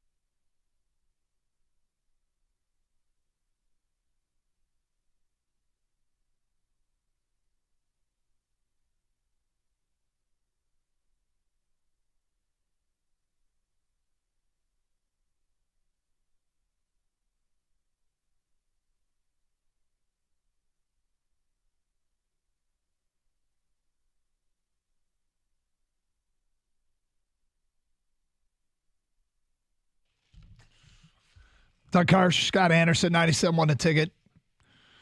You know, you might get home in time on Saturday. I imagine everybody has a please God, don't cut this guy that's on the Lions roster. That's Eddie George's team. Tennessee State? Yeah. I'm pretty sure Eddie George coaches that team. And is that the first HBCU to go into South Bend? All right. Could be. Not 100% sure about that. Don't quote me, but I think that might be the case. Yeah, Eddie George is the head coach at Tennessee State. Eddie George, they played Ohio State back when Eddie George was a player, didn't they? I seem to recall him having a big game against Notre Dame. Back in my head. He was pretty good in college. He had a good game against everybody. Eddie George did. Feedback from Michigan. I want to see how they're going to use Edwards and Corum. Are they going to split Edwards out more? I think some people forget how good Edwards is at receiving because he spent most of last season with a bad thumb. That's from an unnamed texter. Regarding Michigan State, an unnamed texter says, I want to know if Hazelton and company are worth keeping around. Fair questions. I think both coordinators, I think there's fair questions about. Yeah. 248-539-9797. Let's go to Bob in Howell. You're on 97 on the ticket. Hi, Bob. Good afternoon, guys. How we doing? All right, good, Bob. Thank you. Shout out to the DTE crews that are busting their butt trying to get my power back. Yeah, right. Oh, we don't do shout-outs to DTE crews that are helping people out. Why would we do a shout-out if you're going to help somebody? Yeah. But if Okay. we did. But if we did, we'll give a shout-out to DTE crew. Yeah.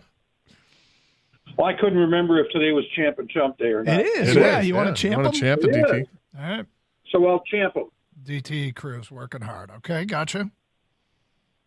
The reason I called, I think the NFL is messing up by having just one cut-down day this year. And I predict they're going to change it back next year. I think the general managers and coaches and talent scouts are going to have a problem wading their way through 640 some odd names that all of a sudden get cut on the same week. Okay. I mean, you're right. There's a ton. I don't know if I like it all being done by the Tuesday, then you don't have cuts prior to that. I don't think I like that either. But maybe one of the reasons why they're doing this and why they've gone to this is because teams aren't playing starters. And when you're keeping, up to 30 guys really off of a preseason roster because you don't want to play them, you need to have a roster. So basically that's what the other 60 guys are there for. It's interesting, though. I mean, look, they'll find a way to get it done, Bob, I'm sure. I think you're probably right. I bet the GMs would prefer, 15 here, 15 there, and work their way slowly down to 53 as opposed to 600-something players all getting released, and you have to wade through all of them and everybody going for the same guys at the same time. Like, it basically what's going on right now in the NFL is absolute behind-the-scene chaos because GMs, they not only have to work through their own roster, they have to filter through everybody else's roster, and they've been watching all the other games to see if they do want Aaron Cruikshank. I think the NFL will probably get a little feedback from the people in the trenches about this particular decision. That's all. Thank you for the phone call. Feedback coming in. Mike says regarding Michigan, the biggest question for me is Michigan's number 2 corner. Will Johnson is lockdown number 1, but who's going to be number 2? Valid question. I like Josh Wallace a lot, 3-time captain that transferred from UMass as a guy that's come in to compete. Amarian Walker working his way through some things, but they love his ability or talent. Could he be in the mix there? Jaden McBurrows is finally healthy. Could he be in the mix there? Next one. I want Michigan State to choose a quarterback. I don't care which one it is. I just don't want to see a 2-quarterback system. If you have 2 quarterbacks, you really have no quarterback. That's an old cliche, but it is a cliche. I mean, do you think it's true? Do you? I think if they end up the quarterback splitting time on Friday night, it's because they still haven't made the decision yet, and there's a reason that they haven't made the decision because they're both, playing a similar value at that point. Yeah, I mean, I don't know that. Like, I'll give you an example. I don't know if Ohio State has made a decision whether it's going to be Kyle McCord or Devin Brown yet, and will they play them both and give them both a look? They might. So Ohio State's in a little bit different position. They open on the road against a Big Ten team, but they're at Indiana. But still, I mean, it's Indiana. But so I don't know that. I mean, Ohio State's a good program, so I don't know that I always buy into that. If you have two quarterbacks, you don't have one. I there still can be legitimate competition between worthy candidates, right? Yeah. Unnamed texter, can JJ throw the deep ball more consistently? That's a big part of it. His numbers on the deep ball weren't great until the end. They went over the top quite a bit against Ohio State and TCU with some success. So is that a sign of things to come? I think Cornelius Johnson's proven he can get loose deep. Roman Wilson, so they got good speed out there. But yes, connecting on the deep ball is a big part of it. JJ went through a stretch of games where he overthrew guys on the deep ball quite a bit in the middle of last year. Mike in Fenton says, Michigan State fan, more this season than the first game. I want to see Mel Tucker manage, specifically the clock, better this year. Clock issues? Yeah, I saw some of that last year, and I think I tend to agree with that. Yeah. What do you want to see come Saturday? What questions do you want to see start to get answered? Wolverine fans, Spartan fans, 248-539-9797. Phone calls, feedback. All right. General manager said something interesting today that we have to delve into. Which one? Well, the Tiger general manager. Okay. Yeah, well, on the morning show. President of operations. President of operations, yeah. He's basically functioning as a general manager, yes. But we will get to that today at 12:48. Plus your open line calls. Just a reminder, you can stream the show with the Odyssey app. Download it for your mobile device today, AUDACY. Then you can listen to the show and the station anywhere in the United States. On top of that, you can stream to our website, 971theticket.com, where there's all kinds of great content, courtesy of the Birch Kid and Evan. Then there is streaming video. If you want to watch the show, go to twitch.tv. Bang, there's myself, Gator, Kang, and the cast of characters here that make up the show. Go to twitch.tv, search up 971 The Ticket. You can also participate in the streaming chat on our Twitch page and streaming on YouTube. Go to YouTube TV, search up 971 The Ticket. Oh, one other thing. Could this guy get traded? I'm a little surprised to see this story being written about one of our players. We'll get to that at 12:50. 97.1 The Ticket.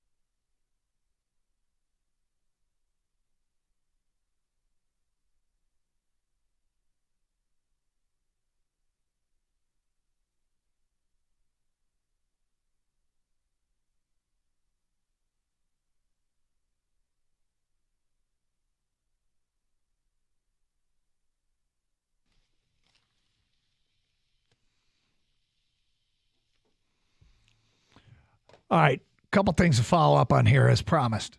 Scott Harris told this morning with a spot on the 40-man roster that it wasn't going to be a call-up that filled that spot. So are we to imply we will not see Colt Keith this year? No, I just we won't see him called up today. If they're going to fill that roster spot today. He did make it sound like it was going to happen pretty quickly. Yeah. But he said it was going to be somebody that basically implied that it was somebody outside the organization that they were going to add to the 40-man roster? That's correct. So somebody they'll pick up a waiver wire.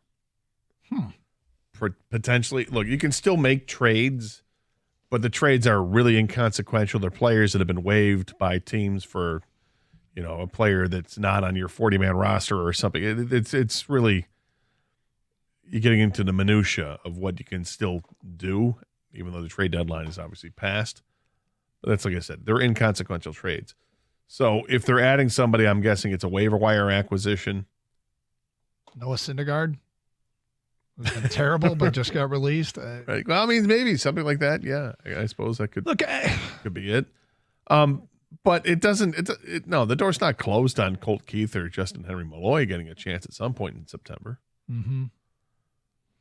I don't know. I felt like we would obviously see one of those guys called up. Well, we may, but he made it pretty clear this morning that they're taking the approach of they want you to be a complete player before they bring you up. That's why they waited so long with Parker Meadows. He can run. His defense is fantastic.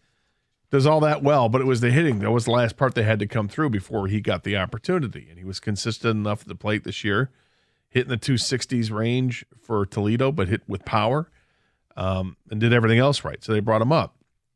Colt Keith and Justin Henry Malloy have both done a great job of hitting at this level at Toledo, and Colt Keith did it as well at AA. Just mash the ball. They can both hit, but both leave a lot to be desired at this point when it comes to their fielding ability, and that I think is what they're waiting on. There was an interesting exchange this morning when they were talking about. They asked, "Does this team have a third baseman of the future?" And Scott Harris thought, yeah, we do. We think that we'll see guys get an opportunity. Because probably next year when you're looking at that. And then started talking about Vierling and what Vierling has done at third base. Call me unenthused if Matt Vierling is a solution at third base. And I don't think he is. But here's what I think Vierling is. I think Vierling is a guy that they will settle on if they have the opportunity to address other positions. If they go into the offseason, sign a couple free agents, let's say they get a big-time free agent starting pitcher and second baseman, okay? And they make a run at a third baseman but don't get him, I think they're like, okay, we'll play Vierling there and maybe have the answer in the organization long-term. I think they feel better letting Vierling man third than some other in-house candidates, like making McKinstry your full-time second baseman or something like that. That's the way I look at it. Yeah, I look at it that they're still waiting on to see if Malloy or Colt Keith can handle the defensive side of the game. Mm-hmm. Because both of those guys can be candidates at third. Keith can be a candidate at second base as well. Their bats are ready. And he actually said this morning, because their bats are really close to being ready, but it's the rest of it that has to come through. So do I think that either will get a chance in September? Maybe. Yeah, I think we could still see one or both. Maybe get a handful of games at the end of the year. But they do have a bunch of talent in the minors now that they didn't have a couple years ago. Now they've got position players that are really kind of flooding the organization, and not just guys that have promise, but guys that are realizing that promise in the minor leagues. All right, so the other thing that caught us off guard, and quite frankly, all the speculation surrounding this player has been surprising to me, but Brad Spielberger is a writer for Pro Football Focus, and he tweeted out a link to a story that he wrote about trade candidates and cut candidates. The number one name in his trade candidates list is edge rusher James Houston, Detroit Lions. He writes, while preseason football is not quite the real product, there are still many different takeaways to be had from the action leading up to the regular season. Participation data can serve as a key indicator for players' location on the depth chart, for example, which made Houston's 27 snaps in the second half of preseason week 2 quite notable. Detroit rested the lion's share of its starters and top contributors, yet Houston handled a significant workload in the second half.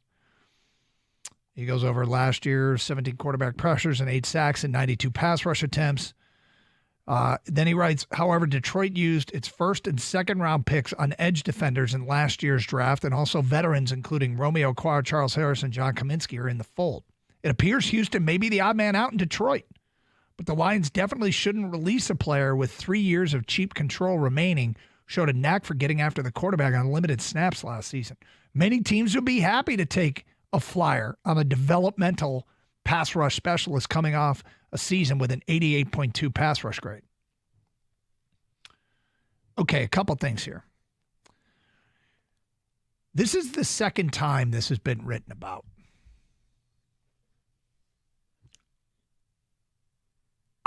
I'm showing respect to everybody who's written this, okay?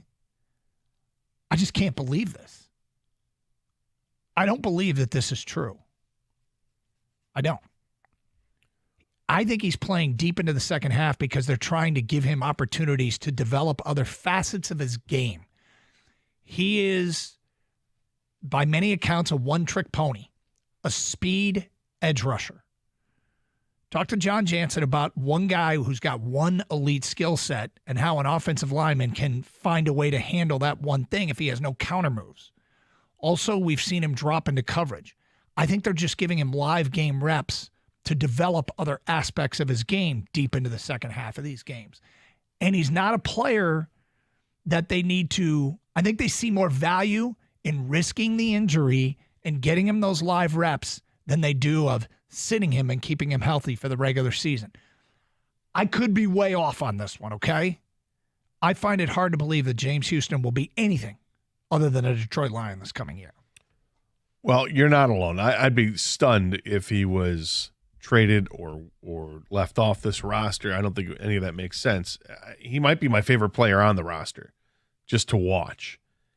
When he hits the field, I know where he's at, and I'm looking for him because he does get after the quarterback, and he does it with an incredible proficiency. And if that's your only skill in the NFL, you're awesome. Right? You can play in the league if all you do is get after the quarterback at the rate that he did last year.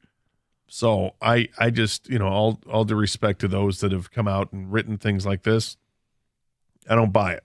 I think the Lions are very deep on the defensive line, and when you start to look for, where do you stop it? Is it 10 defensive linemen that you accept? If you do, okay, who are those 10? I get it. It's tough when you start looking at who's left off the list. But I don't think James Houston is one of those guys you leave off the list.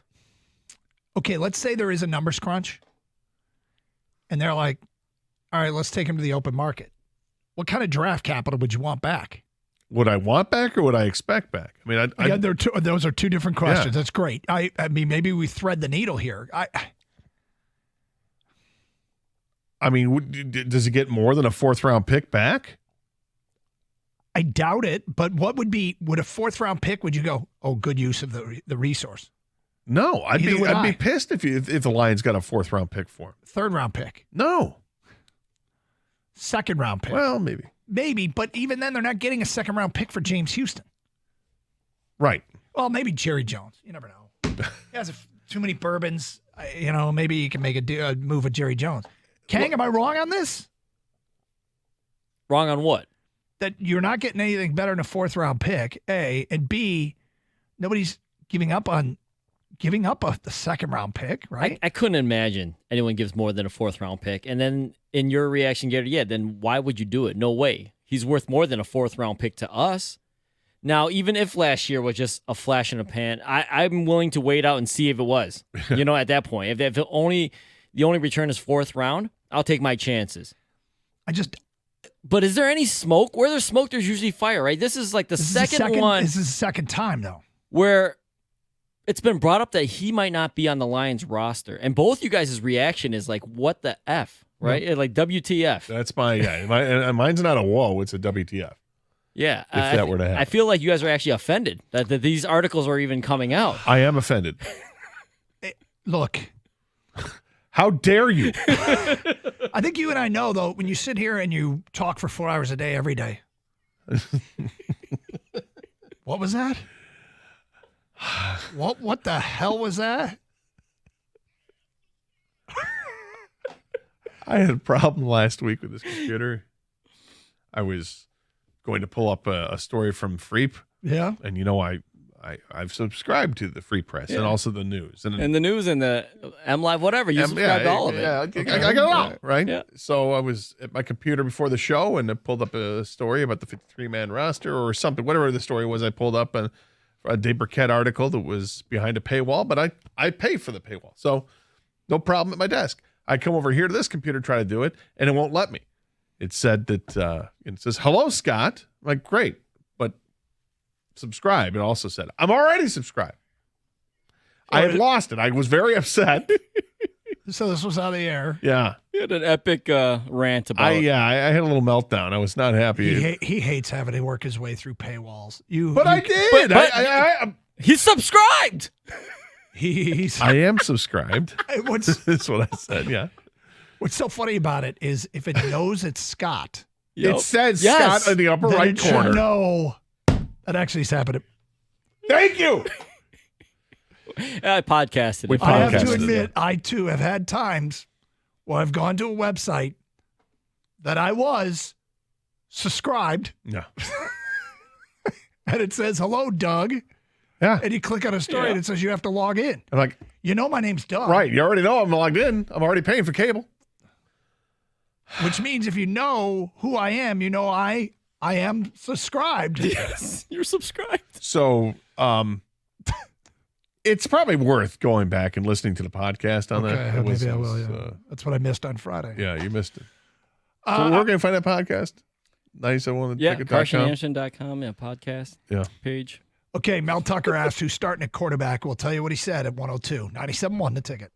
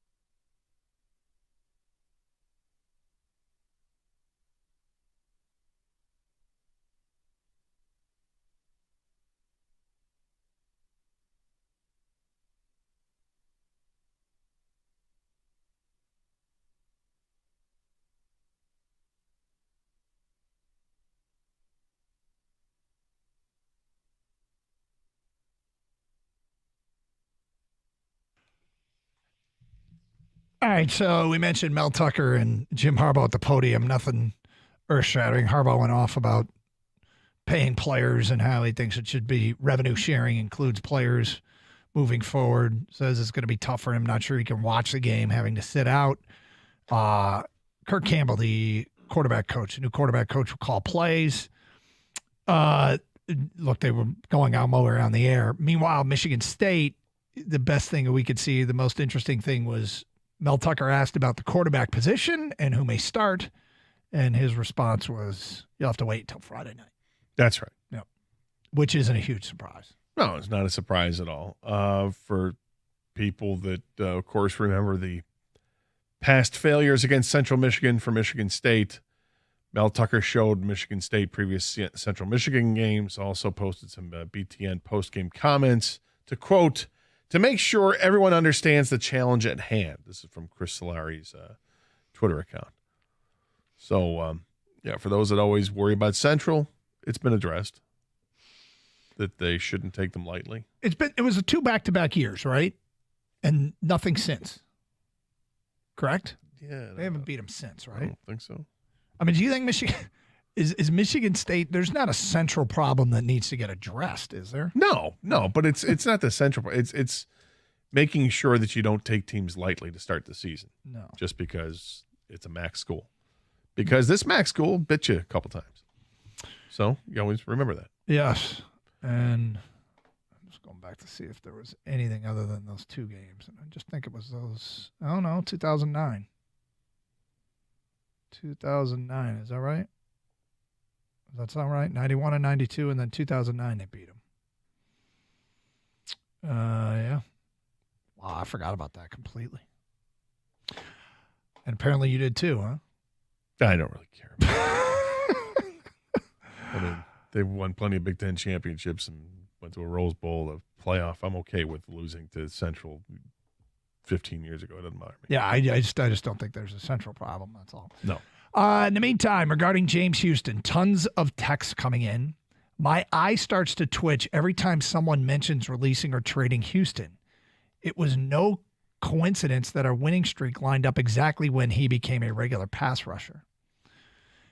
Sort of, yeah. Yeah, James Houston, look, this is 2 writers. One that, I've read enough to know. I don't think Kyle Meinke is a hot take guy who's but he wrote, says this could be interesting to watch because the pattern of snaps that he's playing is typically for guys who are fighting for roster spots. I think that's because they're trying to test his skill set and make sure that and give him live opportunities to prove he's more than just a one-trick pony. Now this Pro Football Focus writer, who I don't know as much and haven't read a ton, puts him on his list of trade candidates and cites pretty much the same thing. He cites the fact that he's playing deep into second halves, and I'm just like, I still don't think that's the case.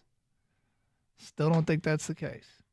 But I think he's such a good player for this team because he's obviously adding to that depth, and to have a rotation of players you can put at defensive end to keep everyone fresh is key in any sport. But we need to have. You can't just have one guy.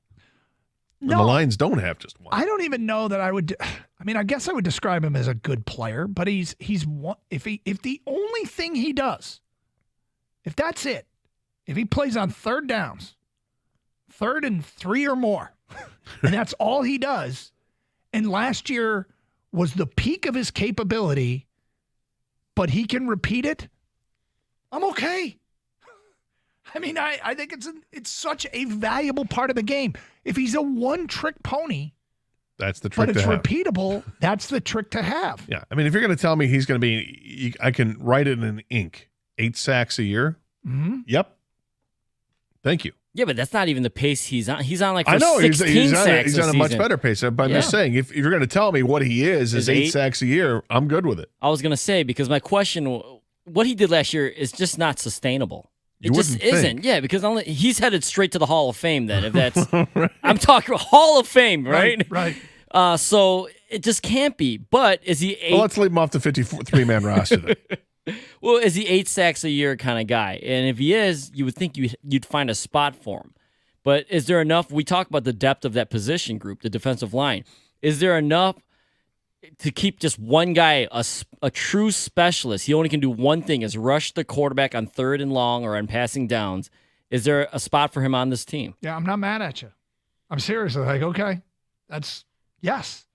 Yes, there's a spot for it. It's who's more valuable, Kaminsky or Houston?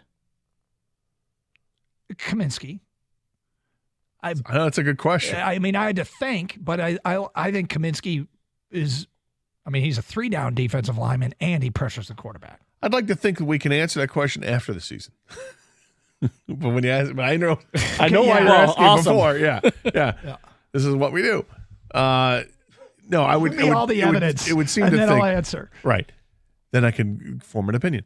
No, it would seem that Kaminsky is the more valuable of the two, but they're both I think they're both quite valuable. Well, I think that's what the coaching staff maybe is doing, right? They're going down the line and saying, who do we need more? Who do we need more? This guy or this guy? Well, I think it comes down to Julian Okwara or his brother Romeo. It might. It's come down to those two, and not James Houston. Would you guys be willing to keep them all and take away from another position group? Right. So, and what's the other position group? Because it's the other position group that has wide receiver, an abundance of defensive back, abundance of players as defensive back. So, if you start thinking about keeping the Okwaras and losing Starling Thomas, But see, let's say you don't. You're like Gator, you don't. And then you go to your receiver group, and you're just not personally impressed by Coda or Green or Alexander. They say, you know what, we're rolling 4.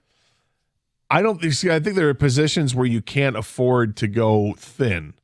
When you only have like running back, for instance, right? If they carry 3 running backs and a fullback, and those are your 4, okay, you can't afford to drop it down to 2 running backs and a fullback and go to 3. Receivers are what? When you have 6? And drop it to 5? And one of those guys, I mean, receiver and corner feel like those are 2 positions of attrition. Guys get hurt all the time. And you need to have depth. And that's why I'm fine with having the 9 or whatever it is that defensive backs are going to end up having on this team when you combine corners and safeties. But I see what you're saying. You got to find it for somewhere else. Do you find it from the offensive line? It looks like I'm thinking about Dave Burkett's 53-man roster. I think he's got 9 offensive linemen on the 53. So you've got your starting 5, and then you've got Glasgow is 6, and Nelson would be 7. The rookie that they got, Sorsdahl would be 8, and then you carry another one to be 9. Yeah, he's got the Coyote Owasika who played last year, right?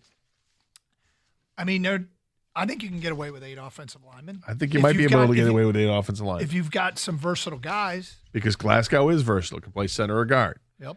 Has Nelson played more? He's played center, guard and tackle, hasn't he? I think he has played both, yeah.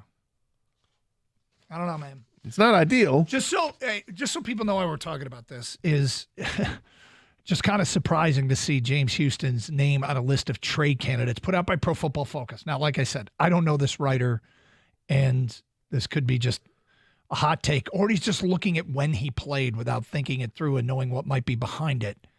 But he's putting Houston on a list of trade candidates. Also on the list, Darnell Mooney from the Chicago Bears, the wide receiver, Matt Corral, the quarterback at Carolina, and Lawrence Guy, defensive lineman from New England, who is a bit of a run stuffer and actually could be useful in Detroit.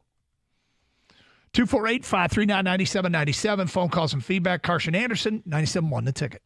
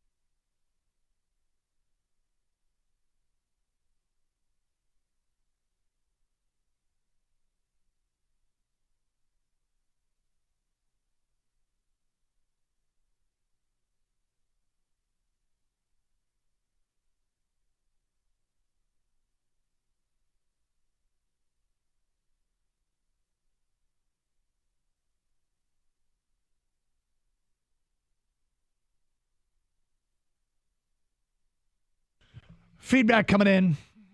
Eric writes in. See, this is where I feel guilty for bringing it up. Eric writes in, it's a borderline fireable offense if Brad and Dan give up on Houston.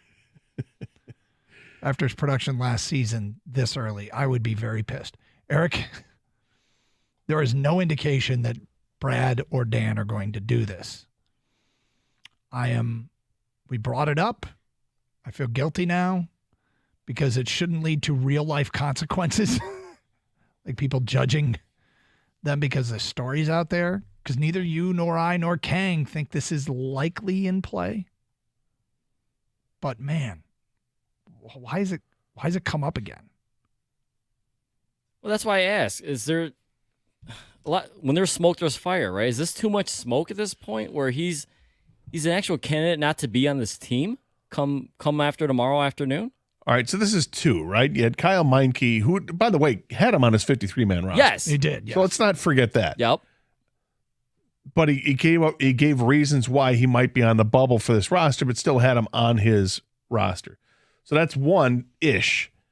And now you've got Pro Football Focus that actually says they'd leave him off the roster. So let's put it on Pro Football Focus. They say trade him. Or trade him. Yeah. They would trade him.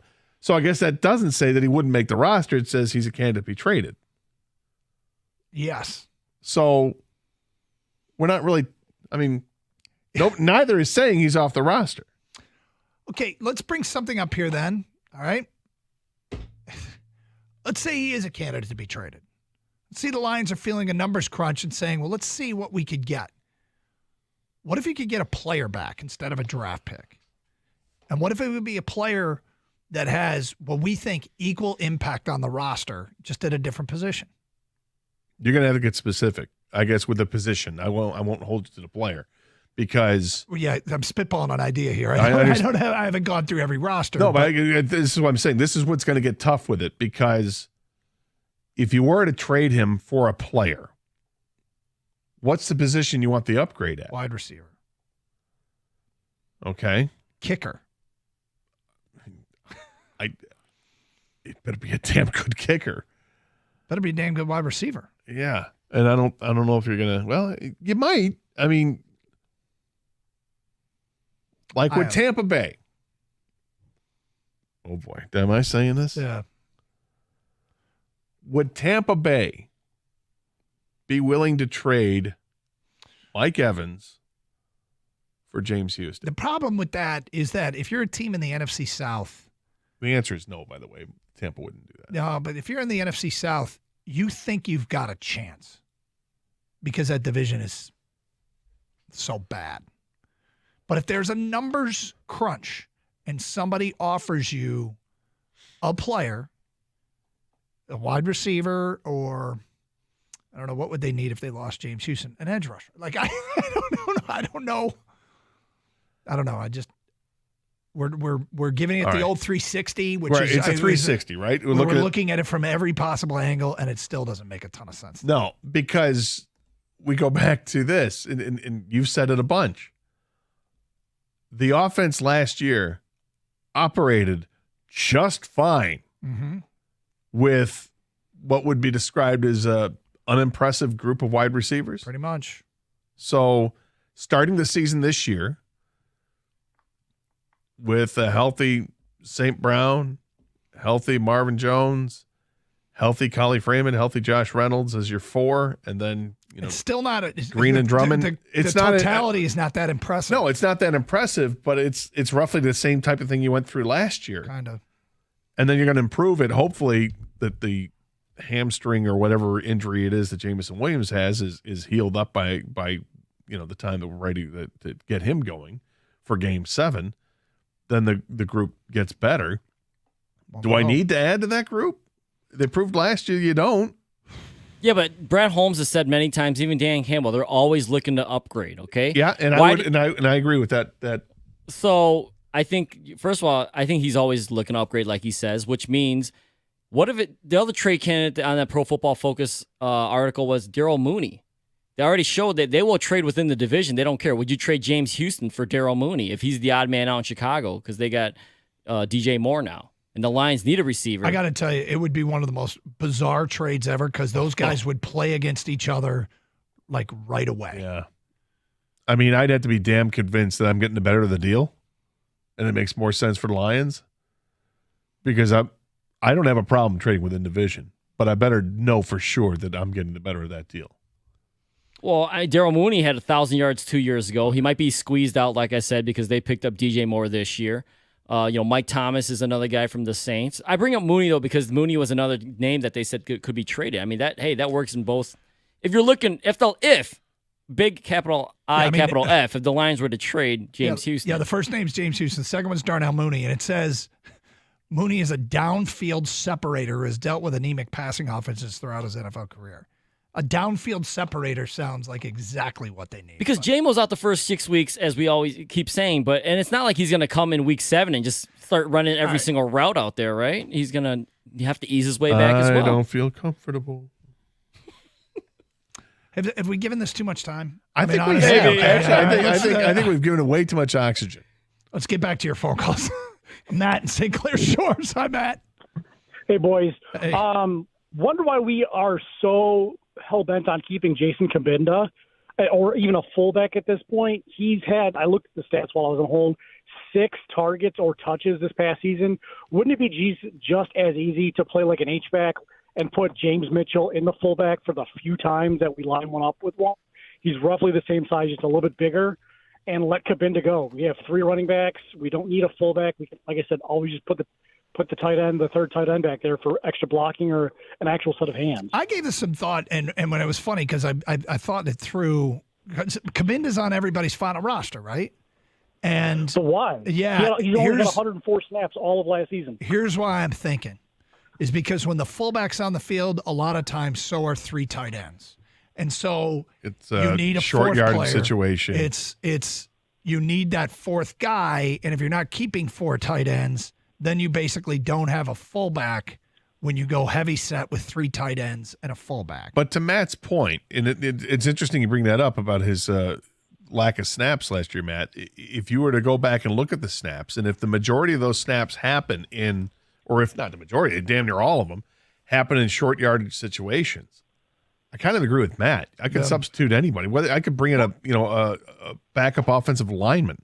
Yeah, we ran more jumbo packs than any other team in the league. We ran more jumbos, more three tackle sets than anybody else in the league. We got Penei Sewell, who can basically be a 5th wide receiver too. Exactly. The way he plays. Could you imagine put Penei Sewell as a fullback and having him? Yeah, I could literally run. Jahmyr Gibbs could run 1,000,000 yards if Penei Sewell is in fullback. You know, I specifically, I mean, look, not fullback, but if Penei Sewell's bumped out to a tight end, yeah, that makes sense. Makes sense. Well, could the Lions get by without a fullback? Yeah.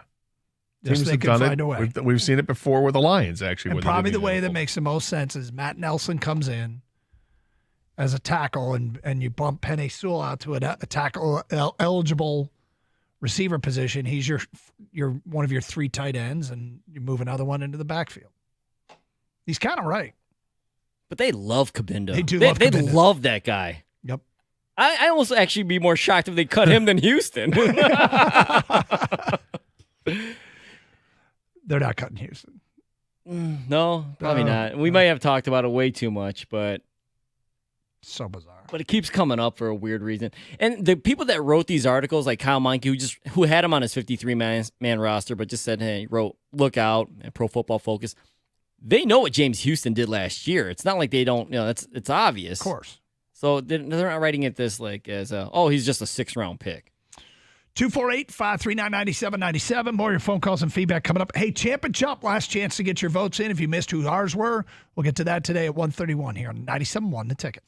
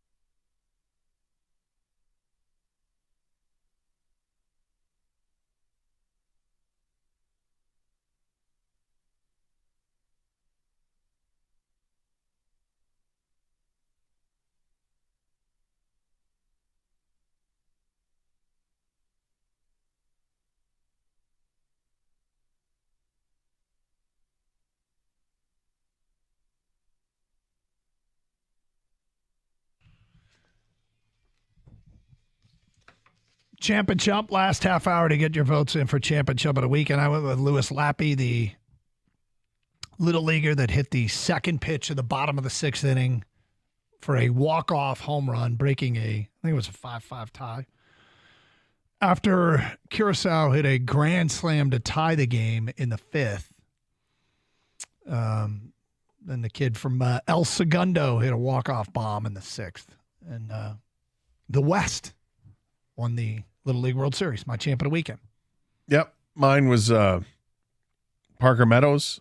He had a heck of a week to start his major league career. He had singles, he had a double, a triple. He had that walk-off 3-run homer on Friday night. He stole some bases. He scored a bunch of runs, drove in runs, made a spectacular catch, running, almost diving catch in center field. It was amazing how much ground he covered on that catch. It really was.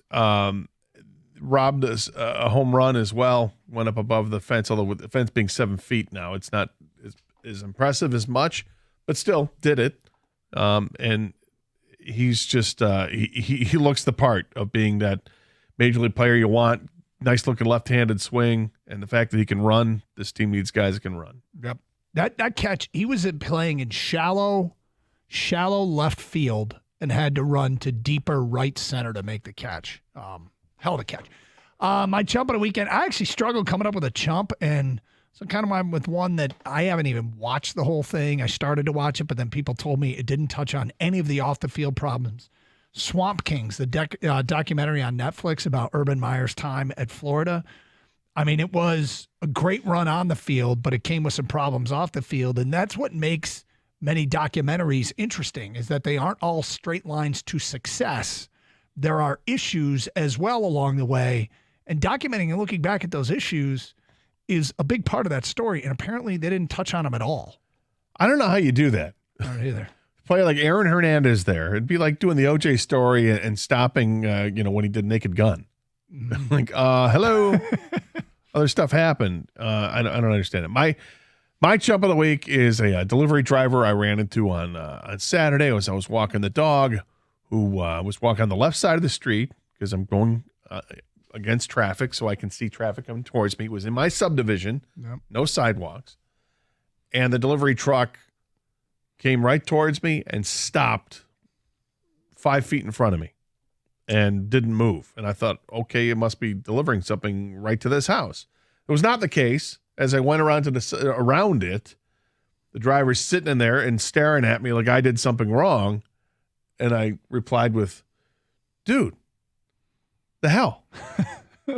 And then he started saying I should have been on the other side of the road. And I said, no, that's not the case. I need to see oncoming traffic. And he wasn't having any of it. And that really bothered me, Doug. Yes, I understand. Bothered me because I was in the right. And I want to empower people that are walking. You're supposed to walk on the left side so that you can see oncoming traffic. Because I don't like it when I see somebody that's walking their dog and I'm walking my dog and they're on the same side of the street. It's not supposed to go that way. You need to be on the other side of the street.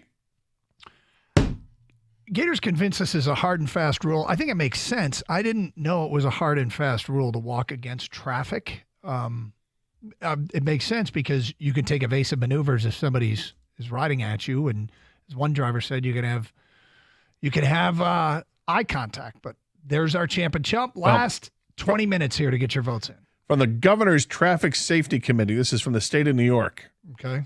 Pedestrians must always walk against traffic. Walk as close to the left side of the road possible using the shoulder or sidewalk if available. It's very useful for our listeners in New York. Well, as you know, they set the standard for the rest of this country. Is that what it is? Yeah. Get your champ and chump votes in. The big news of the day, Adam Schefter reporting that Nate Sudfeld tore his ACL and is out for the year, which is unfortunate. People watch the Lions game. Look, he was battling for the second spot. The question is, does Adrian Martinez make it now as a third quarterback? Do they just try to get Adrian Martinez through and onto the practice squad? Because they're going to need a practice squad quarterback, okay? If they waive Adrian Martinez to get him to the practice squad, I suspect he won't get picked up. And then, I mean, is he your third quarterback this year? Or do they need to go out and address that now? Something to think about. The other thing that we haven't brought up yet today, and I'm trying to figure out if this is as Costa likes to say, is this a thing or not a thing? There was another report that Chris Jones has had zero contact with the Kansas City Chiefs. And this is their Pro Bowl defensive tackle, absolute stud. And last week he came out and he made headlines saying he could sit out to week 8. And if you sit out beyond that, he wouldn't get credit for the year, which would keep him a further year from free agency, and he doesn't want to do that. I feel like you always hear this talk in the preseason and these bold proclamations about what you're willing to do to get your new deal done. But in the end, very few players go so far as to sit out.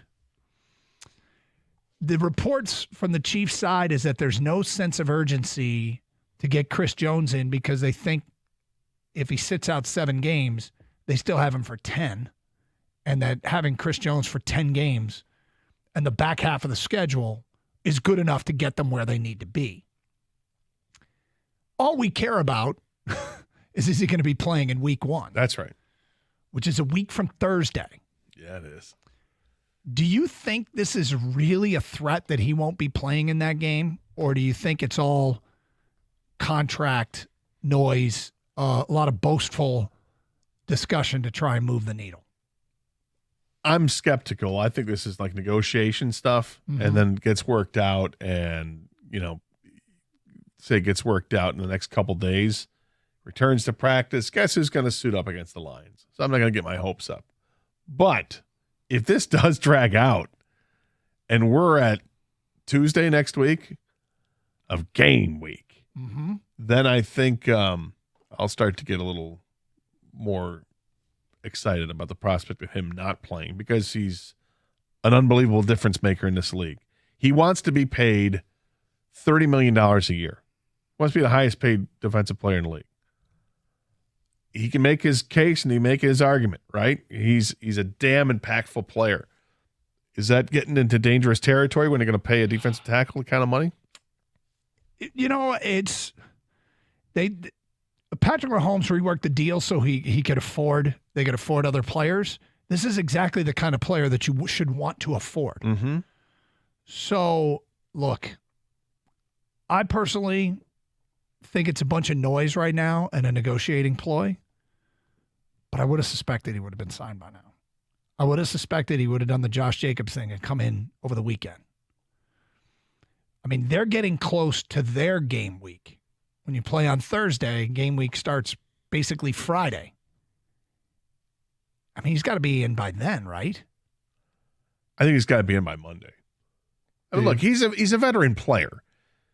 So I would hope that he's in shape and like, hey, I just need a couple practices. I'm good to go. Like he's done his cardio. He's in as good a shape as he can be without being in the football shape that you need. But at that position, he knows what he's got to do. He's been in the league long enough. What's your take? How to prepare. What's your take on all this, Kang?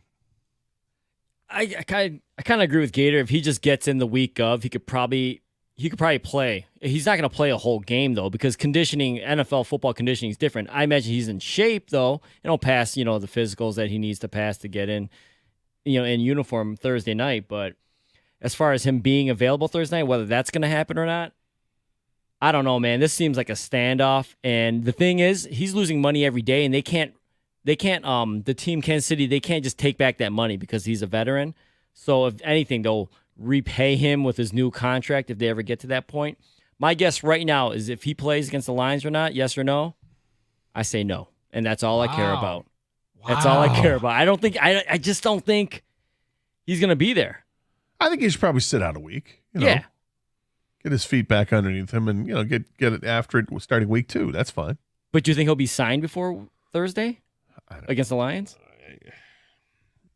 I don't know. This is a tough one to read because it's all the rage right now with guys that are holding out again. I thought this was done years ago, but it's not. And you've got running back situations with players now getting paid again, or they're not getting paid, and what's happening with Jonathan Taylor, and Nick Bosa's holding out.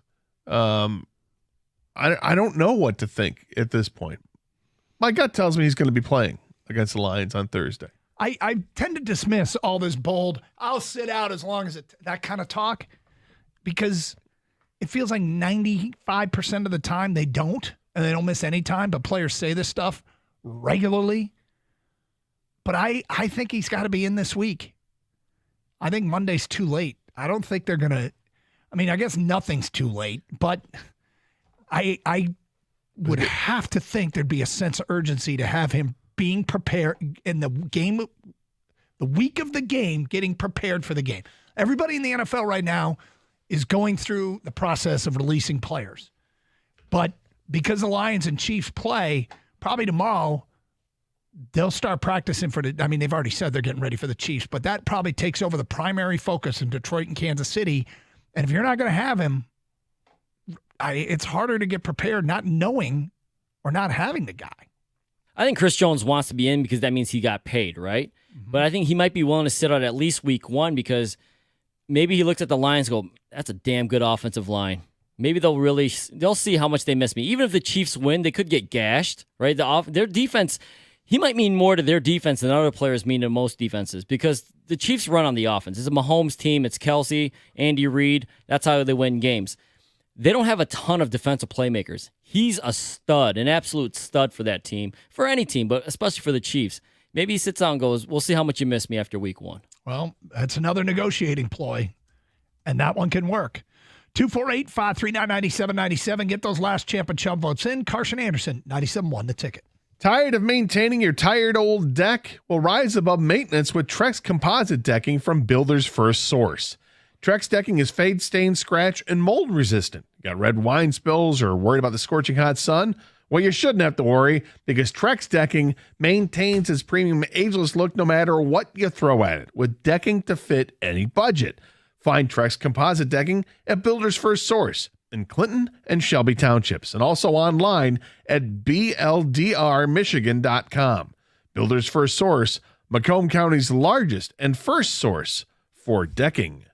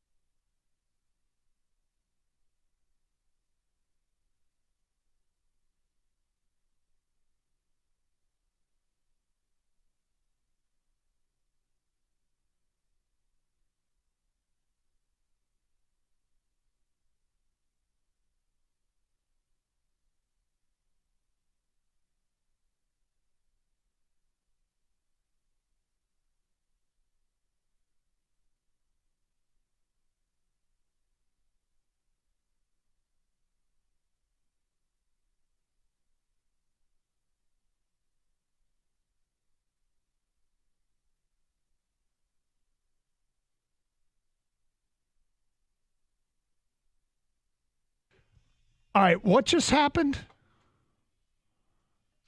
We got NFL news, man. Yeah. The Cleveland Browns are trading a 2025 7th-round pick to the LA Chargers for kicker Dustin Hopkins. So apparently Cameron Dicker has won the kicking job for the Chargers. So a kicker that they were going to cut anyway, they got a 7th-round pick for. Yep, because they want their first hands on him. They can't let him go. I can understand it. I mean, the question is, should the Lions have done this? I've been paying no attention to the kicking contest, a battle going on with the Chargers. I apologize. You missed out. Yeah. It's been a great battle. And I hope I learned a lesson here because I wasn't prepared for this story. But Dustin Hopkins last year went 9 of 10, didn't try one longer than 49 yards. As long as 43, went 9 of 10, made all his extra points. Oh, boy. Well, the Titans just released Michael Badgley. They don't even have a kicker on their roster. There you go. The Niners have 2 kickers that are both hurt right now in Moody and Zane Gonzalez. Love it. So I think kicking is one of those. Should there be emergency kicker in the stands like they have emergency goalies in hockey? Just a guy who was a former soccer player, D2 or something, and just ready to go? They don't, but they should. Yeah. But it should also be a requirement that you have a little bit of a gut. I think you can't look the just part. an homage to like the kickers from the 70s and the 80s. Yeah. From Matt in Garden City writes, if Doug goes over to Gators to watch the Bishop Sycamore scandal documentary on HBO, Doug will leave after watching 10 minutes. Typical Doug. That's on brand. Yeah, I don't think that would be the case. Doug's not going to drive all the way out to my house and then leave after 10 minutes. Probably not, but do I bail on shows quickly? Yes. Champ Victor Hovland, chump whoever put together Swamp Kings, the Urban Meyer puff piece. That's from Jay Mays. Champ college football for being back. Thanks for sucking up to Doug there, Jay. Champ college football for being back. Chump college football for not having one good matchup. Give us something watchable. Well, that's going to change. Well, it changes as early as Thursday. But week 0 is going to become a thing. There's no way that the networks are going to pass on that potential ratings revenue stream with these bad matchups. Jake at Madison Heights, Champ Parker Meadows, chump that damn truck driver. Yeah. See? Hey, thanks for kissing up to the Gator, Jake. Thanks, Jake. Champ, Gator for standing up to the bully driver. Oh, there we go. Yeah. Chump, the bully driver. Let's get him to win Chump. We got to run on bully driver. Let's go. Unnamed texter, Champ Parker Meadows, Chump, Gator truck driver. I mean, the hell? Seriously. Dude, the hell? Champ Parker Meadows, Chump, truck driver. That's from David East Point. Yes. How do we put up a picture of this truck driver? Let's get let's get a push here. It's, you know what?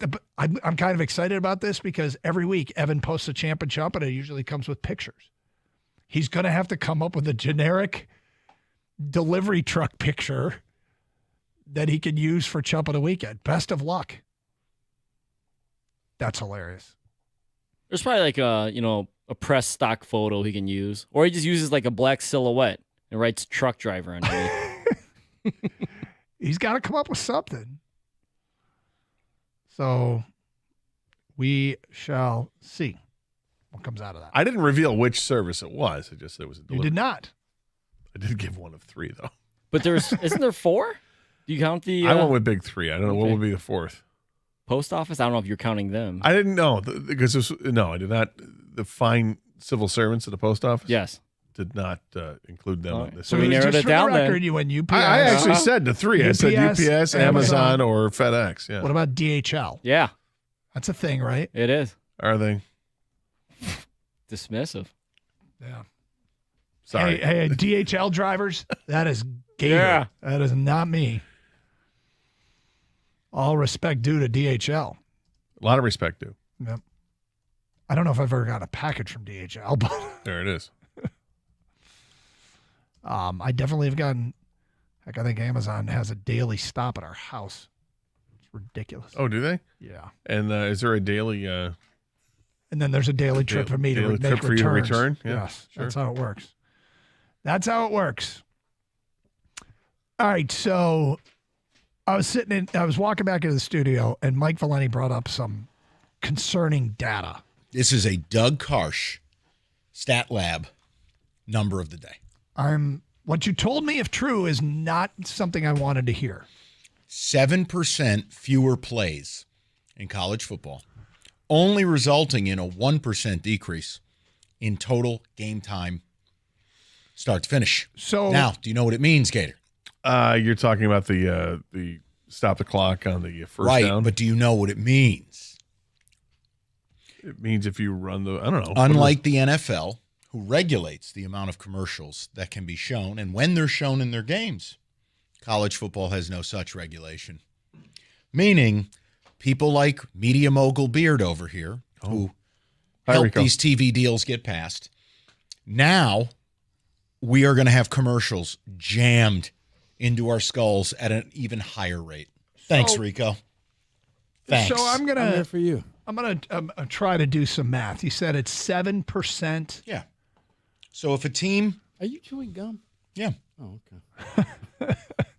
No, I was like, what is that? Well, I had sound? enjoyed my lunch and I No, wanted I a was trying to- freshener. Rico, hold your hand out. I haven't spit it. in Plus, your when you have a little bit of gum before enjoying an energy drink, it adds to the flavor. It cleanses the palate, if you will.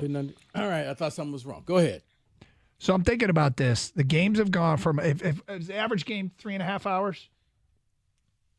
Yeah, roughly. Okay, so it shaved about 15 minutes of time off. 1% less Is on 3.5 hours? No, that's how much the fewer plays shaved off. Was Correct. 15 But minutes. it still takes.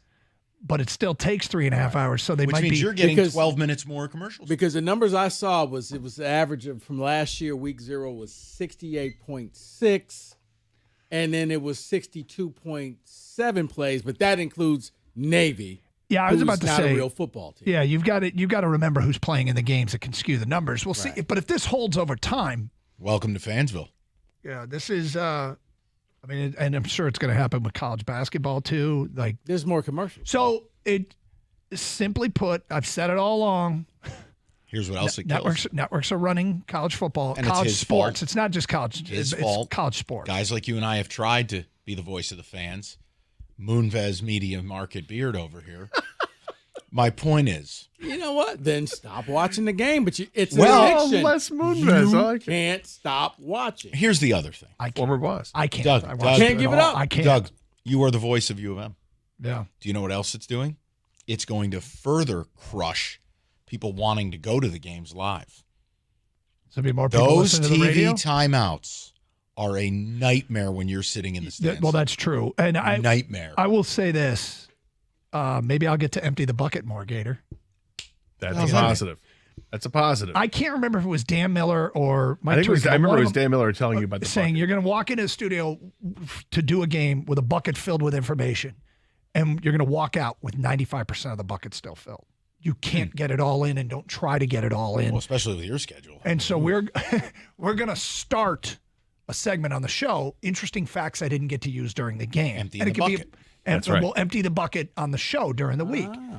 But now, East Carolina, do you know what the no quarters means? I mean, I got plenty of ECU data for you if you like. Well, I'm glad you finally picked up on the fact that there's going to be more commercials due to the running clock. I'm just saying. I was going to drop that yeah, the knowledge new to you rule. on I the guess show. not everybody knows the new rule. In college football, every first down, the clock stopped. They are only doing that at the end of the second quarter. so of the they can- But all we would have to do Mark to the fix sticks this and- problem, and this is where Rico needs to go to his people. The Look at NFL where Rico's regulates to it. blame. College football doesn't. So these networks who spend all this sweet, sweet money that doesn't benefit any of us as fans because none of it goes to NIL. Now the networks are coming for theirs. And we're going to watch another 7 to 10 minutes of the commercials. networks aren't coming from theirs. They just want to be reimbursed. Uh-huh. They gave out all those $100 million checks and $1 billion checks. Now they need, the stores to reimburse them. I think I'll still be there on Saturday. Obviously, I will, but I sat. Doug doesn't show up to the Well, opener. no, He's but I mean, disgusted. I will tell you that John I watched, Jansen, we were doing a game, and I watched Jason Avant. 9 hours of football on Saturday. Like I And couldn't that's, stop. That's why they can get away with it. Yeah. And the games, I don't know if you noticed, ESPN's bottom 10, worst 10 teams in college They all football. played. Five played in the 7 games. Like the schedule was terrible. Well, it's why we need to do away with week 0, unless they're going to put real games. Which Either the that networks will do. No, They're it's going all- to fill week 0 with Yeah, with the MSU's going to revenue be stream. playing at Ford Field. It's all You'll be about right. betting. That's the only thing that kept me interested. All right, to well, see boys. if Brandon Rice would score a touchdown, which he did. USC, all transfer wide receivers. Their whole starting crew is all transfer. Stay safe. Treat each other with respect. 971.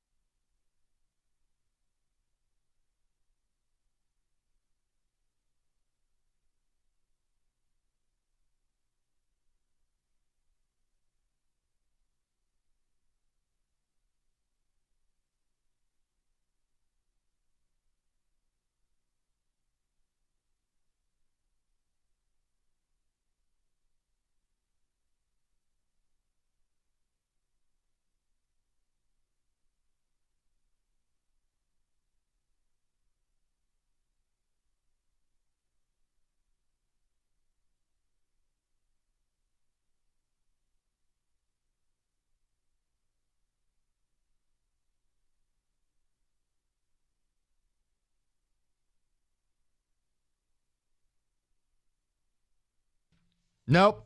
It's still not old. I don't care if I'm the only one who laughs at that. Welcome in on a Monday. Great to have everybody. We actually have, this is not only a sign that football is near, it is a sign that maybe David is right. Maybe there's somebody out there above looking out for us because we've got beautiful weather all week. You're going to have a great time at Spartan Stadium, minus CMU winning. You're going to have a great time at the Big House. We have beautiful weather. We have football this week. I don't count what went down Saturday's football. We'll talk about that later. And I'm not going to start. I didn't know CMU was winning. Costa keeps pushing that, and I don't know, man. I don't want to talk about it. Keep eating that Costa Choli. No. From the sounds of it, the way his family cooks, I don't think any of it's edible. Let's just move forward. So we're not going to start with Media Mogul Beard because Rico's quest to ruin college football continues. I wanted to bring up something. So unfair. It's not unfair. I have not done. Okay, you know what? Go ahead. Continue. I wanted to bring up something, and this is a very simple topic. This is easy for people. This is like you're asking for chocolate or vanilla ice cream, right? That's it. Simple.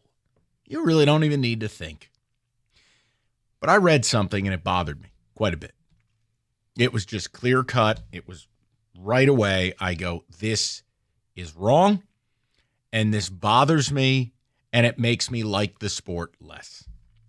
Now, it's not a judgment. If it doesn't bother you, you're not some bad person. I genuinely don't know, A, if people realize it, and B, if they care. I don't know what you, the listener, care about in this regard. So I'm going to offer this, and we don't have an exact number, but we know factually the following is true. I read Arch Manning, who's the third-string quarterback at Texas. Yes, he's a Manning. He's Cooper Manning's son, not Peyton or Eli's, but he's a Manning. Yes. Do you realize he will make double what Joe Burrow makes in the National Football League this year? Mm-hmm. Double. It's that NIL. Okay, double. Joe Burrow is one of the 5 best quarterbacks in football. Arch Manning. And there are dozens of players like Arch Manning. That's what I want to communicate to you. This isn't just, well, he's a Manning. I mean, what do you think Caleb Williams is getting? What do you think Blake Corum's getting? What do you think Drake May is getting? When Tualoa Tungvailoa, or whoever, baby Tua at Maryland, went to a podium saying teams offered $1.5 million in the SEC for him to leave. Guys, I want to know as we start game week, because here's what it'll be. If you tell me you don't care, I don't bring it up ever again. I can just let it be. But I'm telling you, this hurts my ability to like the sport. It has never been about players getting paid. I want players to get money.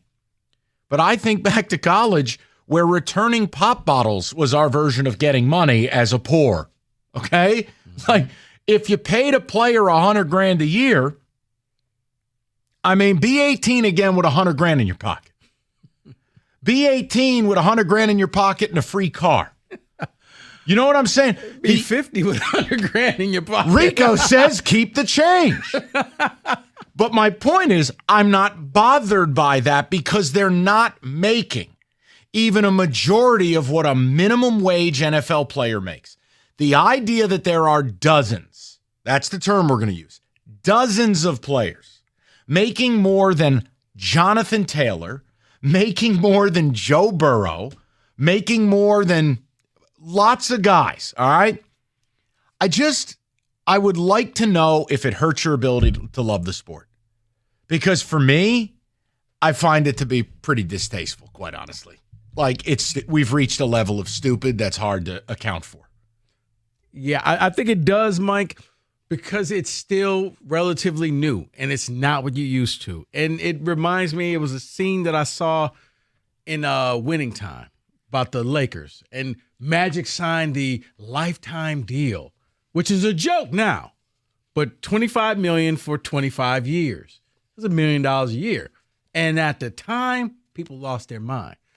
Right now, we're hearing about Arch Manning, who's going to end up being the starter, but he's making more than NFL players. We're not used to this. We can't wrap our heads around this. this doesn't make sense to us because you're not a professional player. What you're seeing is the evolution that college football is becoming NFL light. It's becoming the NFL minor league where they're going to treat everything like this, which, yeah, there's going to still be a ton more changes. I don't particularly care for, but it reinforces who has the money and who doesn't, and who can pony up for certain players. Now, is it a lasting thing? I don't know, and I don't think college football knows, because if that was the case, we'd be talking about Texas A&M and Miami in the national championship game, but we're not. We're talking about their coach. One coach got fired, the other coach is on the hot seat. It's interesting to see what happens, but it is something that it is a little troublesome, especially if you're a hardcore college football fan, because you're not used to seeing this. If you go there's no more love of the game. Bro, that's my whole point. You go to an NFL game, there's an acceptance. These guys are the best at what they do. They're going to make more money than the people walking through the gate who pay to see them play.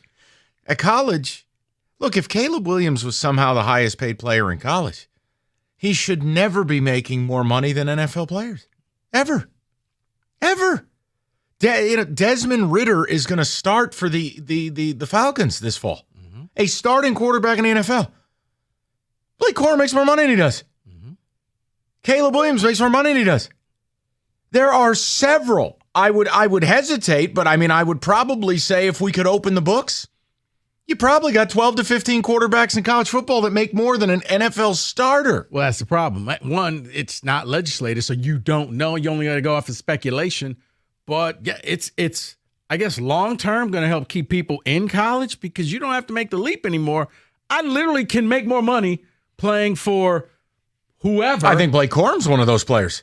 Yeah. Let's be real about it. I mean, he got injured. Yeah, but injury aside, he was a fourth-round pick. No. But the fact that he got injured means that you now are really hampering yourself. So why not come back, make that money, rehab, and then give yourself a fair shot in the NFL? And he'll still be a fourth-round pick. But at least he'll make a team because he's not injured, is what I'm saying. The point is he makes more money by staying, period. Yeah. And honestly, I know people, if I'm J.J. McCarthy, I'd stick around for another year because you'll make more money at Michigan. So you can possibly throw more than 20 passes? You'll make more money at Michigan than you will going, as we just said. Not if Joel Klatt gets his way. Did you see Klatt's list? No. Oh, that's his best quarterback in America. Above Caleb Williams, above Drake May, above Sam Hartman. Oh, Joel Klatt is... No. You can't be serious. You cannot be serious. Does Kenny have a beard? He does. Okay. Wow. Dude, I'm not kidding. I can think of a bunch of quarterbacks in the Pac-12. You're dealing in reality. Kim Jong-Klatt is doing his routine again. Even if you're a Michigan fan, you don't think the kid's best QB in the country. But that's all right. Uncle Joel. You're right. He doesn't throw the ball Uncle Joel's going to hop on TV. Yeah, I saw that. He's going to be at the Heisman ceremony. For what? Turn around handing the ball off? You could possibly sell me on one of the running backs before you could sell me on him. Correct. So, no, I just wanted to let you know that. Yeah. I didn't. Yeah. You can avoid him like the plague. I know. Yeah. He's something. But I want to hear from the people on it. Look, it's game week this week. I'm not saying you're not going to watch. Okay, we've lost Rico. I never should have brought up Joel Klatt. But it's not this binary thing of all in, all out, yes or no. It is the general slow erosion of your passion.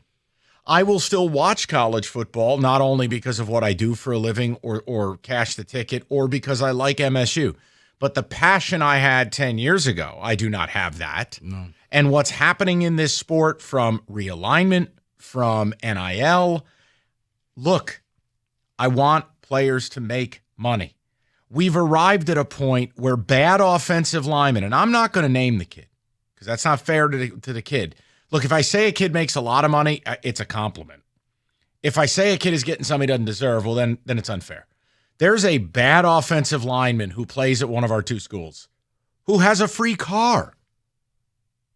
That's crazy. Yeah. He's not even going to be a starter if I had my guess. The point is, we've reached loony land. Every player at SMU, every single player is paid a base salary of $38,000 a year. Right.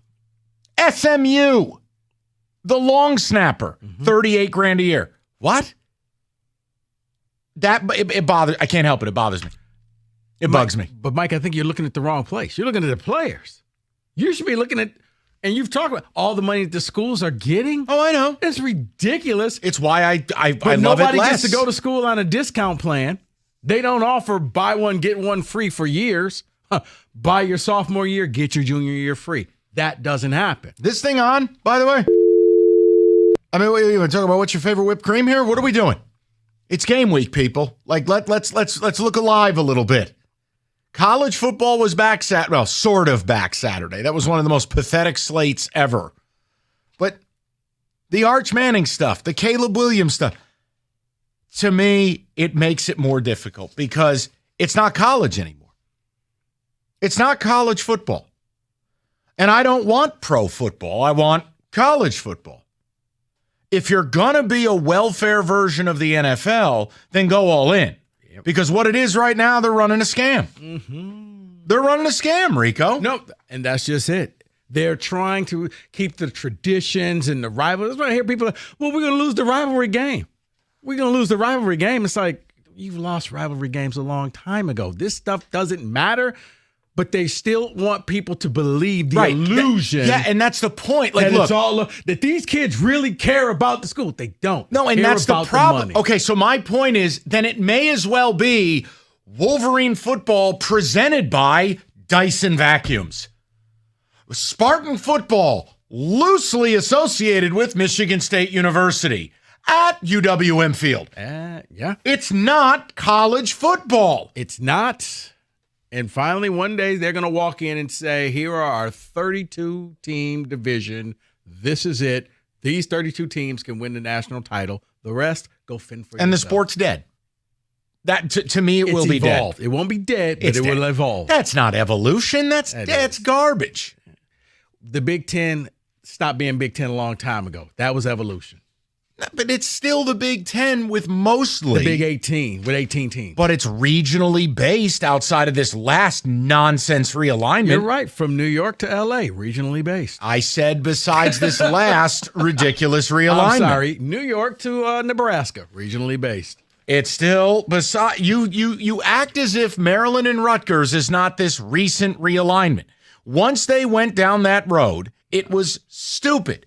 But you could at least, because of you, but the media markets, you were like a cockatoo. But the media markets, fine.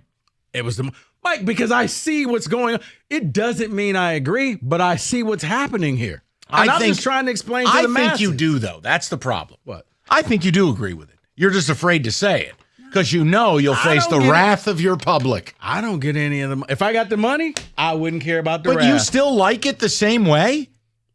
Yeah, you'll still watch the game. I mean, you heard Doug, and he is Mr. Conservative. And he said, I watched 9 hours of college football week 0. Yeah, but that's because he's not going to have a chance to watch 9 hours total. That's not U of M the rest of the year. Right. The guy's at the stadium for 15 hours. So you would think he would spend that 9 hours actually doing something fun. I don't know. He's got like 17 kids, stressful life. They're all in college. Hide in the basement. All right, you've talked about capital mortgage funding. The home purchase market has changed substantially, kind of like Rico's version of college football. Overbidding, multiple offers, total chaos. You need an experienced lender. Now more than ever, it's capital mortgage funding. You need the pre-approval. If you're going to go look for a house, you don't have the pre-approval, you're not getting said house. It's just that simple, period. So here's the deal. 1-800-LOW-RATE. Harry Glanz, Dan Burke, the whole staff of Capital Mortgage Funding. They'll get it done for you. They've been doing it right for customers for over 30 years. It's 1-800-LOW-RATE. Capital Mortgage Funding, the best mortgage banker.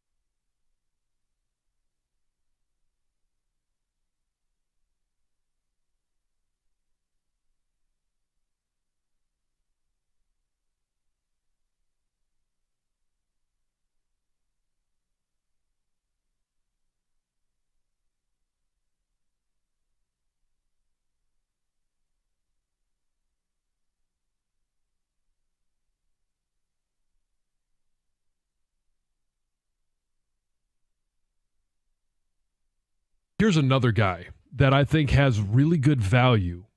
And it's diminishing a little bit because they know he's probably going to be released. It's the guy that's had 4 sacks, and that's Julian Okwara. I think he's going to be an odd man out. Trade. Has performed well, but yeah, you have from now until Tuesday to try and get something in return for Julian Okwara. Is there a receiver out there that you believe can give you another weapon, another option that maybe another team is looking, hey, we want to cut to, but we need somebody on the edge to rush the passer, not a starter, but a backup guy. Yep. Is there a deal to be made? So you don't think Okwara is going to make the team if he's Julian? I don't think so. Okay. 7 edge rushers is tough. I know, and I know the number crunch there, but man, owns Enrique potentially making the team and him not? But again, it's different position. I know it's different.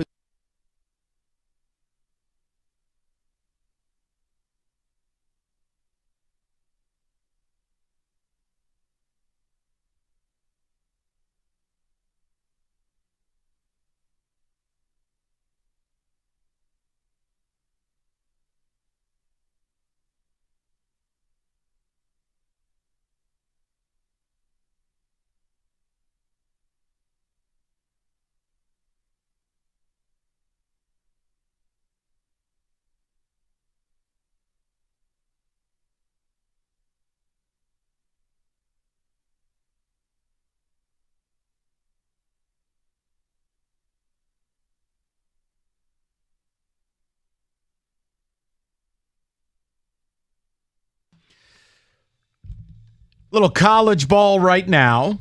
The Arch Manning stuff sent me for a loop. 3 o'clock, I'm going to defend Jameson Williams. Oh, I know. That's not possible, right? No, seriously, I'm going to defend J-Mo on something. Correction. My buddy sent me a graphic this weekend. I guess Joel Klatt came out and said that's not my list. Now, Joel, I'm sorry. You're still a piece of garbage, Joel, but I'm sorry. You're not blind. That's what you're saying. No, just 90% paid for, not 100. Fair? Fair. Kenny, ticket text. Then we'll get to the callers. Yes, it hurts my ability to like and watch the sport. That's from Alan. Another one, it just feels like college football is too far gone and totally off the rails. Look, it's a sport that's always been haves, have-nots. That's not what this is about. It's a sport that has lost the very fabric of what it's built on. Regionality and rivalry.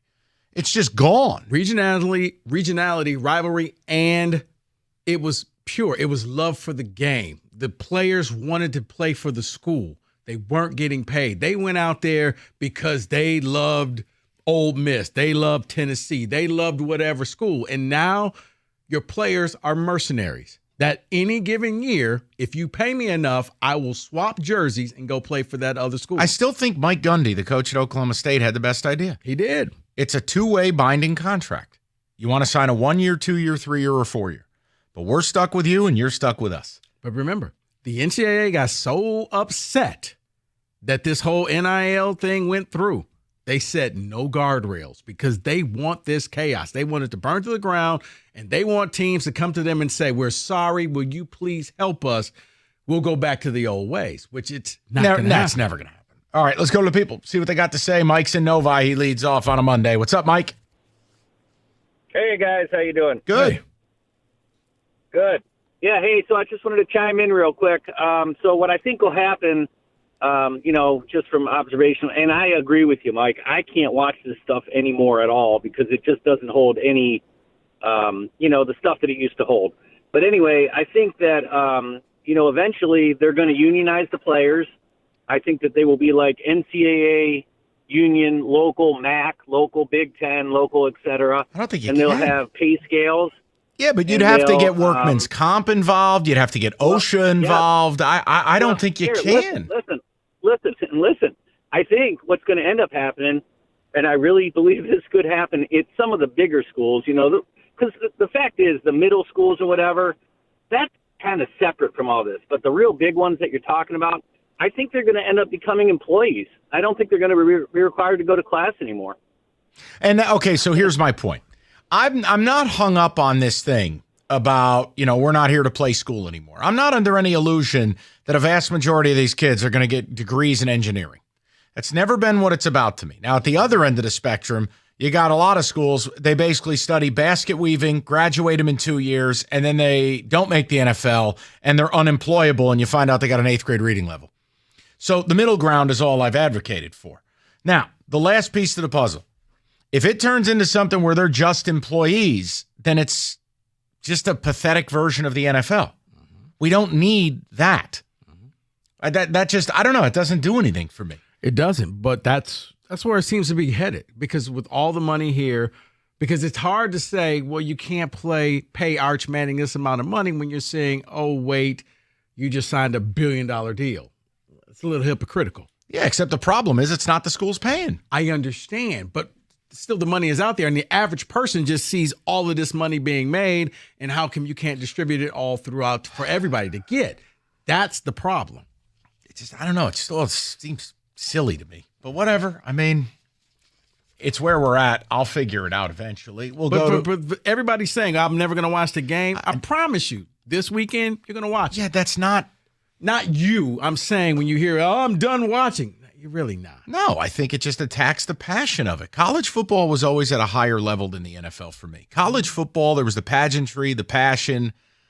The traditions that you love are all going away. And it really is boiling down to, okay, how much does this tradition cost so we can just buy it and move on? Because now you have, Oregon State, gone. Oklahoma State, gone. Like, traditions can be bought and paid for, and that's what you're seeing. But that's how you know you're dead. You're calling it evolution. I'm saying it's dead. There's a difference. In your mind, you're willing to go along with it. I say it's evolution because college football is not going to go away. It's just going to be different. If all of a sudden they just disbanded and they went the way of boxing, then I would say, yes, you're right, Mike. It kind of feels like they have, though, Rico. Think about it. I mean, the Pac-12 is dead. The Big 12's hanging on by a thread. I mean, that's glorified Mountain West. The ACC, half the teams are trying to pimp themselves out and have somebody buy their Bill of Rights deal. Right. It's the Big 10 and the SEC. And if it falls into two super conferences, where let's say it's the Big 20, brought to you by Tostitos, and it's the Pac-10 and Big 10 in the same conference. Let's say that's the end result. They have disbanded. If you really think about it. They have, but we're still going to watch. Well, it will be no, Mike, is what I'm saying. It'll be totally different. It'll be very NFL-like, where there's only 20 teams that you got to root for. Yeah, see that right there. I'm not interested. Like, think about like Michigan State losing to CMU, Michigan losing to Toledo or App State, right? Some embarrassing moments for our program. You can find them with every program. Taking that away is what takes away the magic of college football. Absolutely. Kansas going to Texas a couple of years ago and winning as 40-point underdogs. That's the magic. Right. If that's gone, then I'm just watching the NFL. What's the NFL slogan? On any given Sunday. Yeah, but all the teams are the same. Exactly. So we're just going to cut off. Like I like when Michigan and Ohio State, right? The preeminent two in the Big Ten right now. When they're awesome, like they are this year. Mm-hmm. I like the idea that if they go on the road, let's say they go on the road and they're playing let's say Rutgers is in a game in the late third quarter and you go, I have to turn this on. Mm-hmm. That doesn't exist in the NFL. Everybody plays with a one score in the NFL. Nothing drives you to be like, Beatrice, turn the telly on. You're right. Unless all of a sudden the Texans are beating the Chiefs. But I get what you're saying. It's like... But if you just take it, the top 20 teams or the top 30 teams, then yeah, you're saying we're going to eliminate all of the drama, the upsets, and we're going to make it so that on any given day, you're going to be within 8 points of each other. And it's also what we started the show with, the idea that Arch Manning makes more than starting quarterbacks in the NFL. I just feel like a line gets crossed. Mm-hmm. No, I'm not mad. Listen, the kid can get whatever someone's willing to pay you. Mm-hmm. I am mad that it's been allowed. I'm not turning any of these kids into villains. Take the money. Well, if you really want to get mad, just realize that these guys are the beginning. It's not going to go backwards. There's going to be more and more people. And does it affect your ability to love the sport? Rico landed the plane, flawless, on-time arrival, gate A76. Tell him. We all know people who think they have the best life hacks, like you can open up a can with a spoon or using your wireless hotspot for your internet at home or at work. Not at the office. I said at work.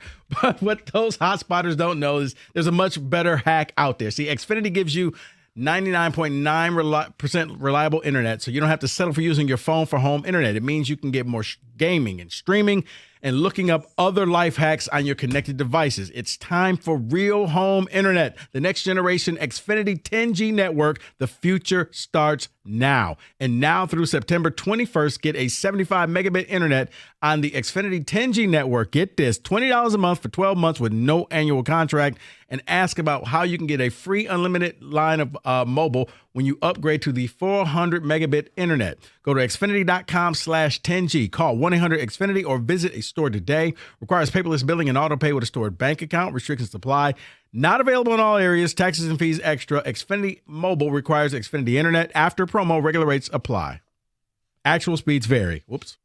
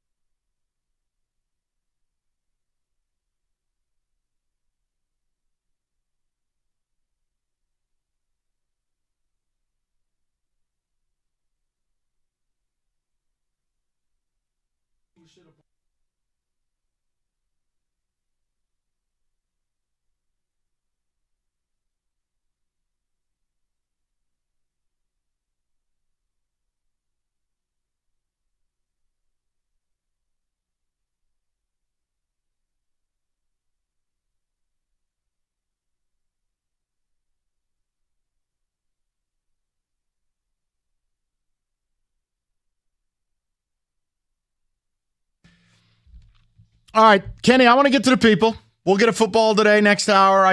People are into it. I'm into it. And it's kind of like this weekend. I don't know if people saw this. Vanderbilt played Hawaii. College, this is a metaphor. No, this is a metaphor, though. Like, this is how I feel about college football. Vanderbilt Stadium is under renovation. They had their scoreboard hanging from a crane, and there were strong winds, and the scoreboard's just blowing back and forth. The student section was 18 people. Tops. That's college football to me right now, in a picture. It's just, picture. Finding out that Arch Manning makes more than starting quarterbacks in the NFL, like a backup right tackle at one of our schools is, driving around a $100,000 car. Like, what are we doing? Money when I was in, even now, Rico said it. I mean, you want to pay a kid, let's say you're a long snapper. Well, I tell you, $30,000 goes a long way when you're 18 years old. It's just gotten to a point where it's like between the realignment, the NIL, yes, the games this weekend. Yes, I'm excited to have football back, but excitement to watch it and passion behind it are two different things. Yeah. To me. But yes, you're the long snapper and you can go and lease a car for a year for nothing. And it's yours. Brand new Mercedes. What was that guy we used to have? He was really good. Tabor Pepper? Yeah. I miss him.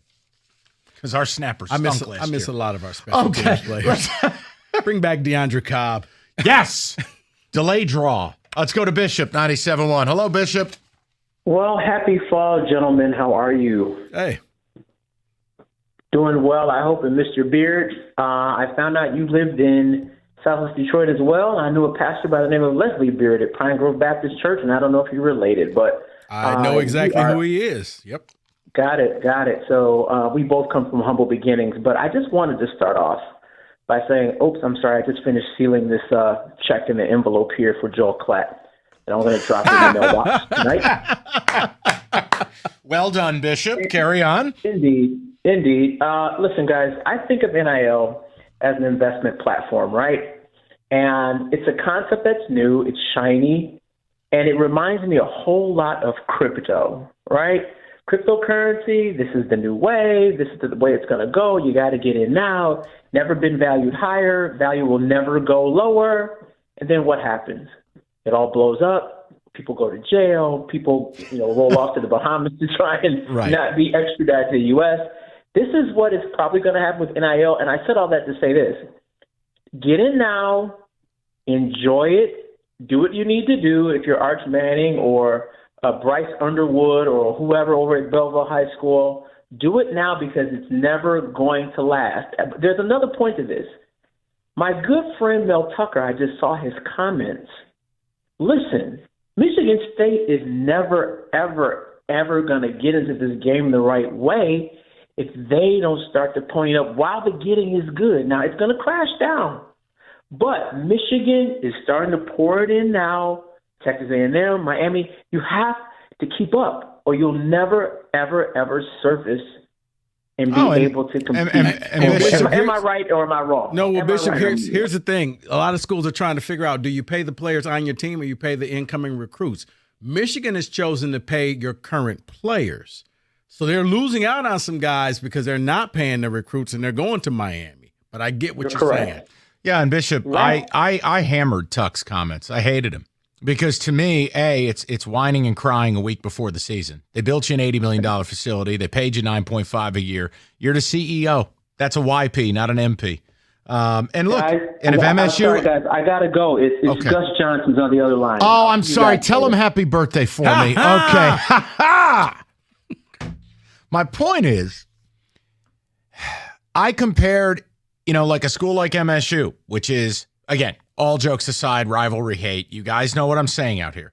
It's not Rutgers. It's not NC State. It's not Wake Forest.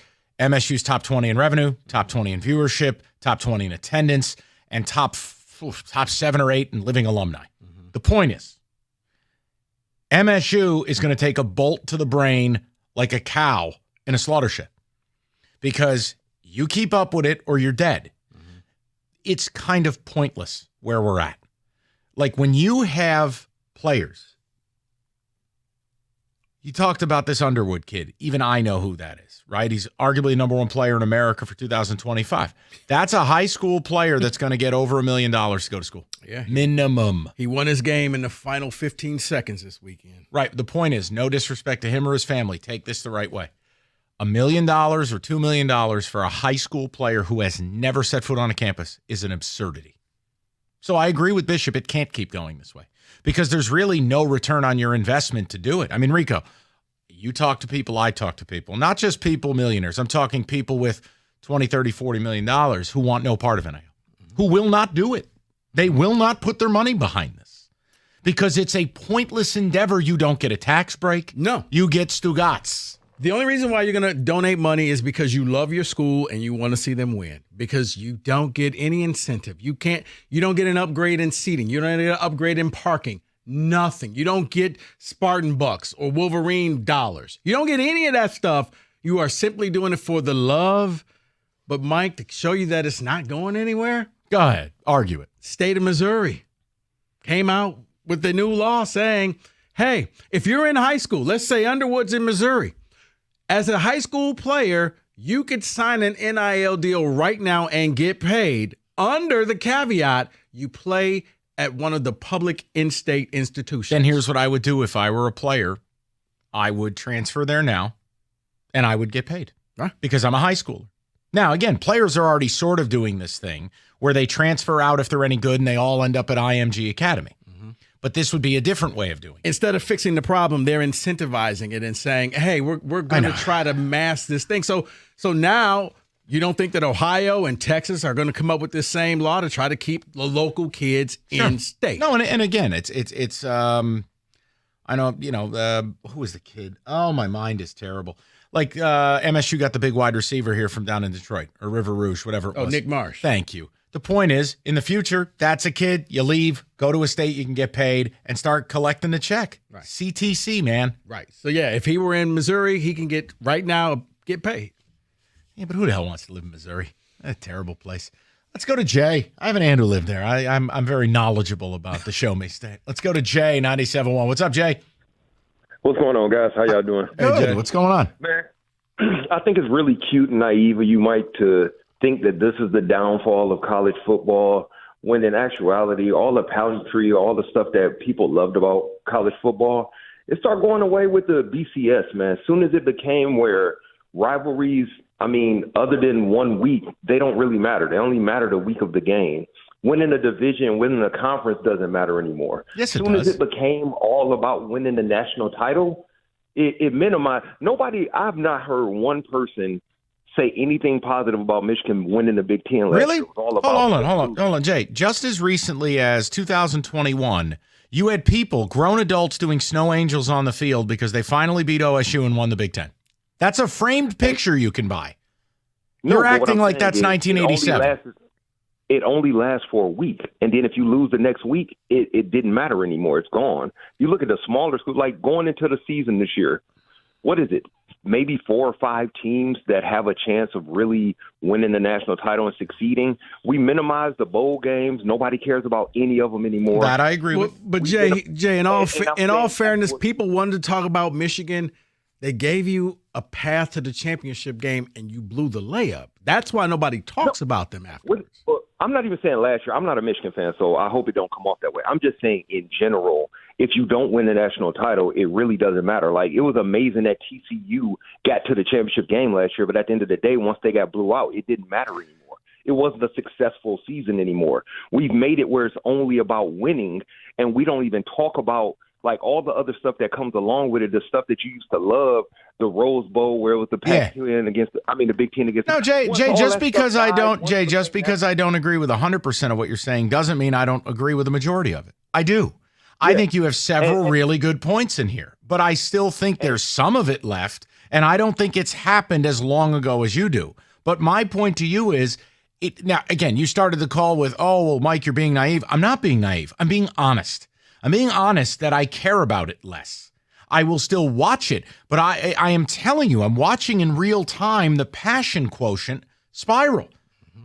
And all I'm saying, and I agree with you, all I'm saying is I guess I picked up on the passion portion of it fading away a longer time ago. That's why I'm saying you're being, because I saw this coming ages ago. And the last thing about dude getting paid, Arch Manning, I mean, it sucks. Like, yeah, the idea of him making more than Joe Burrow, but at the same time, I've seen guys that have gone to college and tore their knees up and never made it to the NFL and never got anything. So the money that he's generating for Texas in the 3 years that he's there, he should be getting that much. Yeah, but you know what? Here's the difference. All right, I agree with a lot. Again, you know what, Jay? I think if we had an hour, we could flush this out. I don't think you're totally wrong. You have to find a middle ground if we're going to have a conversation. The point I'm making is the money Jonathan Taylor makes the Indianapolis Colts. Jonathan Taylor is a professional athlete who paid his dues, risked his body, and showed, I'm one of the best 20 or 30 players in America. He gets drafted. He goes to the pros and becomes an all-pro running back. Not just a good one, not just a very good one, an all-pro. Jonathan Taylor's got a gripe. Arch Manning played at a garbage high school in New Orleans, that Newman Hill or whatever it is. It's small high school ball. Arch Manning is a nothing burger at Texas. You cannot, it is a false equivalency. He's got a famous last name. That's it. You're paying for the Manning. And we still have no idea if he's any good. That's my point. When guys in the pros bitch about money, you have a resume. We determine based on your resume what you've done in real time, whether you deserve more. Yep. Okay. All right. Hungry Howie. Breathe. Somebody order a pizza, will you please? 50 years creating delicious pizza. 50 years. They've got new menu items to celebrate the anniversary. So this weekend you're watching games. You don't feel like cooking. That's fine. Hungry Howie's has you covered. New menu item, the Bee Sting Pizza. 2 toppings, your choice, plus a hot honey drizzle, $12.99, and you are ready to roll. Mix and match. Weeknight, you're busy. Late day at the office. $6.99. Pick any menu items, mix and match, pair them up, get dinner on the table in 20 minutes. It's all there for you. It's Hungry Howie's. No toppings in a can. Real mozzarella, real dough. I know that's rare in these parts. It's Hungry Howie's. Go buy some.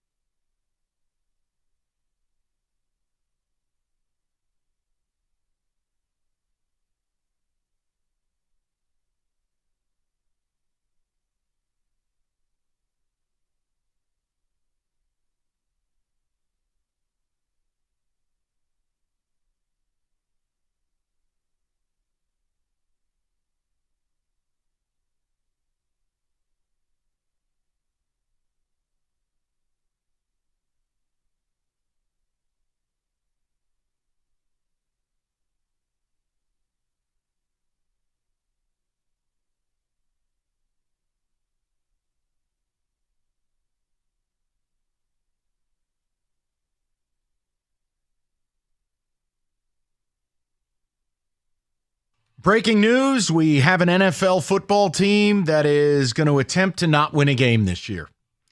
In the WTF are they doing moment of the day, the Arizona Cardinals have up and released Colt McCoy. In case you were wondering, Kyler Murray's Lieutenant Dan for the year. He's not going to play. They're going to run the Wildcat? Colt McCoy was your starter. And correct me if I'm wrong, that would make their starting quarterback potentially Joshua Dobbs, the aerospace engineer who played at Tennessee and bombed out of Pittsburgh. So, wanted to throw that out there. Tell me you want Caleb Williams without just coming out and saying it. But can they even get Caleb Williams? Well, you have to go 0-17. No. But Kyler Murray's contract. It doesn't matter. You're taking Caleb Williams. They're done with Kyler. They're done. And just pay him out for till 2028? Hey, you just got a 4th-round pick for Trey Lance. I wouldn't hire Trey Lance to work at Home Depot. They'll get something for Kyler because some owner is going to tell his GM, I have to sell tickets. You saw who made an inquiry about him, right? Who? What? For Trey Lance. Lions. Yeah, I think that's diligence. I don't have a problem with that. Hendon Hooker's dead for the year. I don't either, but if I could have flipped a 7th for the guy, I wouldn't mind. And plus, didn't Numbnuts die? Oh, yeah. Nate Sudfeld. Thank you. But y'all need to release Colt McCoy. I don't make the news. I just report it. And they actually could end up with picks 1 and 2 this year. They got the Texans. Yeah, I know. So I'm just letting you know. Wow. Okay, then. We'll get to the people. I'm going to defend J-Mo in the 3 o'clock, but we have to go on the board briefly. So let's do exactly that.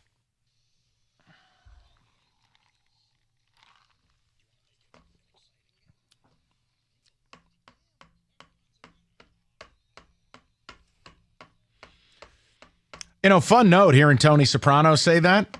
I had a guy toss 10 grand over my shoulder at the horse track this weekend. He had one of Rico's little man purse things, the little the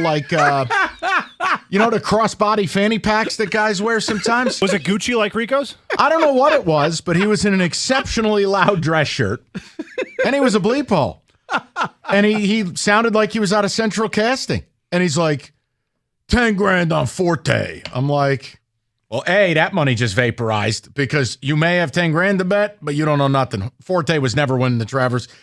It was a fun moment, though, because I took great pleasure in watching that guy lose his ass. Now, back to the point.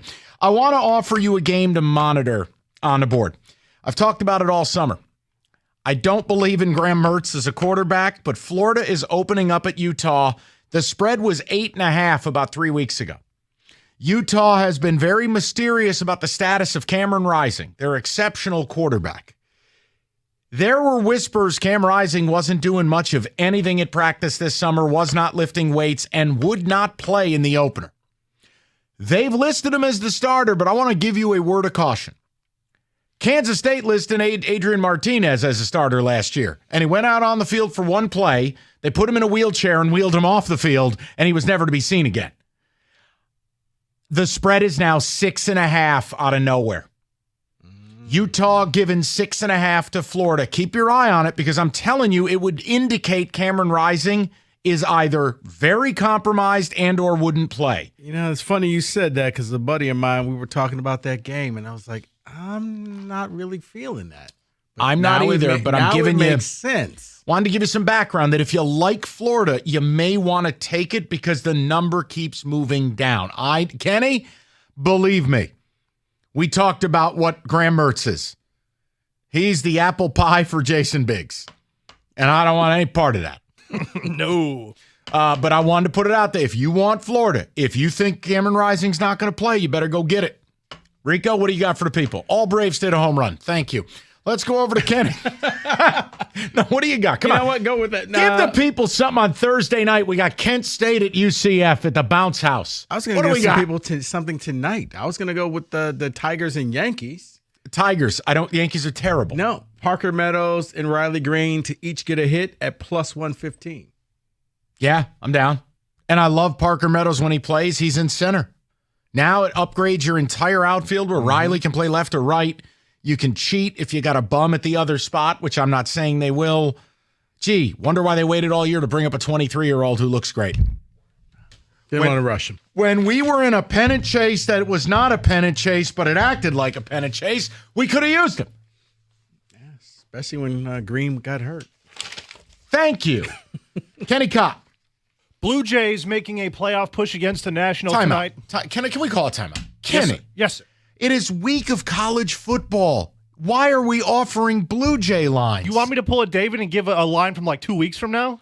No, but I'm saying there are games in a few days. All right. And we'll handle them in a few days. Now, Mike. in a few days, I'm going to have anytime touchdowns, but they're not out yet. Right, exactly. Oh, give it a couple days, we'll get there. Noah Kim to throw a pick 6 on the opening play. No, but there is a 2-leg parlay here. Blue Jays and under 8 runs plus 129. Exactly. Kevin Gossman on the mound. And the Blue Jays are notorious for hitting my unders, so I like that. Tremendous. All 7 people still watching Blue Jays baseball. All right. Will you be taking more unders this year with the running clock? No, because the book will catch up. This weekend, I think 6 unders hit in like 7 total games. Yeah. The book will adjust, and then you'll do it, and you may as well throw yourself nuts first into a wood chipper. Because it'll be all overs. Maybe it'll take a long time. Like, remember when Kenny did the hockey overs, and they didn't adjust for an entire year. But that was one of the most amazing things we've ever seen, is an entire league was just, it was hockey. No one paid attention to it. You know what? Flag. Where's David's flag? Fair enough. Hockey makes up less than like 1% of a sportsbook's handle. They're like, hey, Bob, how's the hockey lines? We don't even care. Let them win. It's Bob McKenzie betting $3 a game. Who cares? Shoot the puck. Shoot the puck. Hey, Paul, you want to take over here? I'm gonna head out. Kenny's had it. That's on the board.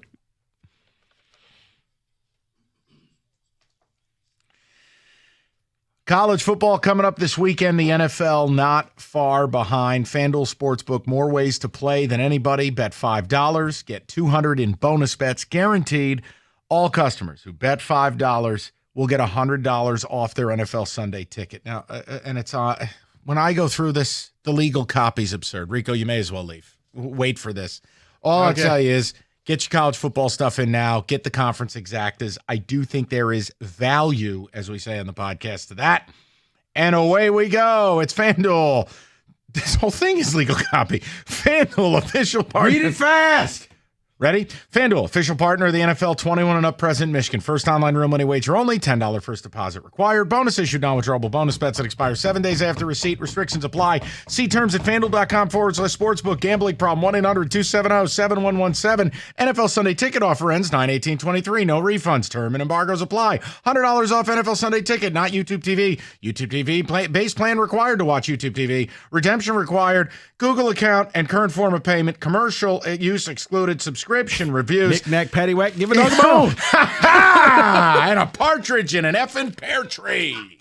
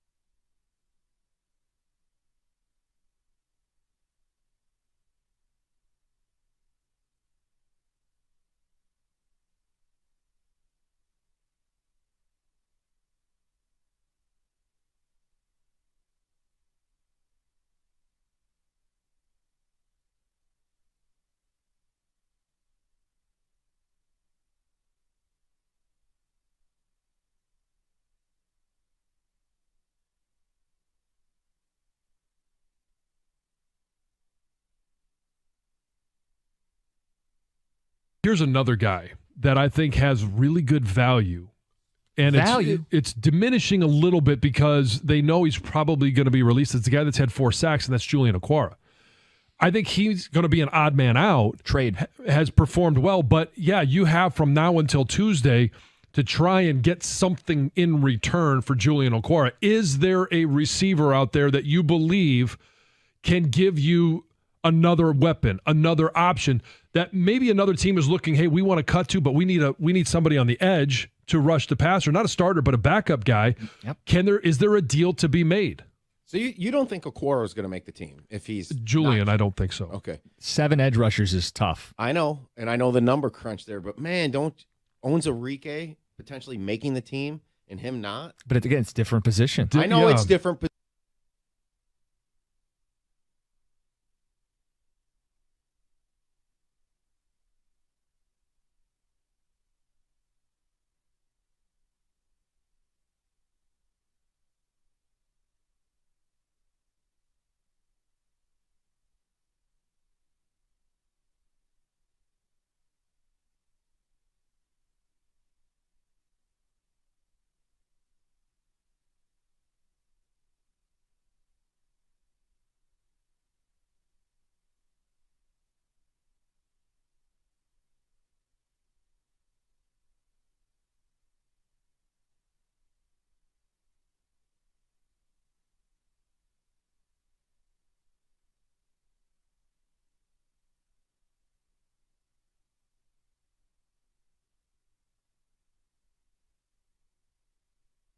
Good afternoon. We're brought to you by the good people at 5 Iron Golf. Lines already cut about 20 players trying to get down to that roster limit of 53. Deadline is 4 p.m. Tuesday. Most recently, wide receiver Dylan Drummond from Eastern Michigan has been waived by the Lions.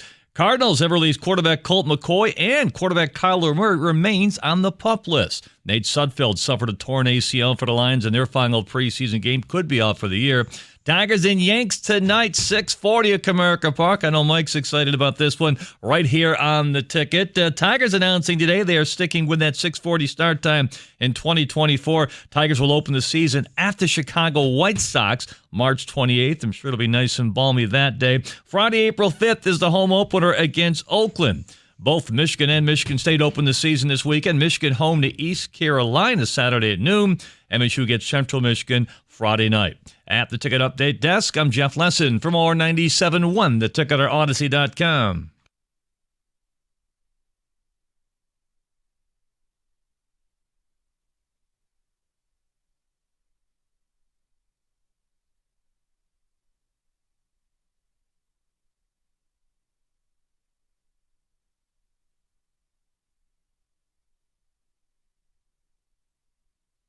Three o'clock. Absolutely idyllic Sunday, summer afternoon, rather. I want to bring on somebody who's cousins with one of MC Hammer's backup dancers, Mr. Rico Beard, because I am going to do something that, I don't know, none of you will remember, because apparently you only remember where I'm critical of a player. I'm going to defend J-Mo on something, but I want to let Rico bring this up. This is very important stuff. Hold on, let me actually get the quote. Okay, you do that. Right. Kenny, ticket text first. If you missed Odyssey.com, rewind. We opened up with Arch Manning making more than NFL starting quarterbacks in many cities, and it's wrong. It's just we've hit the point of stupid, or as Rico calls it, the bottom of the chili pot, and college football becomes less likable by the day. Sad because it's the week of college football. Sad because this would be the time where we would used to do our college football kickoff luncheon. You know, there was a passion quotient for it, and I could still like something without being passionate about it. I could still watch something, but college football my entire life has been my favorite sport, and I really feel like that is changing because it's almost like when you see the commercials. And they dress up like cows in suits, or you got like the animals dressed as humans running around in an office, and you got like a dog photo like Xeroxing his ass on a printer.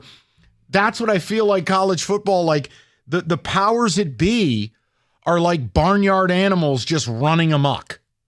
That's the powers that be.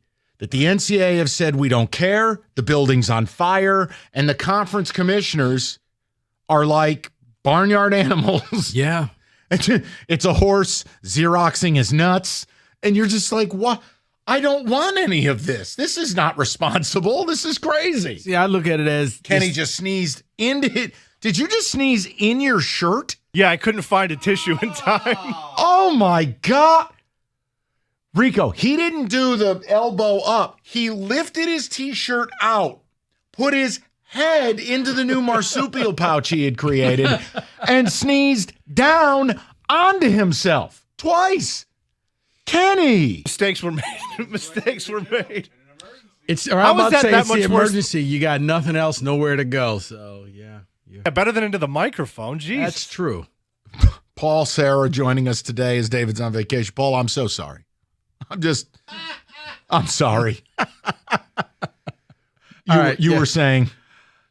I forgot. I was distracted by kidding. Dan Campbell. Oh, the Dan Campbell thing. Jesus. So they were asking Dan Campbell, is it possible that Jameson Williams can actually rehab at the facilities since he is injured? And, because the NFL has unique rules regarding suspended players receiving medical treatment. Campbell, quote, "It's a good question. Technically, no, but we're looking into it because they don't really know if he's allowed to be there or not." What a disgrace. What an absolute disgrace. Now, let's think about this. It's not that J-Mo is suspended for some violent action. It's not that J-Mo is suspended and a multi-time offender and the league has declared you are to stay away from the team for a year. None of it. Jameson Williams is a guy who got hurt on the job, who will be back in short order. And there's the fact that we have to have a conversation about whether he can use team doctors, team facilities to rehabilitate an injury. Right. That's a disgrace. Right. And he also said that as they haven't given us anything when asked, have you heard anything from the league about this? So you know what I would do? I know what I would, but go ahead. I'd just go ahead and say, J-Mo, get the rehab you need here. Yeah. And ask for forgiveness later. Absolutely. I would run this past everybody, including Sheila, and say, be prepared to write a check. I'd have the players union on alert. It's ridiculous. Right, but worst thing that's going to happen is they're going to fine us. But I'd rather just have J-Mo work out here, get healthy, because there is nothing, no set of rules. And then we'll call it the J-Mo rules that from here on out, you can't do it. But for right now, I'd push the boundaries. I'm not going to ask for permission. I don't care. Now, if the league threatened taking away draft capital, that's a different thing. Right. I have not heard that yet. Right. I'm making a point, as disappointed as I am in J-Mo for a lot of things. This is actually really unfair to the kid. It's really unfair because how can you be an NFL football player? How can you get hurt on the job? And now I can't use the facility and the options available to me as an employee because I am suspended from the team at the conclusion of preseason for, 6 games, 4 weeks. 5 weeks. Right. What are we doing? Yeah. If you can't show me a rule against it, I'm going to keep doing this until you say you threaten me with draft capital or even a fine. I'd pay the fine. And that's why I said I would have to get Sheila on board with this. Like, you may be cutting a check to the league. Yeah, like what are they going to fine you? $100,000? There's limits to what they can fine you. It's collectively bargained. Right. It's not like Goodell's going to come out and go $38 zillion. That's not an option. If they're not talking draft picks, I'm just doing it. Then you know what? You show up to the facility. If you have to, put on a fake mustache and a baseball cap. Now, are we shilling for J-Mo? Like, is there anyone out there who feels like, no, he shouldn't have access to the trainers, training table, facilities, etc.? Because I kind of feel like we're all unified on this. If you're a Lions fan, whether you're bummed out or you're we're J-Mo haters. We shouldn't be doing this topic. You're right. Sorry. You're right. Banish him. We've let the people down.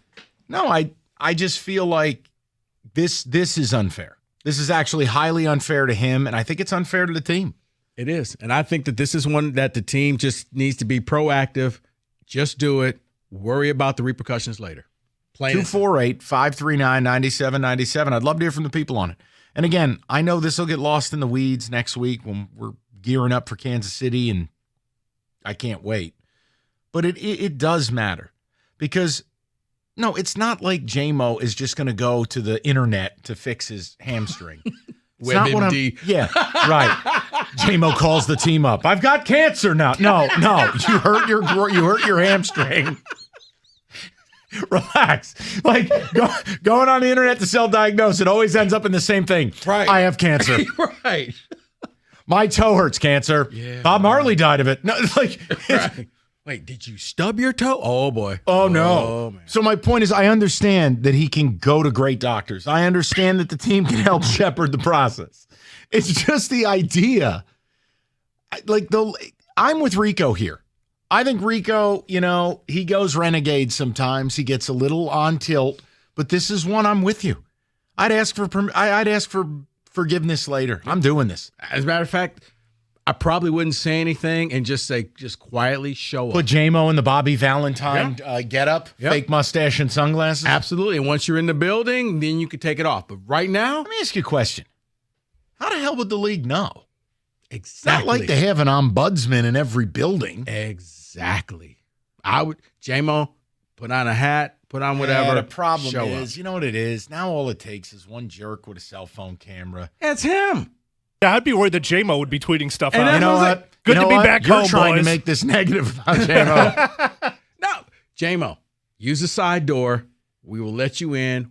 Doctors will be here at 6 a.m. They'll rehab you. It just seems the media's not going to be there. No, it just seems so authoritarian. It's just silly to me. I don't know. And I understand the league will argue, well, he could technically be getting work in and stuff like that. It's like, all right, look. It's got a hurt hamstring. No, my point would be, why can't he have a Harbaugh suspension where he gets to practice all week and just doesn't play on game day? And then designate people to run his reps for him. No, I'm being serious that if you're suspended from the league and you're not going to get your game checks, why are you suspended from the facility? Why are you suspended from meetings? Like, it doesn't make sense. He's not Al Capone. The 6 games is painful enough. But the fact that he can't go to the facility and then can't get treatment, that Dan Campbell has to go out and say, look, it's a good question and we're looking into it. What is there to look into? Right. That the league has not provided you with a firm answer or options? Right. That's wrong. Yeah, you're down at the local Henry Ford clinic like, that looks a lot like J-Mo. Why aren't you at the... Yeah, because I can't go to Lions facilities. I got to go to the urgent care. Kenny, where are you at with it? I think this would make the league look very bad if they said, no, we can't, this player's suspended, we can't let them rehab an injury. That doesn't make any sense to me. That seems overly punitive and really just not a logical solution. The fact that the league has not clearly and concisely communicated with the Lions, per Dan Campbell, that's a disgrace. And I'm with Rico. I think he should just show up and be like, look, I was rehabbing an injury. What are you going to do? You're going to tell me that I can't rehab it? Like, I get the practice thing. I get the team meetings thing. I don't have a problem with him not being allowed in those. But to rehab an injury, this isn't that. This is different. Kenny, I got to be honest with you. I do have a problem with the practice thing. I always have.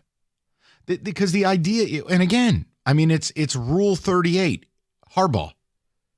I mean, if a coach is suspended, but he can still coach all week, then why can't a player who's suspended practice all week? It's the same thing. Like college pros. Yeah, for now. But he's already forfeiting his game checks. Yeah. Right? He's not going to get You're paid. right. So if you're not going to get paid, you're just doing this on your own time. Am I biased? Yes. I want J-Mo to be successful. I do radio in Detroit. But like when Calvin Ridley was suspended for the remainder of the year, he was banished. Mm-hmm. That's different than this. If someone is suspended on a like if you were, what was it, Josh Gordon, Justin Blackmon, these guys who've been suspended, banished as multi-time offenders of the league substance abuse policy. I understand you can't be at the facility. But for J-Mo, as a first-time offender who did not bet on football, who made a stupid move to, I don't know if he was playing Parcheesi or whatever the hell he was doing. The point is, it's bad enough I'm missing the games. And now it's bad enough I can't practice.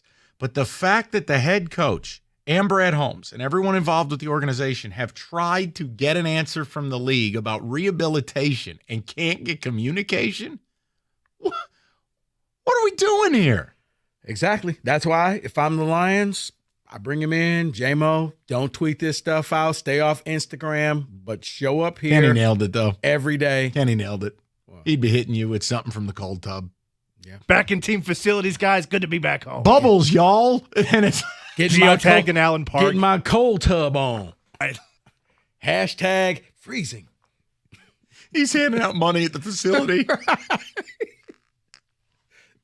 Truly, just I know. stay off social media for the next 6 weeks or whatever. Come in here, rehab. Because you can't practice anyway. But at least we can make sure you're ready to go. I wonder come what week the league 7. what the league would do. They couldn't come after you draft picks, I don't think. Fine you? Yeah. Could they suspend him for longer? I don't even think that's on the table as a part of the CBA.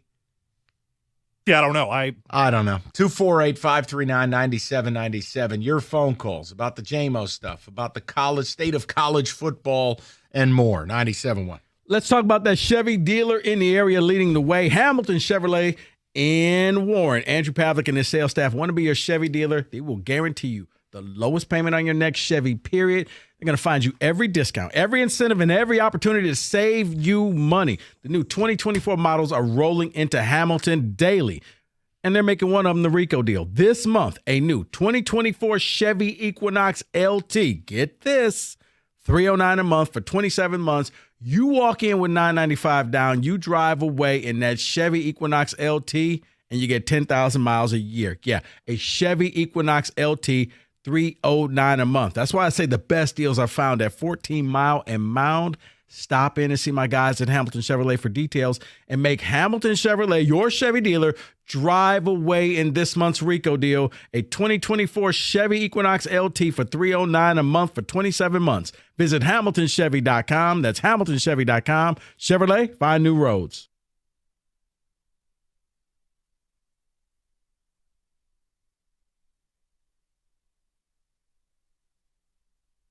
I imagine everybody has a please God don't cut this guy that's on the Lions roster. Please don't cut him. Like, you think that this guy could be something, a diamond in the rough. You don't want to see him go by the wayside. Who would that player be for you? And Kang, I'll start. For me, that guy is Antoine Green. He's the wide receiver that they drafted in the 7th round from North Carolina. He was the 219th player selected in the draft. I love his combination of size and speed. He's 6'2", 200 pounds. He's fast as hell, and he's somebody that I think could benefit from Jameson Williams not playing for the first 6 games, because he could be a guy that you could bring off the bench in situations. You spread him out with 4 receivers, and this guy can go deep, and you're going to have to account for him because he's got the speed and because the size might be a mismatch.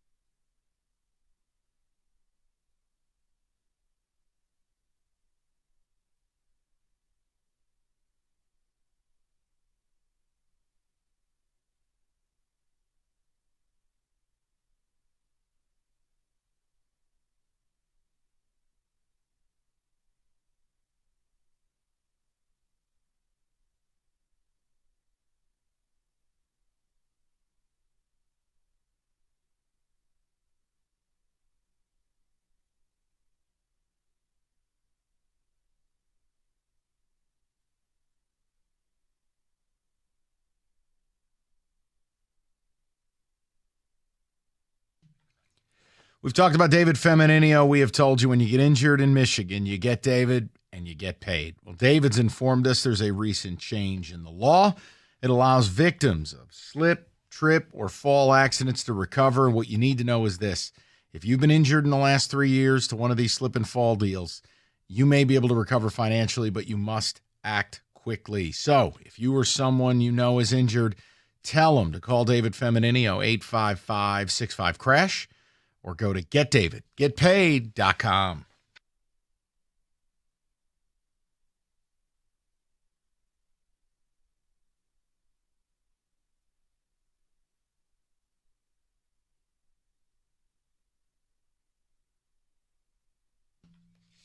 All right. Kenny, the ticket text, talking a little JMO, opened with some college football. I mean, the state of the sport, day by day, everything I hear, I just go, what are we even doing here? Arch Manning making more than starting quarterbacks in the NFL. Guy hasn't played a snap, will not play a snap this year. And it's like, I was fine with players getting money, but we've reached complete absurdity. I mean, honestly, like I say this, and I can't prove it. I know what I've heard, but I can't prove it. But I mean, I'm pretty comfortable. Like Blake Corum makes more money staying at Michigan than he would have made going to the NFL. Think about that. That's crazy if that's the case. Mike, different sport. Which is the equivalent of me saying allegedly. Different sport, but you would be amazed. But there's a reason why a lot of college basketball players stuck around for extra years. Hunter Dickinson, same thing. They're getting paid. Yeah, well, it's stupid. So that's my take. That's my nuanced argument. It's stupid. Kenny. Okay, Clint. Why can't JMO meet with Lions staff and doctors on an off-site facility? I thought about that too. Yeah, but again, why do we have to come up with technicalities, and why does Dan Campbell have to beg the league for communication and clarification? Because I think this whole thing falls in that gray area. Nobody's thought about, okay, we've never had a player suspended. Then push the limit, bring him in, get the best care, and also have him on your grounds. Yep. Make them come up with a new rule next year for the next player. But for right now. You know, it's interesting. We had a couple of callers who hung up during the break, both of them saying they don't think JMO should have access to the facility. And unfortunately, I can't talk to them because they're not here anymore. Yeah, I was looking forward to hearing that. I blame Paul Sarah. Kenny?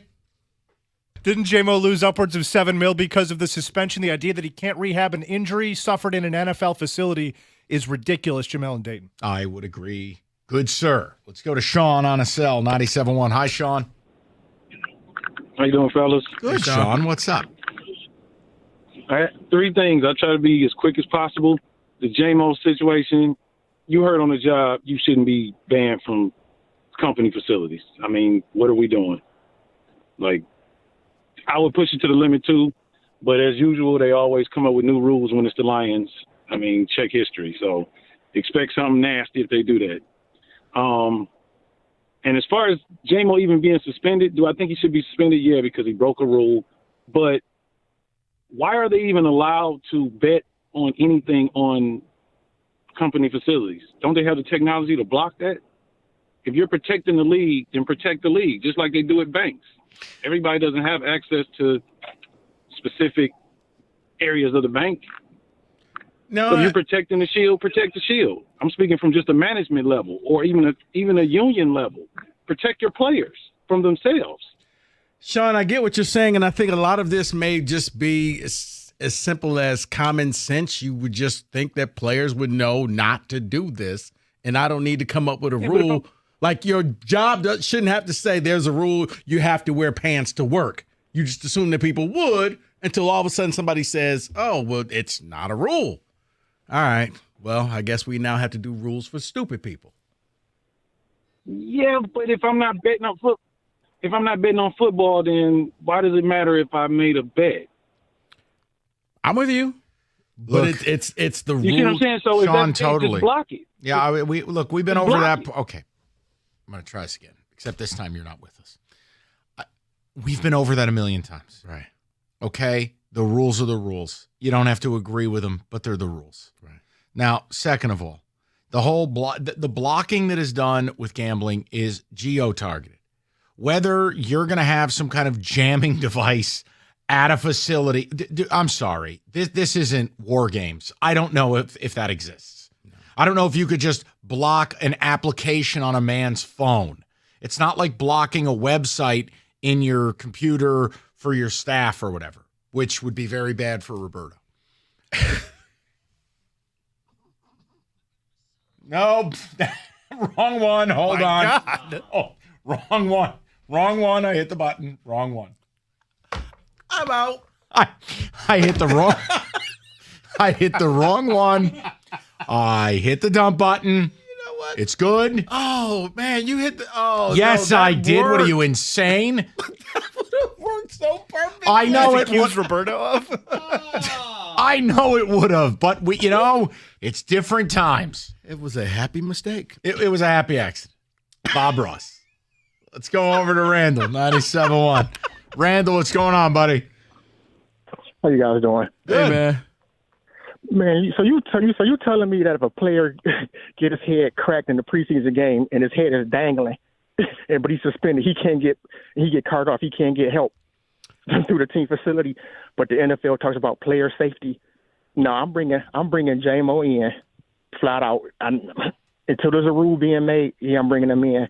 And as far as whether or not he should be suspended, I don't have a problem with that. I mean, as far as practicing, I don't have a problem with that because it's supposed to hurt the team and the player. But when it comes to the safety, that's a totally different thing. What I'm upset about mostly is why is your head coach, a week out from a game, 10 days out from a game, essentially begging for clarity from the league on whether they can do anything for the player? That's outrageous.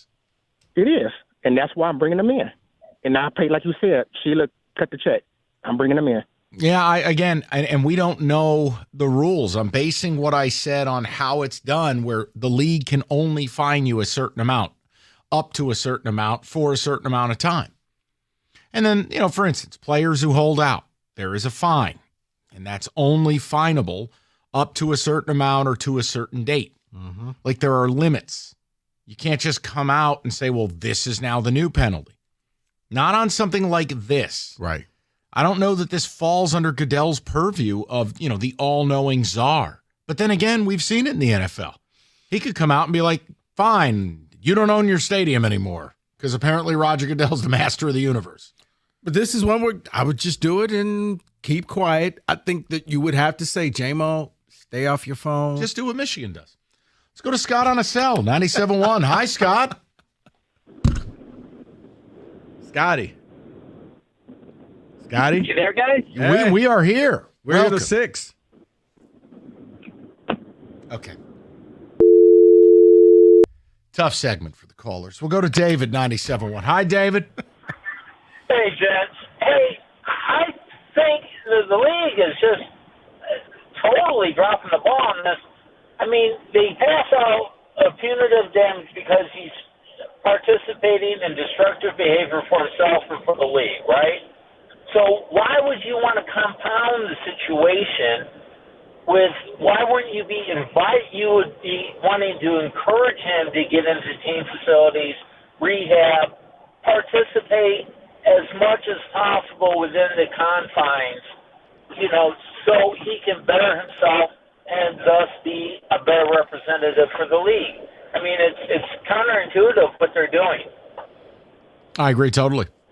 Look, to me, it's asinine. How about this? Both suspensions that affect local teams don't make any sense. Harbaugh being suspended but being allowed to coach every day except game day makes no sense. In the same way that J-Mo being suspended but not being able to get medical treatment, it makes no sense. Right. So it's just, again, neither of them make any sense. If you're going to take the hard line that a suspension is a suspension, then both of them ought to be gone in sum total. But you have to have the ability to adjust. You have to have the ability to have a common sense approach to it. I don't think either make any common sense. It's not a suspension if you coach all week, implement the game plans, you're at practice, you do your whole thing, and then on Saturday, they just have like an inflatable clown on the sidelines playing the role of you. I mean, it's not a suspension if you're missing a game where you're going to be favored by 40 points. Well, no, it is. It's a suspension. Is it? No. I tried. You did. I tried. I did the best I could. I couldn't keep a straight face. There's a texter that texted in, let me get this straight. You can play in an exhibition NFL game, but you can't train on team facilities. He's right. There's no consistency with the suspension whatsoever. Right. New territory, I think, with the whole sports gambling thing on your phone, and they don't have hard and fast rules. So, therefore, bring them in. See what happens. Apologize later. Okay, then. It sounds a lot like Michigan's recruiting during COVID. Hey, did you know there were over 282,000 auto accidents in Michigan? I'm sorry, is this thing on? Yeah. A lot of people die. A lot of people with devastating diagnosis. It's a problem. Distracted driving. You need life insurance. National Benefit Plan shops over 70 different life insurance carriers nationwide. Guarantees you the best possible rate. In the event of that tragedy, your family is covered. The longer you wait, the possibility of not getting coverage increases. So don't wait. That would seem like a logical conclusion. Call Mike now, 877-734-2200. That's 877-734-2200, or you go on the web to nbphealth.com. And remember, National Benefit Plans would like to be your health and life insurance agency for a lifetime.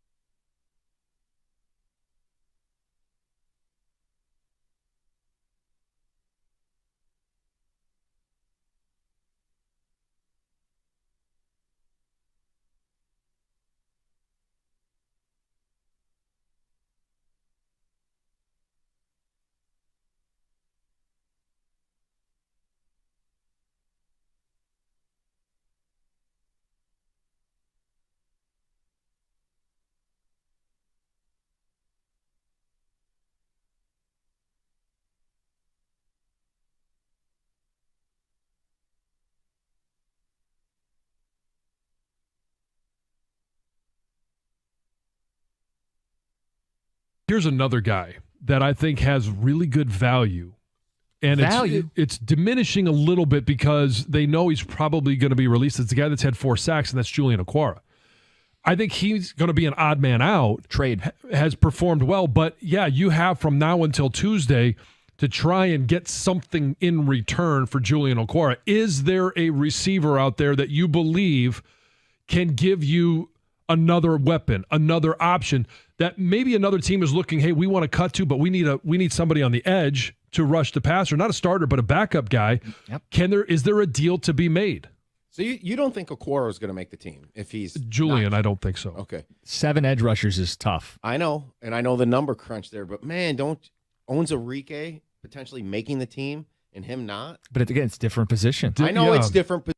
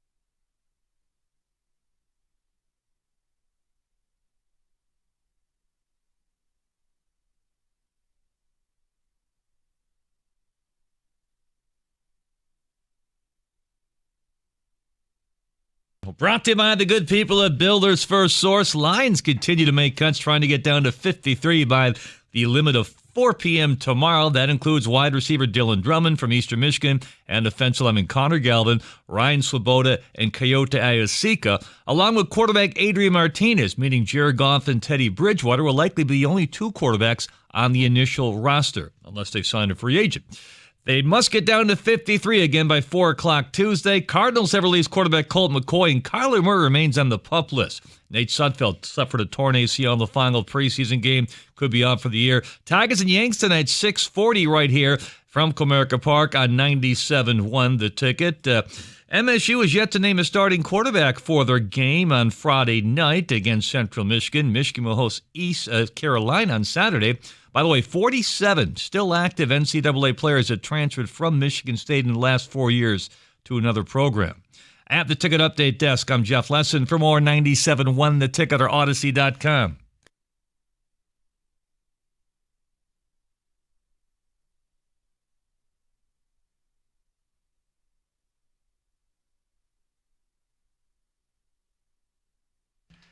Kenny will get some ticket text. We'll get a football today in momentarily as well. And then a couple quick news and notes for the people. Kenny, what do you have first? Yes, Josiah from Lake Orion. I would do anything to get J-Mo rehab and get better. If it does cost us draft picks, though, no. I'm still hopeful for J-Mo despite all he's been through. Yeah, and it's just a conversation piece. I was more annoyed that the NFL will not communicate or has yet to communicate with Dan Campbell in this franchise. That's ridiculous. Why doesn't J-Mo file a grievance with the players union against the league for not being able to rehab at the team facility? Because, well, first of all, he won't be able to rehab once the suspension begins, which is now. Your team is advocating for you, as your head coach has said. You don't do it in the reverse order and file a grievance when it might be solvable. Who knows? That could happen. But by the fact that the league won't get on the phone, yeah, I mean, that's just, it's incredible to me. The NFL may be even breaking workman's comp laws. That's why it's not clear here. Okay. Tremendous. Thank you. As an employee has a right to medical treatment, he participated in team practices trying to come back. I'm with you. Yeah, I don't know the rule. I don't think the league knows the rule. I don't think the Lions know the rule. Hey, so don't lie to me. No one knows. Don't lie to me. Yeah. Just Kenny, if he doesn't answer this question directly and with authority, I want you to turn his microphone off. Don't lie to me now. Mm-hmm. Who's starting for MSU Friday night? No, I can't. Okay. You answered. You I'm what you wanted. Wasn't the answer I was hoping for, but all right. You want to start? What do you mean?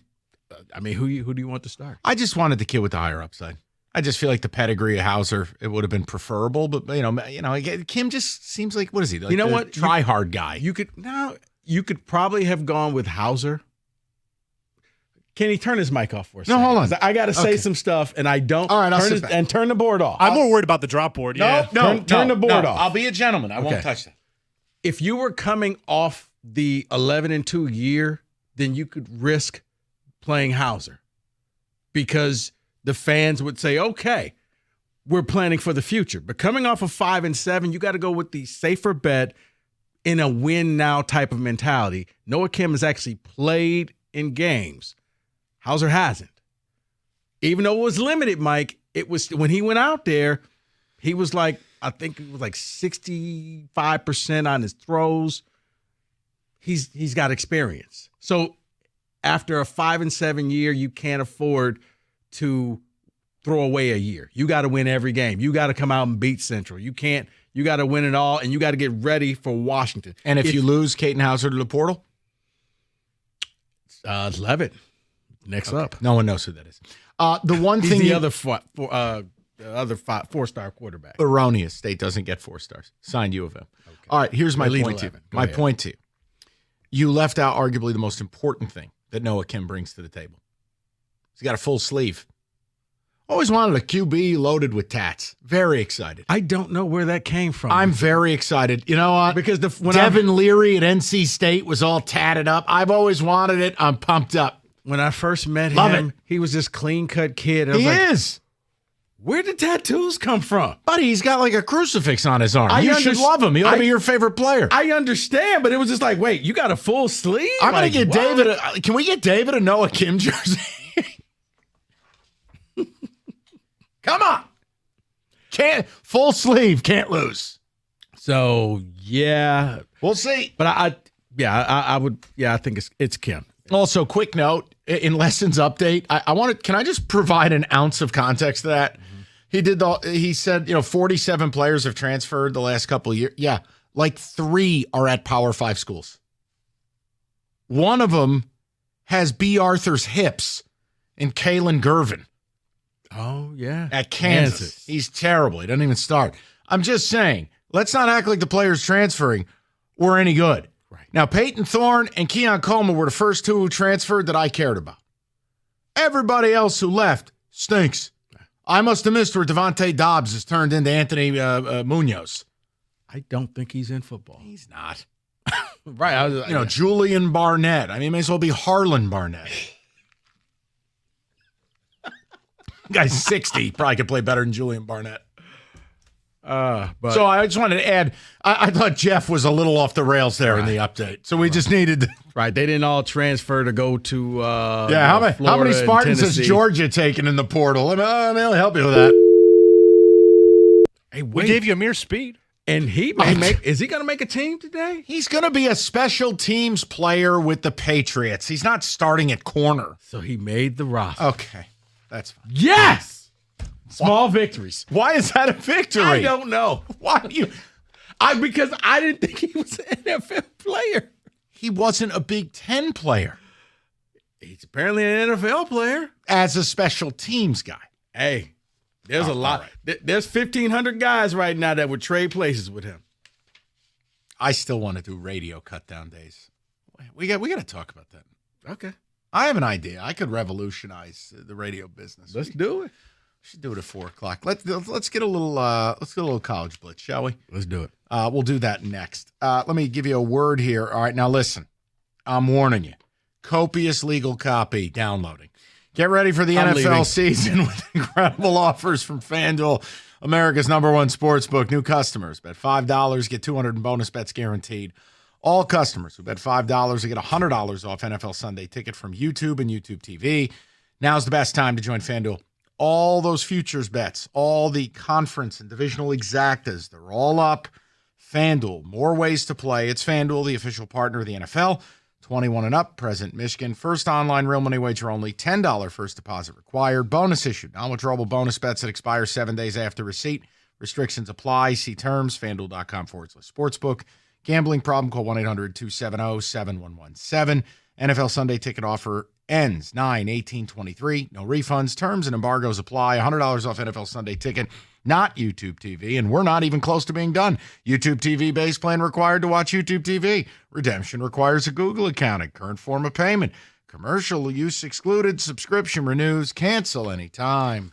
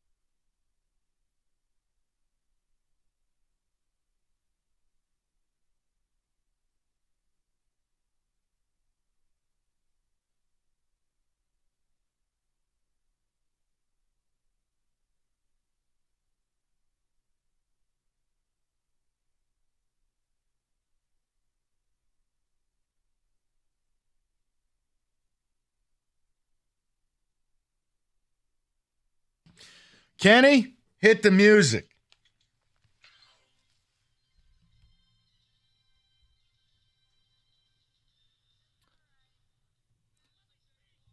You know who's better than all right? Caleb Williams. Is this kid any good or what? 285 yards, 4 scores, 6 touchdowns on their 8 possessions. Is he the most agreed upon hype train in college ball right now? Most agreed upon hype train. Yeah, I mean, of course, he's very, very good. But part of it is you could start a potato for Lincoln Riley and you end up in New York for the Heisman. So how good is he or how much of a system is it? That's a question. And there are plenty of times I watch Caleb Williams, not against San Jose State, against real opponents where I see some red flags. I still think from an NFL perspective, I'd rather have Drake May. But I have a right to change that opinion. But did you see him fumble the ball and throw a touchdown? Correct. I don't know, Kenny, because after the Notre Dame game, I heard people talking about Sam Hartman. Oh, stop. In year 18. Against Navy. And that's why I was like, guys, it's week 0. I know we're making up stories. But, yeah, looking at Caleb, I don't think he's going to go back-to-back with the Heisman. One, because you have people who, only Archie Griffin went back-to-back, and that should never happen. And 2, they're going to lose games. And when you lose games, you get penalized, even though it's not your fault. But as of now, he owned that weekend. So you mentioned it, Rico. Let's talk about the Dublin game. Big atmosphere. First of all, are you guys a fan of the Dublin game or no? Nope. You know what? If you gave me 2 teams that I want to see, yes. But this game went exactly how I knew it was going to be. Navy can't throw the ball. Even with 3 quarterbacks, they still couldn't get it done. New coach, new OC. They're in the shotgun. It had disaster written all over it. I tried to tell Costaccioli. He didn't listen to me. Yeah, what was his name? Ty Levitatai? Lavatory or whatever it is. Yeah. 3. No, I mean, he played like a toilet, I'll tell you that much. Yeah. He was terrible. 3 of 6 for 43 yards. Man, look, I was at the Travers Stakes. Leave me alone. I'm just saying, no. I mean, I'm not sitting here watching Jacksonville State when I'm trying to bet on Arcangelo. Leave me alone. Yeah, you did mention Sam Hartman, though, Rico. He had himself a pretty good game. 19 of 23, 251 yards, and 4 scores. Can he be good enough to at least elevate Notre Dame football? Show me the Ohio State game. You want me to believe, show me that game. Yeah, I mean, Estime fumbling the ball, that's going to be the biggest problem. It's Estime. I'm sorry, Estime still fumbles the ball, putting it on the ground day. All right, that's sufficient. Yeah, and also, did you see him wearing his rib necklace on the sideline? The necklace that he made of his own rib. That's what his mom made for him. It's going to move on. That's creepy. New Mexico State rolled up in their game day ponchos. They ended up losing, but it was a pretty sick look. Did you see it? Do you like stuff like this? You know what? I don't mind. But no. Here's the thing. Can we fix week 0? It's a part of the pageantry. I've got Kenny Cott bringing up UMass, New Mexico State as the B story in week 0. They showed up in the ponchos. It's a part of the pageantry. They didn't win, but what about Dr. Blitz, head coach at UMass, Don Brown? They put up a ton of points out there, him and Jerry Kill. Hope you had the over. Also, you like that story. This one is of the same type. Also in that what if game. The scoreboard falls over during the game? Can we talk Vanderbilt's scoreboard hanging on a wire from a crane? I had that in here, but you guys ruined it earlier on in the show. No, but we'll talk. Hold on. Bring this up. In my mind, if I could design the state of college football as I see it, it's the screenshot of Vanderbilt. Empty stadium. Student section is like 7 friends who are hanging out. There is no north end zone because the scoreboard is hanging from a crane and blowing in the wind. Do you know what you have there, Mike? It's the sword of Damocles. No, I had Hawaii getting 18. I did want to bring up. That's what I had. In that New Mexico State game, they were in a drone delay because a drone was hovering above the field, so they had to put the game on pause for a, quote, drone delay. This is week 0, baby. That happened. No, that happened last year. Yeah, well, yeah. That was it Washington State? It was a late night game. There was a drone delay. See, if you're flying a drone into a stadium and stuff, you ought to be thrown in jail.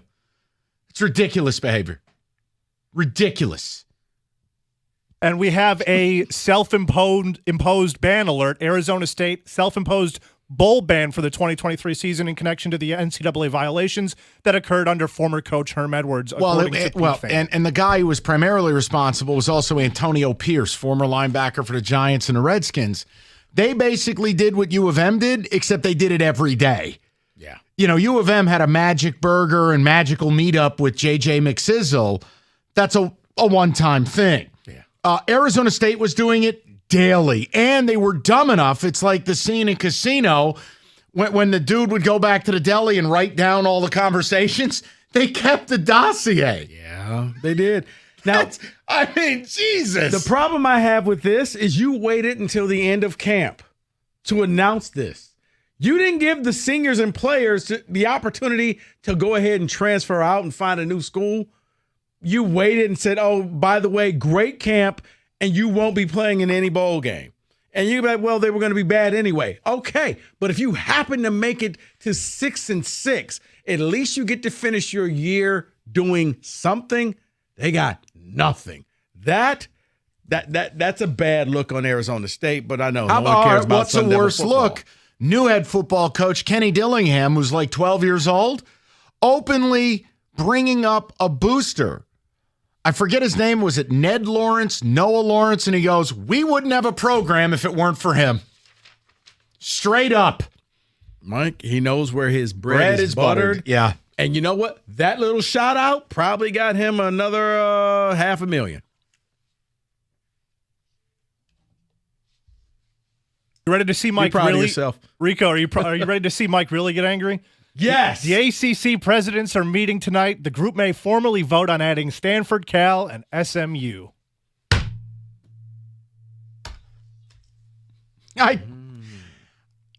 Can we just please stop? Hold on, Kenny. So you're telling me the San Francisco, Oakland, and Dallas markets. That is accurate. Nothing, and I mean nothing, says Atlantic Coast Conference, like San Francisco and Dallas. And Oakland. Yes. Can't wait for the Cal volleyball team to travel over to the ACC. No, my point is, if you want to do conference expansion this way, it has to be football only. These non-revenue sports that are the hamburger at a bar, a total loss leader, you can't waste money flying these kids that nobody cares about across the country. Yeah. It has to just be football. It's what the network's paid Multiple for. times a week, you may have to fly to the East Coast or to the West Coast. Good luck with that. And the last one here, we've all been complaining about the quality of football in week 0. So I'm allowing you guys to make something, make one change, make one rule that this game has to happen or this thing has to happen in week 0 to make it interesting. All right. You have an agreement. Go ahead. I have one, and it's not the obvious of just put the biggest matchups there. Every conference agrees to put one game on week 0 that's a conference matchup. And there's precedent. MSU opened up the 1996 season, I think, playing Purdue in late August at Spartan Stadium. Shout out Gus Ornstein, Cedric Irvin, 4 touchdowns, first game on campus. The point is, we have Minnesota, Nebraska playing this weekend. Every conference does one game, so at least we have real football. Okay, you said every conference. I said, you know what? Make week 0 just a conference game where everybody plays somebody in your conference in week 0. I'm down. Then you get weeks 2, 3, and 4 to play the regroup, if you will. No, you and I are on the same page. Because it gives you something all summer to look forward to and game plan for. I wish we could just go back to having, like, do you remember the kickoff classic at Giant Stadium? Oh, And it would be like USC, BYU, or Syracuse and Miami. Like, I wish we could have really great week 0 kickoff games, but the problem is, I credit U of M. The right way to schedule is to play no one. Yeah. It's the SEC way, but yeah, I would love double bye week SEC. I would have cared more. Like, take that. We talked about MSU, Indiana, move that to week 0. No, I said real football. Get it out the way. But at least it counts and it means something. All right. Yeah, MSU Northwestern a couple of years ago. Yes. You can play these games, and the reality is just do away with week 0 if you're not going to add value.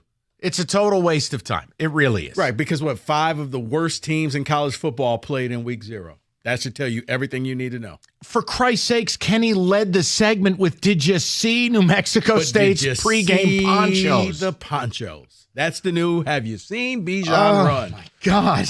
And that is your college football blitz.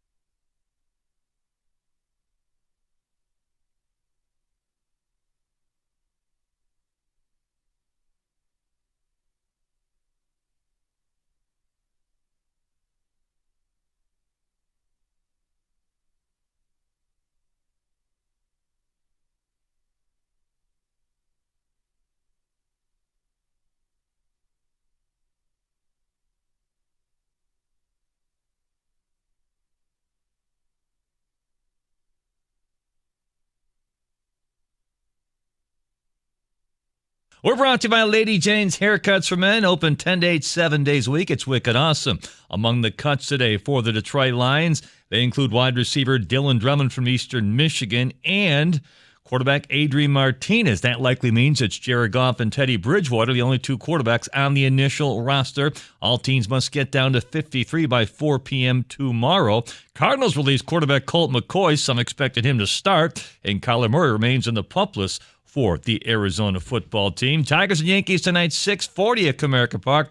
right here on The Ticket. And just like the Detroit Lions, the University of Michigan Wolverines have become a betting favorite nationally. Not only has been more money bet on Michigan to win the college football natty than any other school, Michigan is also the only team with 2 players, J.J. McCarthy at 16-1 and Blake Cormer 30-1, with Heisman odds of 50-1 or lower.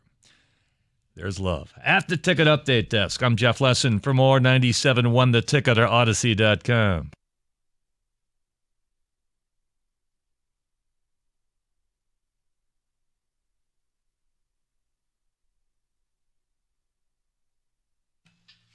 All right, you missed anything, Odyssey.com. Rewind. We opened up with the state of college football. The Arch Manning NIL deal is it's ridiculous. He makes more money than some starters. Got into Jamison Williams, actually defended the kid. But, it's funny. You hear Jeff talking about the cut down day here and the Lions made cuts. I think we could revolutionize our business. I don't know if the listeners would dig it. I know I would. Why don't we have radio cut down day? Think about it.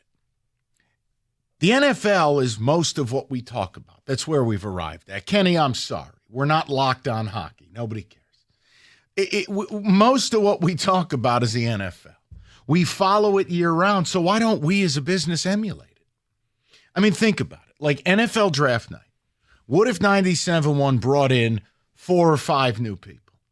And now they got all summer to prove they're worth keeping. Then, the same day the NFL cuts down, The Ticket or any radio station could make a shocking cut. They could just cut the people who aren't any good. We do exit interviews. We could have, the hosts have to say why they get to stay. You bring in these 4 new people, and it's like ESPN's dream job, except it's halfway legitimate. Yeah, this is like American Idol or... Right. But think about it. The summer's the slowest time of year. All these vacations you got to fill in. We bring in 4 or 5 people draft night. We do everything. The height, the weight, the pedigree, where they're from, who they are, strengths and weaknesses, scouting reports. We do a draft show for the new people that are brought in. Each new person, because, when we do that little video thing, each new person has to jump in there for 15 minutes. There you go. Then all summer, they got to do shows. And then cut down day is today for the NFL. We do a live cut down day for The Ticket. Then you got to interview Powers. We got to have the exit interviews where they get brought in like Hard Knocks. Hey, listen, I'm going to need you to bring your mic muff. That's your playbook. They got to go in there. Hey, listen, I'm sorry. I only get to keep, 9 hosts, and you did a hell of a nice job, but you're out. Did not say that. That is not how I structured this. I brought up draft night adding people. I didn't talk about pilfering coworkers. That is not the design of this Kenneth Cott. But see, imagine it. That would be fun. Where do we get them? Well, I tell you, you can't have some people in this building doing the hiring. I'll tell you that much. I like that, though. Boy. It could start draft night. We introduce all the 4 people during the draft when we do that little Zoom chat thing. That's what I'm saying. I like that. Then we do sales cut down day. I do it. Gave him too much leeway there. Can you imagine? No. We get our program director, Jimmy Powers. He's got to get up there and defend his decision like a GM. He's got to answer questions from the gallery. Oh, and we could do an invite-only for charity press conference. It would be incredible. Mike, think about this. You could have listeners vote. Of course you would. On who their favorite person is. Then, as a part of Who Said It, you and I review all the clips. It's a weekly thing. We do a power rank. Instead of doing that ridiculous Big Ten power rank where I don't want to be here. You know what? The Odyssey power rank. Kenny, I'm hitting the portal for this segment. That was mean-spirited, my friend. The point is, we will not do the Big Ten power ranking. It makes no sense that we don't operate the same way the NFL does. Think about the listener engagement. If we brought in, you make sure, and what I would love to see is you draft the kids right out of college. You college kid. We don't have enough young people in this business. We draft the kids out of college on draft night. We get the scouting report, the resume. We look at their grades, the whole bit. If they're a functioning idiot, we're not drafting them. But we get a big board. So basically, you go from student radio to here. Yes. Okay. I mean, listen, Evan, who's walking in right now, has vast experience as a judge, albeit Hawaiian Tropics contests. Hooters. Whatever. We bring Evan in the fold. I want to be the guy, though, that's like, I was talking with Paul Serra, the guy that goes around collecting the key cards. Like, I'm going to need your key card. Come on. I'm going to need your Mike Muff. Yep. Enough is enough. You didn't make the cut. I'm serious. You know what? I was all on for this, but then you hurt my feelings with the Big Ten Power rank. I was saying we feelings hurt. It might be cut candidate. Just letting you know. Oh, thin you like skin. this guy, Mike? You like this guy? Done. Right. Thin Bully. skin. Out. Hold on. Think about what those exit interviews would be like, and we put it on Twitch. Jimmy's got a camera in his, like Jimmy loves jamming these cameras in here. Well, now it's his turn to pay to Piper. You put a camera in there, and he's got to do the exit interviews, and he's like, well, listen, your 315 was weak. Or think about this. Just like the NFL has cuts, and you might be injured during the preseason, right? Oh, guy and got so a sore you throat obviously at the can't wrong get time. there.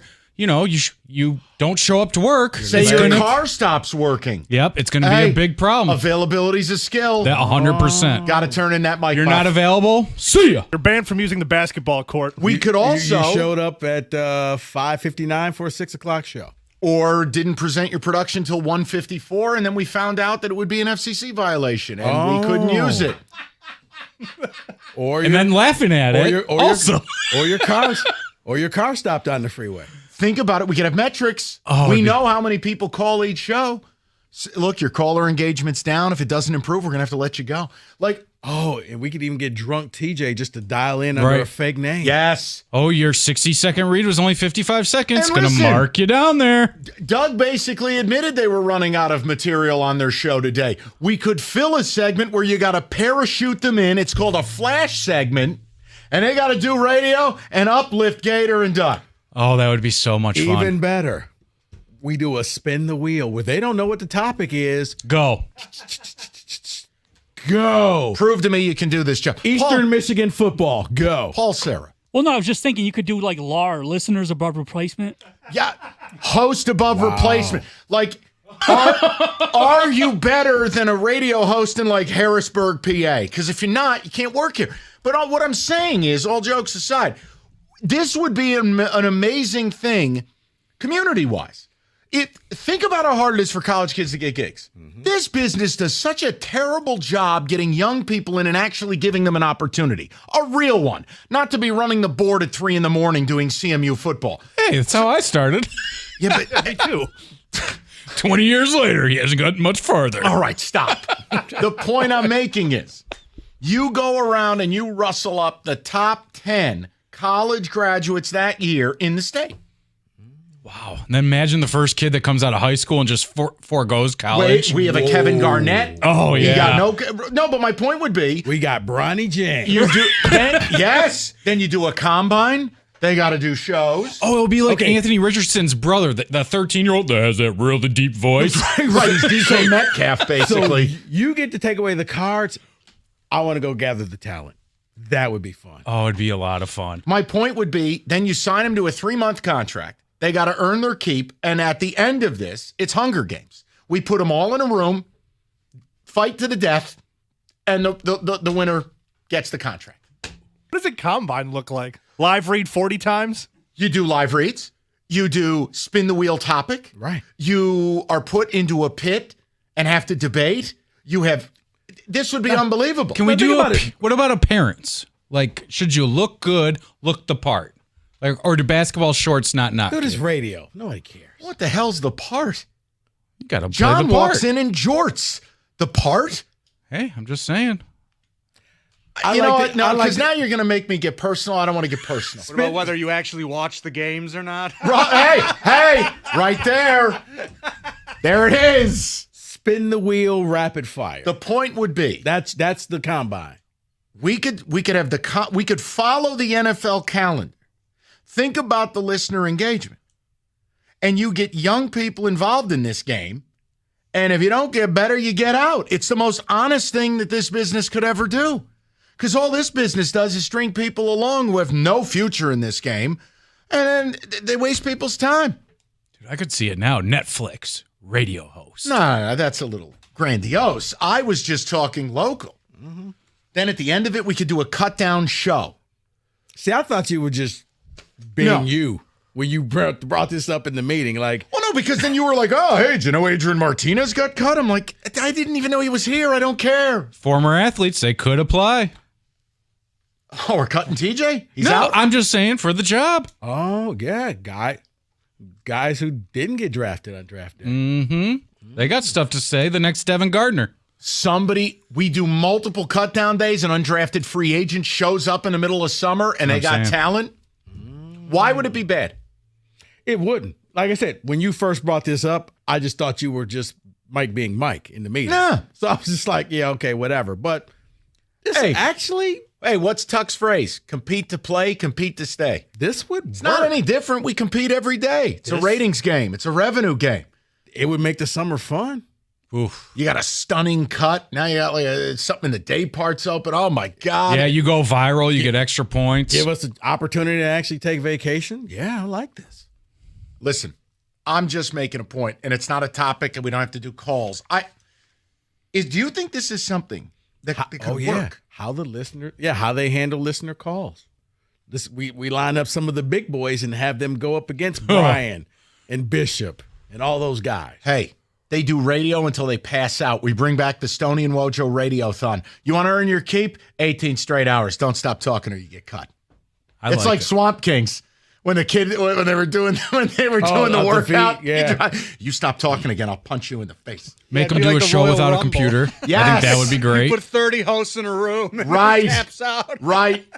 One by one, the opinions get worse and worse and worse until we hit the bottom of the chili pot and someone's out. I think we just need to do it next summer. I don't run the station. My point would be, well, actually, technically, right now, nobody runs the station. Kenny, there's no one here. Kenny, let's just there's no one here. Let's go to commercial. This place, it's working here. It's like COVID. We have cardboard cutouts of people here. There's no one here. The building could be on fire. There'd be no one to tell.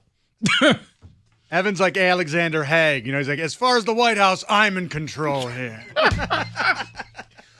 Do you want to do Ticket Cutdown Day 2K24? I do, but think about draft night. We're going to be on the air for 10 hours having a party. We introduce the new ticket draft picks, and then they have all summer to prove themselves. Wait.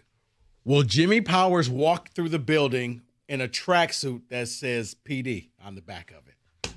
The whistle. I would buy it. He looks like Dennis Leary on draft day. He's wearing some shell toe Adidas. Right. He has a golf shirt that says Coach on the chest. Program director. PD. Yeah.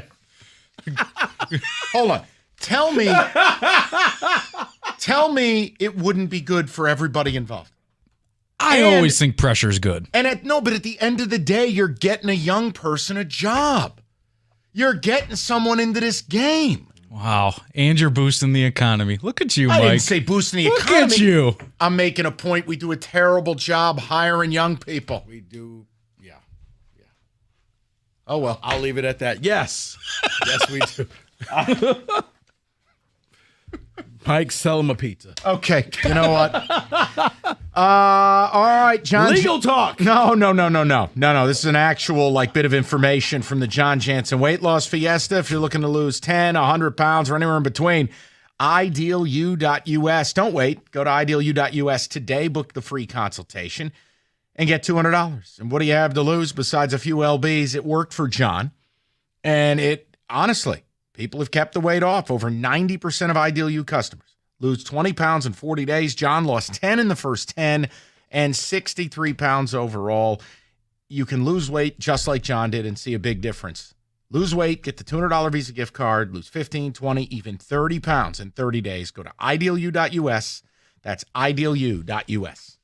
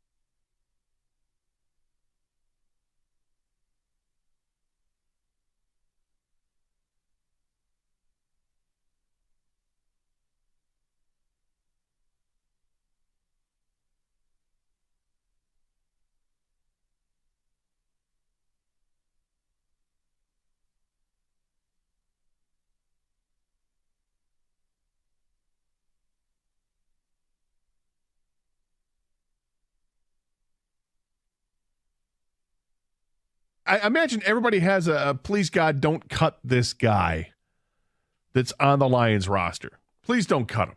Like, you think that this guy could be something, a diamond in the rough. You don't want to see him go by the wayside. Who would that player be for you? And Kang, I'll start. For me, that guy is Antoine Green. He's the wide receiver that they drafted in the seventh round from North Carolina. He was the 219th player selected in the draft. I love his combination of size and speed. He's 6'2", 200 pounds. He's fast as hell, and he's somebody that I think could benefit from Jameson Williams not playing for the first 6 games, because he could be a guy that you can bring off the bench in situations. You spread him out with 4 receivers, and this guy can go deep, and you're going to have to account for him because he's got the speed and because the size might be a mismatch.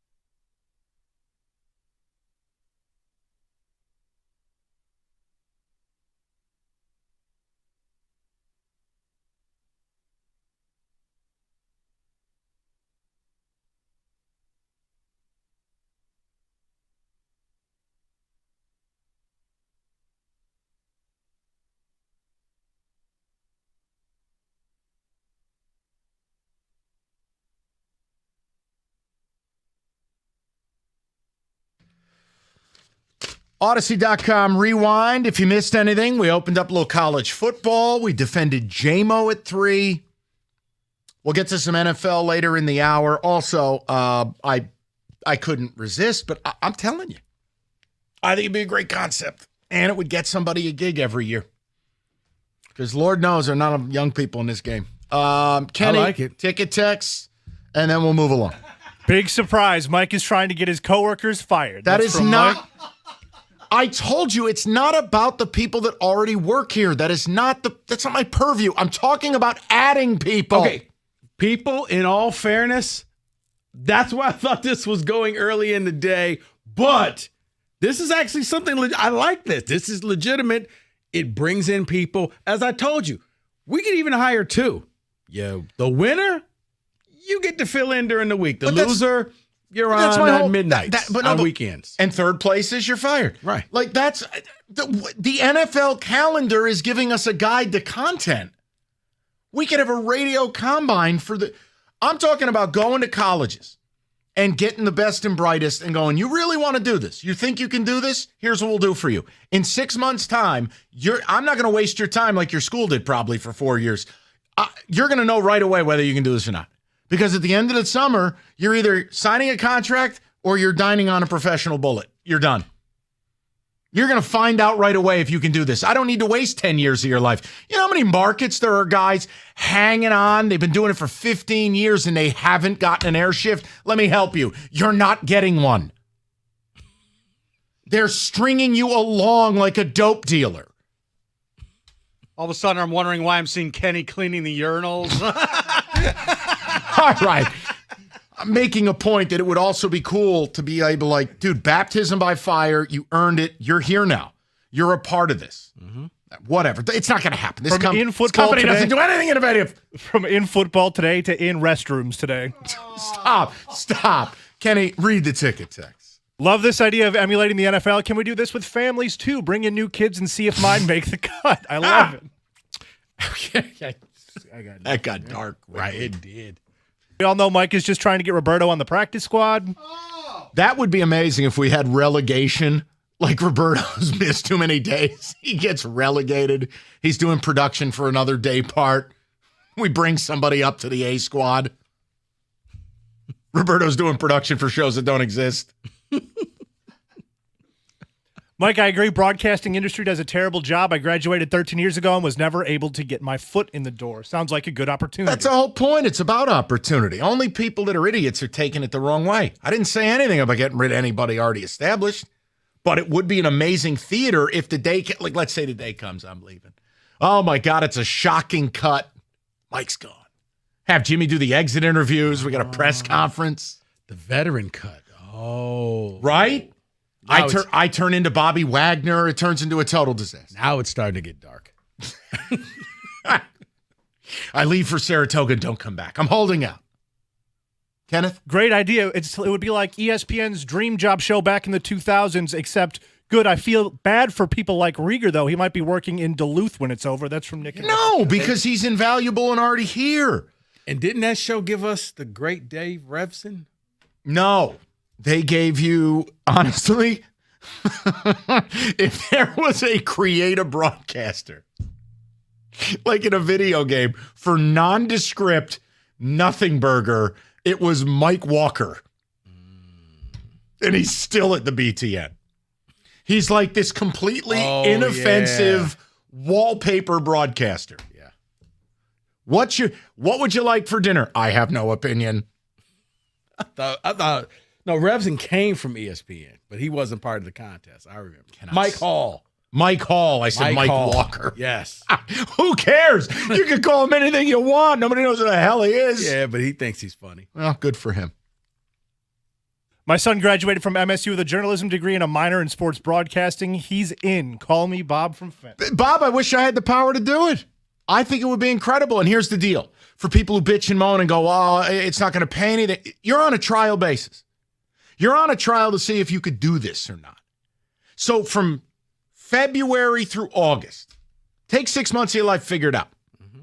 Your whole 20s are designed for you to figure stuff out. You're supposed to do 5 or 6 different things. And eventually, you finally gain traction in your late 20s or early 30s, and that's when it's go time. This would be more effective than anything most industries do. I like it. Well, listen, unfortunately, which means it won't happen. Right. I know.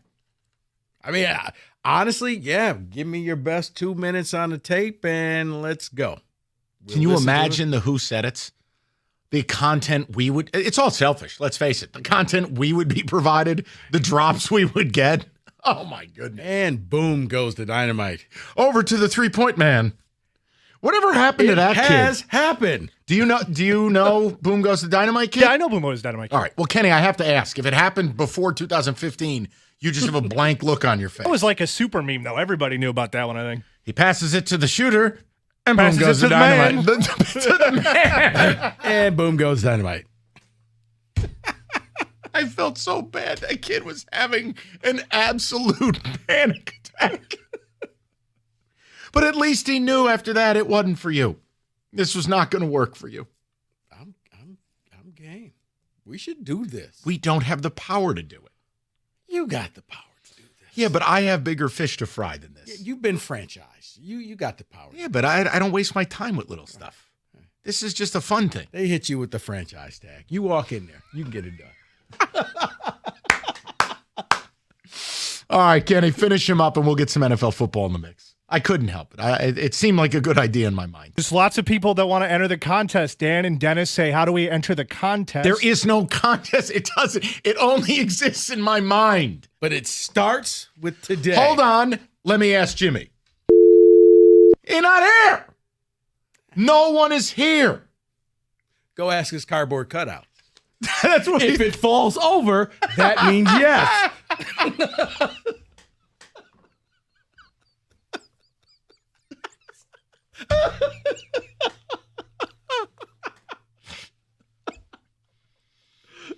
Go ahead, Kitty. Oh, man. One more. Mike is just trying to find a creative way to get rid of Jansen, is what it seems like. That is not. Let me say this in the most polite way possible. Just seriously.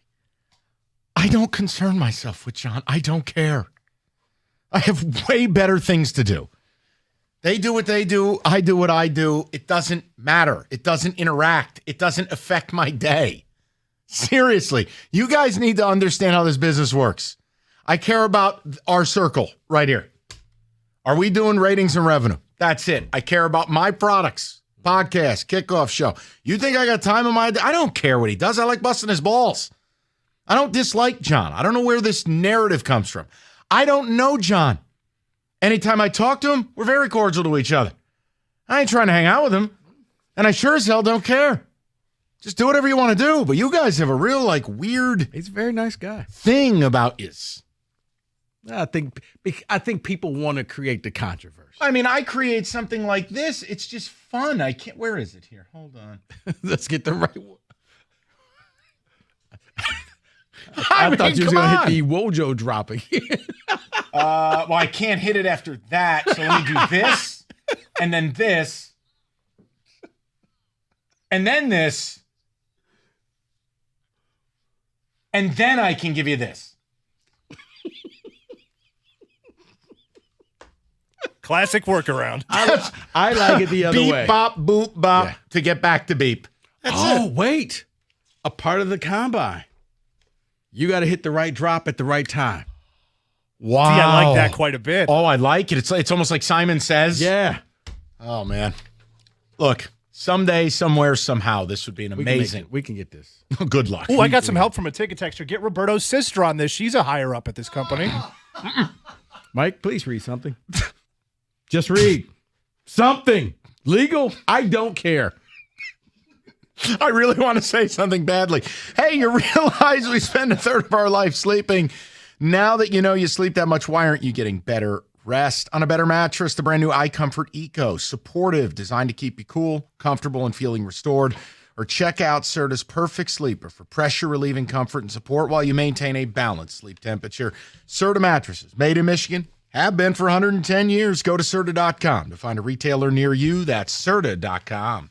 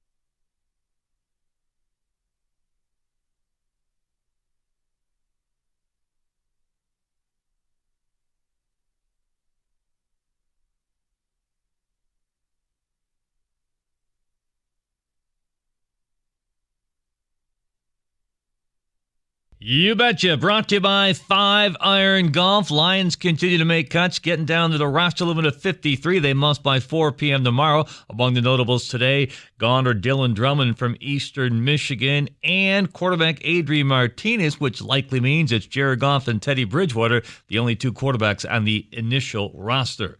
Cardinals have released quarterback Colt McCoy. Add to that Kyler Murray remaining on the PUP list for them. Nate Sudfeld of the Lions did suffer a torn ACL in the final preseason game. He could be gone for the year. Tiger baseball tonight right here on 97. Won the ticket from Comerica Park against the Yankees. First pitch at 6:40. Both Michigan and Michigan State open the season this weekend. Michigan hosting East Carolina Saturday at noon. MSU getting Central Michigan Friday night. MSU has yet to name a starting quarterback. At the Ticket Update desk, I'm Jeff Lesson. For more 97.1 The Ticket or Odyssey.com.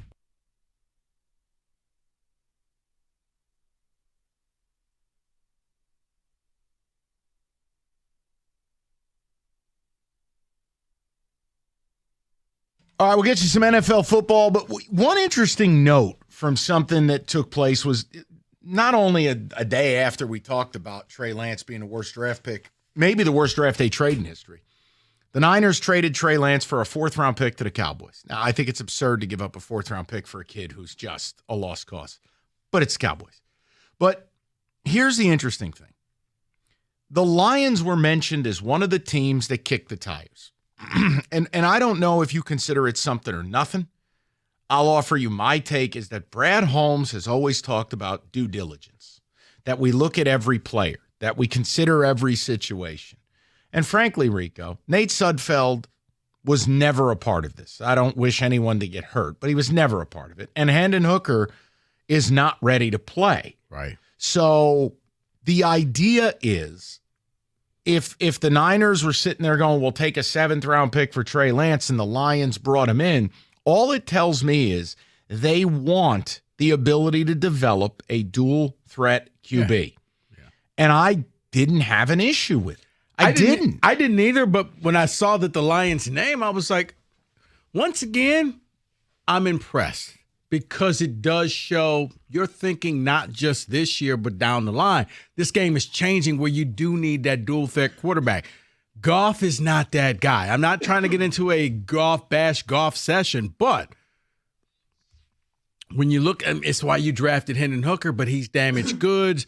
Trey Lance, I do believe that if he actually sat for a year or two behind somebody and learned the game, that maybe you could get something out of him. I'm not saying he'll ever be a top QB, but he just wasn't ready.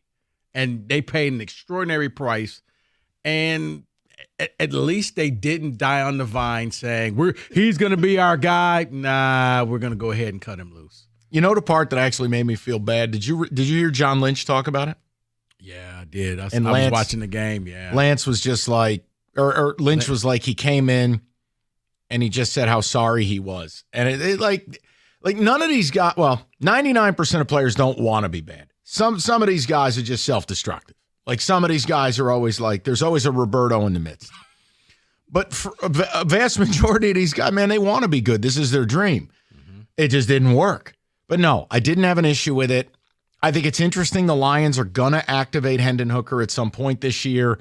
That does have contractual implications where he's already not a 1st-round pick, so you don't have a 5-year option. This will burn a year instead of being able to shelve him. But I like the fact, I think you said it best, it's just at least when players become available, Brad Holmes is doing the work that previous GMs did not do. And even if Straight they don't, up. right, and you feel better that the Lions asked about this person. The Lions inquired about this person. But I was shocked. And I give you credit. I always thought you were just being a bleep hole, but you were always like, no, they're going to get value for him. Yeah. A 4th-round pick for a kid who has played no football in 2 years and by all accounts is terrible. Now the value, that's stunning. Right, the value doesn't equate to the 3 first-round picks. But Rico, it is legitimately the worst draft day trade in the history of the sport. Yeah. I mean, if you want to the only thing that helps him out is that you took a 7th-round pick and you may have gotten your franchise QB. You keep telling yourself that. It's cute. It really is. Okay, what does he have to do before you finally just say, you know what, this? I'm not saying, Mike, I'm not saying he's all I view Brock Purdy and J.J. McCarthy as the same person. Neither guy has to do much of anything. Right. And yet they get lauded. No. Like, I love in Jeff's update how JJ's got 16-1 odds for the Heisman, and Blake Corum is the heartbeat of that team. Blake Corum is the bell cow of that team. Right. Brock Purdy knows that. Yeah, the difference is people won't stop talking about Brock Purdy like he's any good. He's not. Just go out there and don't turn the ball over. That's all I Great. want to So see. he's Trent Dilfer. Hey, get the ring like Dilfer did. Yeah, but I don't care. That doesn't make Dilfer good, and it doesn't make Purdy good. I never said he was good. I said you have a franchise QB That's because not a you got franchise the QB. pieces around you. That's not a franchise quarterback. That's a couple games with his arms. But it's a placeholder. That's the difference. No, I think he has time to develop and get better. Okay. What you you hope that Lance would do. If I was saying I was rooting for you, I'd be lying. So I'm not going to lie to you. Kenny, how about the ticket You've text? just been mean and hurtful. Not at all. I'm excited. We got football this Big Ten weekend. power rankings. I'm not going to participate. All I said is I'd rather do Who Said It with the new Cut Down Day ticket contest. That's all. You know that segment is now officially going to be gone. We're not doing it. We're doing it. It's your passion. No, and then you'll just bash it. That's the fun for me. This whole conference sucks. It does. There's 3 teams and then a collection of just people kicking cans around. It's awful. Go ahead. Kenny? I'm glad the Lions kicked the tires on Trey Lance. I'm glad that we didn't trade a 4th for him, though. No, me too. I look, the Cowboys are going to cowboy. I think it's crazy. But you know what? It's not my problem. I hate the Cowboys. Mike, you nailed it. Due diligence. That's all this is. It makes me feel good that this GM and Dan Campbell, there's a relationship. They work hard. There's compromise, and they are vetting everything out. Yeah, it's smart. But I don't think it has some, oh, my God, they don't like Goff undertones to it. No. You're looking to the future. Because if they loved Goff, Goff would be locked up right now. If you brought, well, you'd lock him up by now. Let's beat Kansas City a week from Thursday. We'll do the extension, Shucks. Aren't these the types of moves that, like, past regimes would always complain? They never even tried. They never even made a phone call. Because the GMs they've had in the past have largely been asleep in a chair. Kenny, you're supposed to do that for every available player out there except for Shohei Ohtani. That when Correct. you don't make that call. Correct. That is true. How much money you think he cost himself? $300 million? Probably at least 200. All right, I'll meet you. He's still a $400 million player. Yeah, he is. But if he ever gets the... Because you think you can get him at a bargain, and maybe 3 years down the line, he could even do some spot duty pitching for you. It sucks. It's just... Oh, yeah. Angels, good organization, by the way. Could have traded him for a mint. Now the guy's dead. All right, we'll get some football momentarily. Old Nation, beer, football. It's a match made in heaven. Every beer from Old Nation. Highest quality, including the newest edition, the World Tart Golden Ale lineup. Defies expectations. Think strawberry rhubarb if you're into that deal, but it's not a sour beer, and it's not one of these cloudy smoothie style things. There's a lot of complicated beers now. I'll tell you what. It's very confusing. Old Nation generally keeps it pretty simple, keeps it high caliber. The M43s will put them on the map. It's their mainstay. Ask for it wherever you buy your beers. It's oldnationbrewing.com. That's oldnationbrewing.com. 21 and up. And as always, please drink responsibly.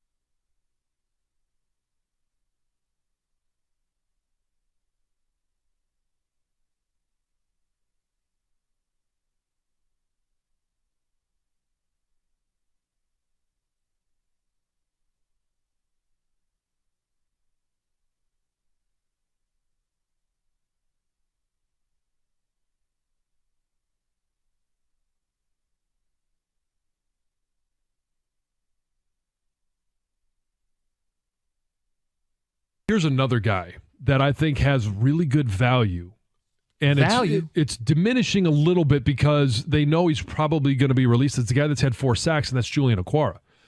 I think he's going to be an odd man out. Trade. Has performed well, but yeah, you have from now until Tuesday to try and get something in return for Julian Okwara. Is there a receiver out there that you believe can give you another weapon, another option that maybe another team is looking, hey, we want to cut to, but we need somebody on the edge to rush the passer, not a starter, but a backup guy. Yep. Is there a deal to be made? So you don't think Okwara is going to make the team if he's Julian? I don't think so. Okay. 7 edge rushers is tough. I know, and I know the number crunch there, but man, Owens Enrique potentially making the team and him not? But again, it's different positions. I know it's different positions.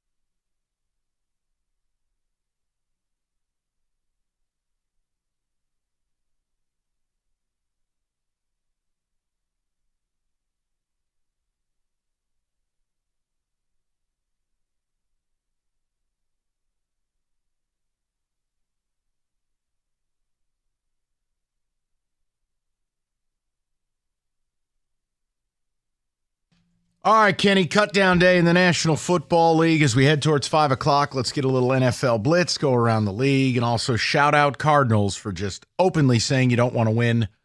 I don't know what you're doing getting rid of Colt McCoy. We're on to Cincinnati. Kenny?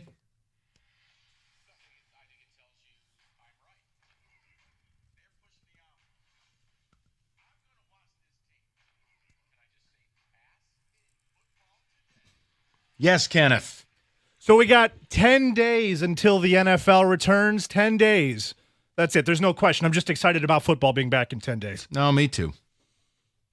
Trey Lance traded to Dallas, 4th-round pick. We just talked about it. Will he go down as one of the all-time draft busts? Or what does he have to do to remove himself from bust territory? Oh, listen, he'd have to become a starter who wins playoff games. You're talking about a guy taking number 3 overall. They passed on Justin Fields to take him. They passed on Kyle Pitts. They passed on Jamar Chase. They passed on all pro level players, and they gave up 3 first-round picks to do it. There is next to no scenario where Trey Lance can redeem himself. I was about to say he probably would have to do something Lamar Jackson-like where you win an MVP or take your team to multiple playoffs over the years. Dude, he's football Darko. That's where we've arrived at. I'm not ready to give up on the young guy. Good for you. Strange headline coming from the Rams. Matthew Stafford apparently having trouble connecting with younger teammates. Quote, I don't know how to lead people I have no connection with. I have to somehow find a way to connect with them. He even went to an equipment staff member and said he wanted a book printed of players' names and faces so that he could remember people. Kenny, you could have stopped after the first 8 words out of your mouth. It just got worse, though, is my point. I don't know how to lead people. Right. And you could have stopped it right there. Have you ever heard of anything like this before? I'd love to know where the bell went. I think it's in the other studio. Yeah, or it was stolen. Here's my point. You just hate to see it. I mean, it started Stafford taking over a winless team, and he's headed right down the same path. He's going to go out the way he came in. Wah. Yeah, pretty much. Per Schefter, the Bears are now out on the Jonathan Taylor sweepstakes. The further this goes, are you like me when you think, man, he's going to stay a Colt this year? It's really impossible. I mean, you're dealing with the injury that might not be an injury, that might be. You're dealing with the contract. Then you're dealing with the public sparring with the owner. Kenny, I don't understand how you get here with a player like this. I don't. So what do you have to give up to get him? That's the one thing. There's been no reports on what it is the Colts are even asking for. Because the Colts have said, you can seek a trade. We're not. So I would lean to yes, Kenny, because bottom line, he's got to earn money. Mike, this has become the ultimate spite store. I think the Colts are ready to burn it to the ground.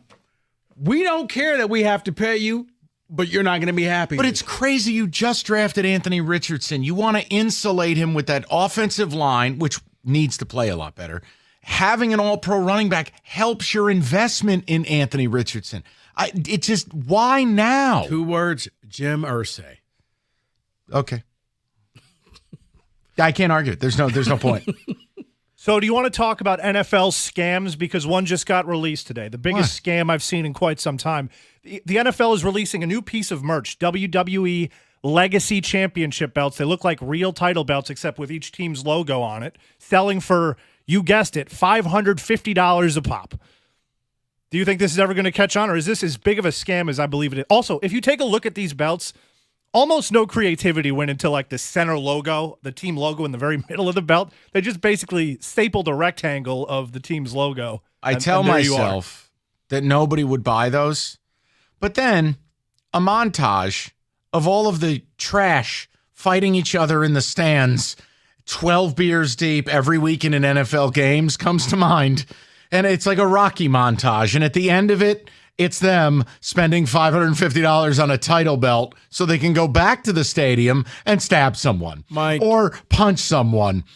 Just seriously, NFL fight fan is the worst human being on earth, and this is who it's directed towards. Yeah, Mike, you were gone on vacation Friday. People are just dumb. They will buy this. No way. No, we talked about it. What, Firefest 2 is going to happen, and tickets are already being sold. Oh, you remember Firefest? Oh, I know. The documentary, yes. He got out of jail and said, I want to do this again. Yeah, and it's already selling out. Also, this is not a very well thought out piece of merch because there's actually a team that cannot sell them, the Jacksonville Jaguars, because their owner also owns rivaling wrestling company AEW. So they can't even sell it because it's two competing brands. Sweet Jesus. So this was a great scam, NFL. This is almost bad as NFL's Wear Pink campaign where like $5 goes to actual cancer research. Or the, hey, you can actually buy the draft telephone if you want it. What do you mean? Remember when they had the draft and you could buy the phone and nobody bought the phone? Oh, the one I have, my dad got for $20 at an estate sale. Some poor bastard died and he bought it. That was the real phone? Yeah, $20. We want Phil Simms. Right. Do you remember the Lions L hat that just had the big L in the middle of the forehead? That's probably the worst piece of marketing ever. Like, no one in the room saw instantly, guys, we're selling a hat with a gigantic blue L on it. Historically bad franchise. Let's just slap an L on somebody's forehead. That's like when Fordham University puts FU on a hat or something. Like, you're like, did anyone think this over? Right. Only thing maybe worse than that was when the Charlotte Hornets came out with their alternate jerseys. What? If you got the number 1. It was the airport code. Oh, yeah. See? Yeah. Yes. We're Pepper drafting Johnson. Jumbo Elliott. Leonard Marshall. Yeah, $20. The poor guy who bought it probably paid a hell of a lot more than that. And he's also dead. Tough break.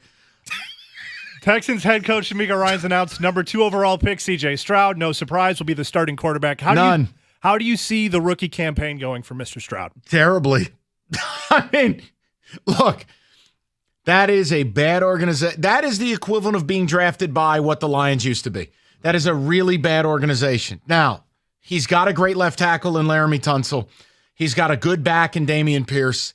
I like Nico Collins. I hope they can utilize him. But overall, I just worry, are they ever going to surround this kid and build around this kid? They have been so bad with their decision-making. And even now, Rico, they gave up a lot to move up and get Will Anderson. Yeah. So it's going to lessen the amount of help that's on the way. The only people happy about this are probably the dumbest team in the league, the Arizona Cardinals. Because it now means you could possibly pick 1 and 2 next year. The ideal for them would be to take the quarterback of their choice at 1 and then sell the second overall pick to the highest bidder for a Pirates bounty. Okay, honestly, if I'm in Arizona, I would sell both picks.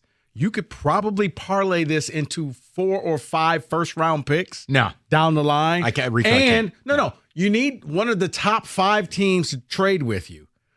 You're still picking in the top 5. No, I need Caleb Williams or Drake May. You can't. I don't think that they could bench Kyler Murray. They don't have a choice. They hate him.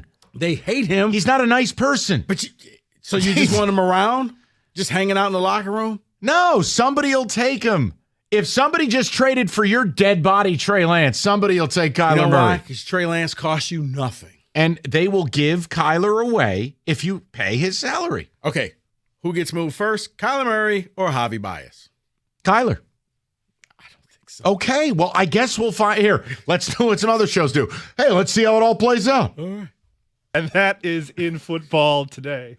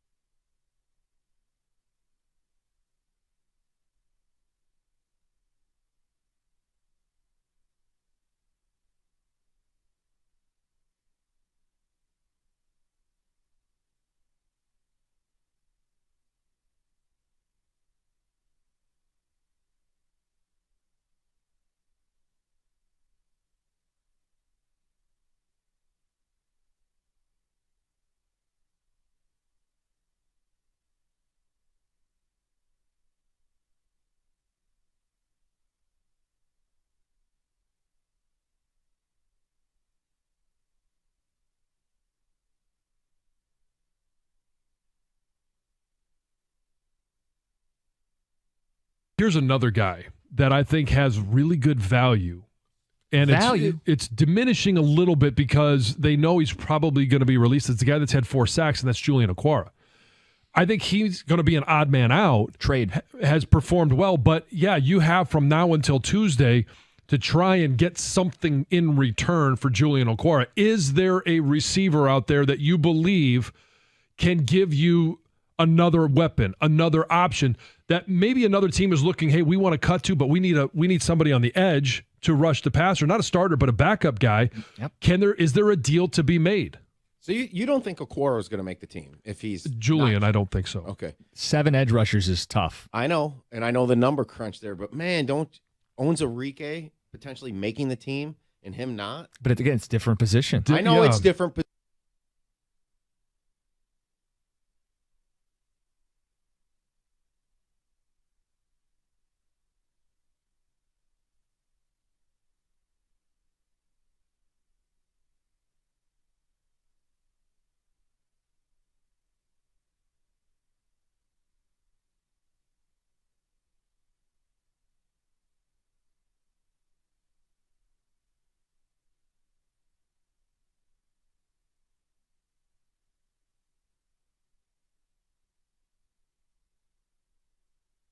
And we're brought to you by Lady Jane's Haircuts for Men, open 10 to 8, 7 days a week. It is wicked awesome. Tigers-Yankees tonight, 6:40 to first pitch from Comerica Park, right here on the ticket. Tigers also announcing they're going to stick with that 6:40 starting time for 2024. Tigers will open the season March 28th at the Chicago White Sox. Friday, April 5th is the home opener against the Oakland Athletics. Lions continue to get towards that roster limit of 53. They must be down to that by 4 p.m. tomorrow. Among those gone today, wide receiver Dylan Drummond from Eastern Michigan and quarterback Adrian Martinez. With Martinez gone, it likely means Jared Goff and Teddy Bridgewater are the only two quarterbacks on that opening day roster. Of course, at Kansas City a week from Thursday on national television, also right here on 97.1 The Ticket.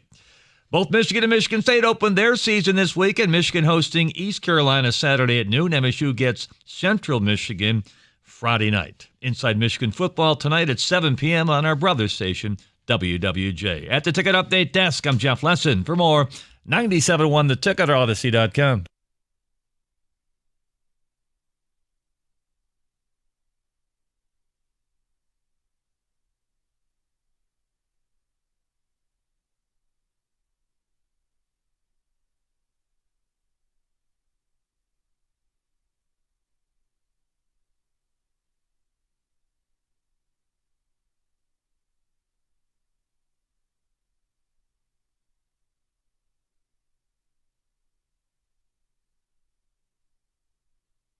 Five o'clock. Great to have you with us. I'll give you the rundown of the menu. If you don't like what we're talking about now, Odyssey.com rewind. You can go get whatever the hell you like for the low cost of free. Opened up with the state of college football, which I equate to Vanderbilt's blowing scoreboard hanging from a crane. Arch Manning makes more money than several NFL quarterbacks. I've had enough. We also defended J-Mo at 3. I didn't stutter. I actually feel bad for the kid. But Rico, you have something you want to bring up, and I think it's a fascinating question, and I might be guilty of both, but lay it out for the people, because I actually, the closer the season gets, what you've hit on, I'm questioning both. Yeah, Mike, we live in the state of Michigan, so there's an inherent hate for certain teams. But when you look at this, because we live in the state of Michigan, are we simply overlooking the Green Bay Packers? You look at what Jordan Love did in the preseason, 21 for 33 for 193 yards, 3 touchdowns, 0 INTs, had a QB rating of about 109. Like, he went out there and got it done in the time that he was playing. Now, before you say, well, it's preseason. Well, we didn't see Goff do anything this preseason. It's his team. This could be addition by subtraction. Green Bay is quietly just laying in the weeds, and we've all dismissed them and said, well, Aaron Rodgers left. They can't possibly be any good. They can run the ball. They got a defense. If Love can just go out there and not turn this thing over, they may be the team we're not talking about. The other team, too, is Ohio State in football. It's Michigan. Michigan's going to run away with it. Michigan's knocked off the Buckeyes the last 2 years. But for this, I'm going to rely on you. Oh, no. Don't do this. Las Vegas. No. Is telling you Ohio State is favored to win the Big Ten, not Michigan. And I don't understand it. And Vegas doesn't give away things on a discount. I know. But we look at this as, well, Ohio State is dead. Ohio State is finished. Oh, Michigan just owns them. Who's their quarterback? Probably McCord. Okay, my point is no returning starter. Right. Look, I'm with you, because in the end, Michigan should be favored because they have one of the biggest fan bases in the country. You limit your liability and you take all their money if they don't get it done. The one I lean towards is I'm sleeping more on Green Bay. I'm more guilty of the Green Bay thing because the point you've made, they have the best roster. Mm-hmm. Like, I believe the Lions are going to win this division, but it's because they don't have the best roster, but they have a settled quarterback situation. They have they have this continuity on the offensive side of the ball. I viewed it with Aaron Rodgers leaving and Jordan Love, who was completely forgotten about, that they just wouldn't get it done. But like what Rico's saying, guys, if you look player for player on a 53-man roster, Green Bay's roster is better than yours. Yeah. And 248-539-9797, are we just overlooking Green Bay? Are we overlooking Ohio State? Because when you look at Jordan Love, Mike, they actually did things the way you used to do in the NFL when you drafted a player and you groomed him for a couple of years. It's what they did with Aaron. Right. And we all thought that after Brett Favre left, oh, Green Bay's going to fall off. Guess what? They didn't. Here's the recipe. For Green Bay, they're going to play the way they've played the last 2 years, and it's the right move. Pound the rock, play defense. Aaron was a game manager. That works for a young QB. Right. For Ohio State, you can't do that. Ohio State's got a new quarterback. And my problem is there is no, okay, this is going to sound insane, but work with me. What has better odds of happening? Jordan Love attaining 75% of what Aaron Rodgers was last year, or what is it, Kyle McCord being 75% of CJ Stroud? I know what answer I'm taking. Right, but when you look at the Buckeyes, Mike, kind of like Green Bay, they just seem to find quarterback after quarterback. I know. They haven't missed yet. But this particular quarterback was a top 3 pick in the NFL draft. Now, Aaron Rodgers last year, I would argue to you, was not a top 10 QB. He was a game manager. They had Aaron Jones, A.J. Dillon. We're going to run the football. Rico, I'm just making a point. There are better odds in my world of Green Bay's QB situation being close to what they had versus, I don't care, if Kyle McCord is better than C.J. Stroud, then all of a sudden it changes everything. I don't believe that's even plausible. No, I guess in his first year as starter. I look at McCord because he played with Marvin Harrison Jr., so maybe you get that Peyton Thorne, Jaden Reed type of thing going on. You cannot invoke the name of Peyton Thorne in this conversation. I will not. No, I'm saying they have a history together. If this were a courtroom, I'm yelling objection sustained. I mean, that isn't, you can't, I know. They have a history together. I know. But when you look at this, I just wonder, because we live in this state, did we just write these two teams off? So here's my question. They have no shot. So here's a question for the people. Who are you more afraid that you've overlooked? The Buckeyes or the Packers? Who is the one that deep down you know, and I'm guilty, right here, guilty. You look at it now that the season's approaching, and you go, I may have gone a little too far with that team. Is it the Buckeyes or is it the Packers? You can't say both. If you feel guilty you've overlooked both and you've turned into paranoid fan syndrome, PFS, you still got to pick the one that you feel like you effed up the most. I actually am starting to wonder about the Green Bay Packers. Look, Ohio State has to go to Michigan. Ohio State also has a losable game against Notre Dame. Ohio State has a new quarterback in a system that, frankly, I need to see it to believe it. Green Bay plays a style of ball that you can break a new QB in with easier. If you told me Ryan Day was going to line up, they were going to pound the rock, play pass, it's a different concept. But for me, Rico's kind of touched on this, and I can't argue it. You know, Green Bay's got the two-headed monster at running back. They got one of the better O-lines. I think the line O-line is better, but it's a good O-line in Green Bay. And remember, all those first-round picks that Aaron Rodgers was mad they didn't use on offense, they got it on defense.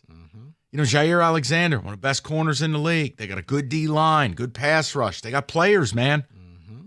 Now, if Quay Walker could stop pushing team trainers and stuff, maybe we hit on something there. Mistakes were made.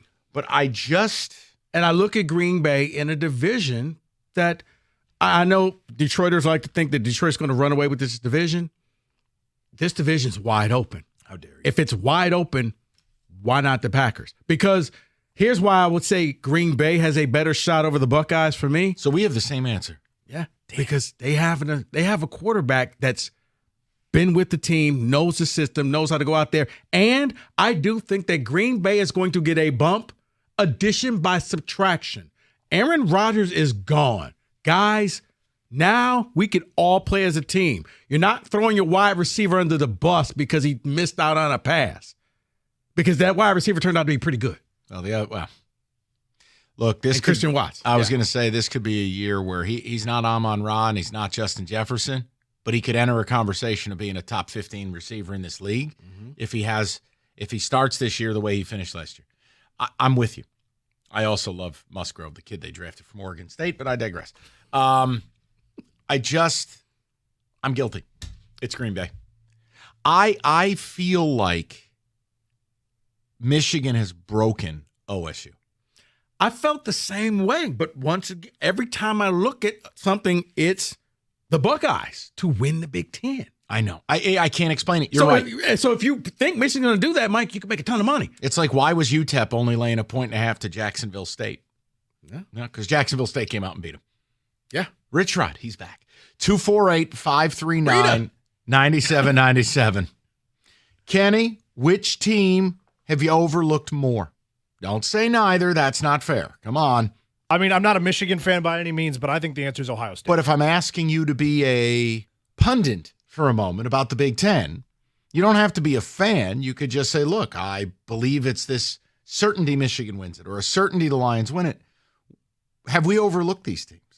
I think Ohio State would be the one that's being overlooked in this situation, not Why? Green Bay. Let me hear it. Is it because of your experience against them in the playoff? It is partially because of my experience against them in the playoff. They are a dangerous, built-to-win national title team that just is one piece away from maybe doing that. And Green Bay, I mean, Paul said it back here when we were talking about it. It wouldn't be fair if Jordan Love was good. I don't care if that's not a logical answer, but I can't go in my lifetime as a Lions fan. Hold on. From Favre This is the to nuanced Rodgers. conversation. Paul Sarah says, simply put, it just wouldn't be fair, and I don't want to talk about it. No, I mean, but anyway, I think Aaron Rodgers still kind of was the boogeyman in my mind, and going from Jordan Love, who has no regular season NFL experience, it's a lot. He started the one game in Kansas City. It's a lot harder to be good in the NFL than good in the Big Ten. Okay, but then, Kenny, do you put any credence to the argument I've made where, like, Rodgers had kind of fallen to a level where I thought he was replaceable in Green Bay versus C.J. Stroud was as good of a college quarterback as anyone last year. The idea that the new guy is going to be anywhere near that, but I got a hard time with that. They got the track record because you had Haskins before that. You had JT before that. I mean, heck, they won the national title with a third-string quarterback. At Ohio State, you can plug and play. Yeah. And insulated with weapons. Like I said, it's a lot harder to be good in the NFL than the Big Ten. 248-539-9797. We will get to your calls and ticket text next. 97.1. You've heard me talk about Specs at LTU. Well, guys, it's your turn. You heard us talking about, hey, maybe you want that career in radio. Specs at LTU can help get you on that path. It's very simple. What do I need you to do? Be curious. Visit the website, ltu.edu/specs, to learn more about the broadcast media arts, the digital media arts, and the graphics communications program through Specs at LTU. Meaning if you're looking for a career in radio, TV, graphics design artists, Specs at LTU can help you achieve your goal. Be curious. Visit the website, ltu.edu/specs, to learn more and then enroll in Specs at LTU certificate program today. That's how you make the magic, folks. And then you get your career going. Why? Because you're going to be taught by instructors like myself who actually work in the business. We're not going to waste your time. You're going to learn from day one what it takes to be whatever it is you're trying to achieve. Go to the website, ltu.edu/specs, to learn more.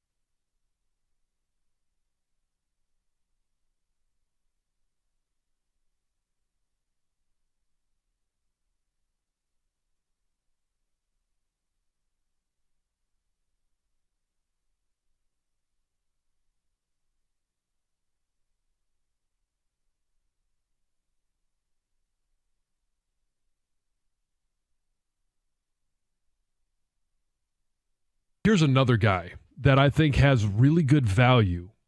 And it's diminishing a little bit because they know he's probably going to be released. It's the guy that's had 4 sacks, and that's Julian Okwara.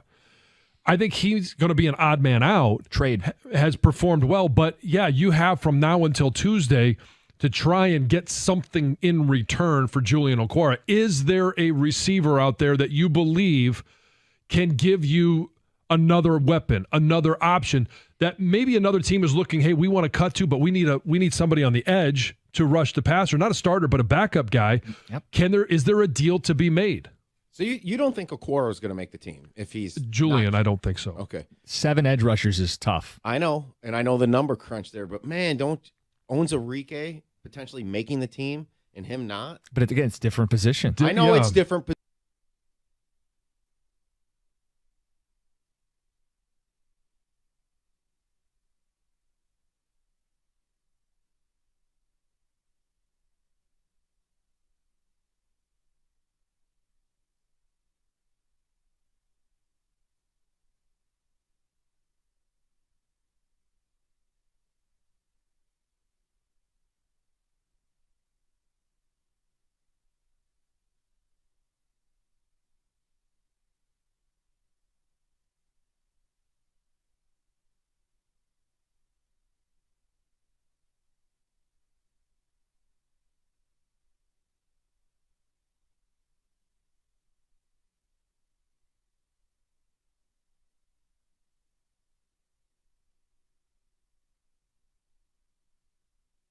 Don't get stuck without power the next time a storm hits, or wait for the first hot day to find out the AC's on the fritz. It's going to be 90 next weekend.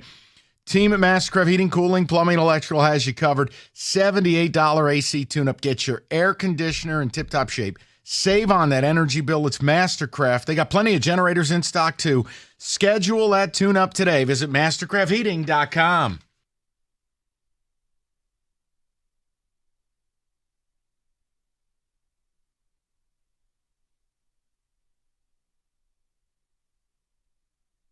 Kenneth G. Cott, the ticket text. Then we get to the callers. Who have we slept on more? Forgive us for thy sins. The Ohio State Buckeyes or the Green Bay Packers? Because I feel like I've slept on Green Bay too much.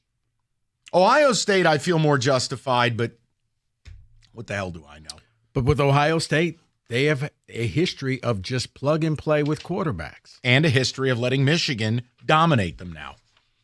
2 years. Right, but it's a complete paradigm shift in the rivalry. It is until this is where I look to you. I can't explain it. Las Vegas believes in this team. I know. They believe in this team so bad. Yeah, they're saying Buckeyes will win, not Michigan. Kenneth.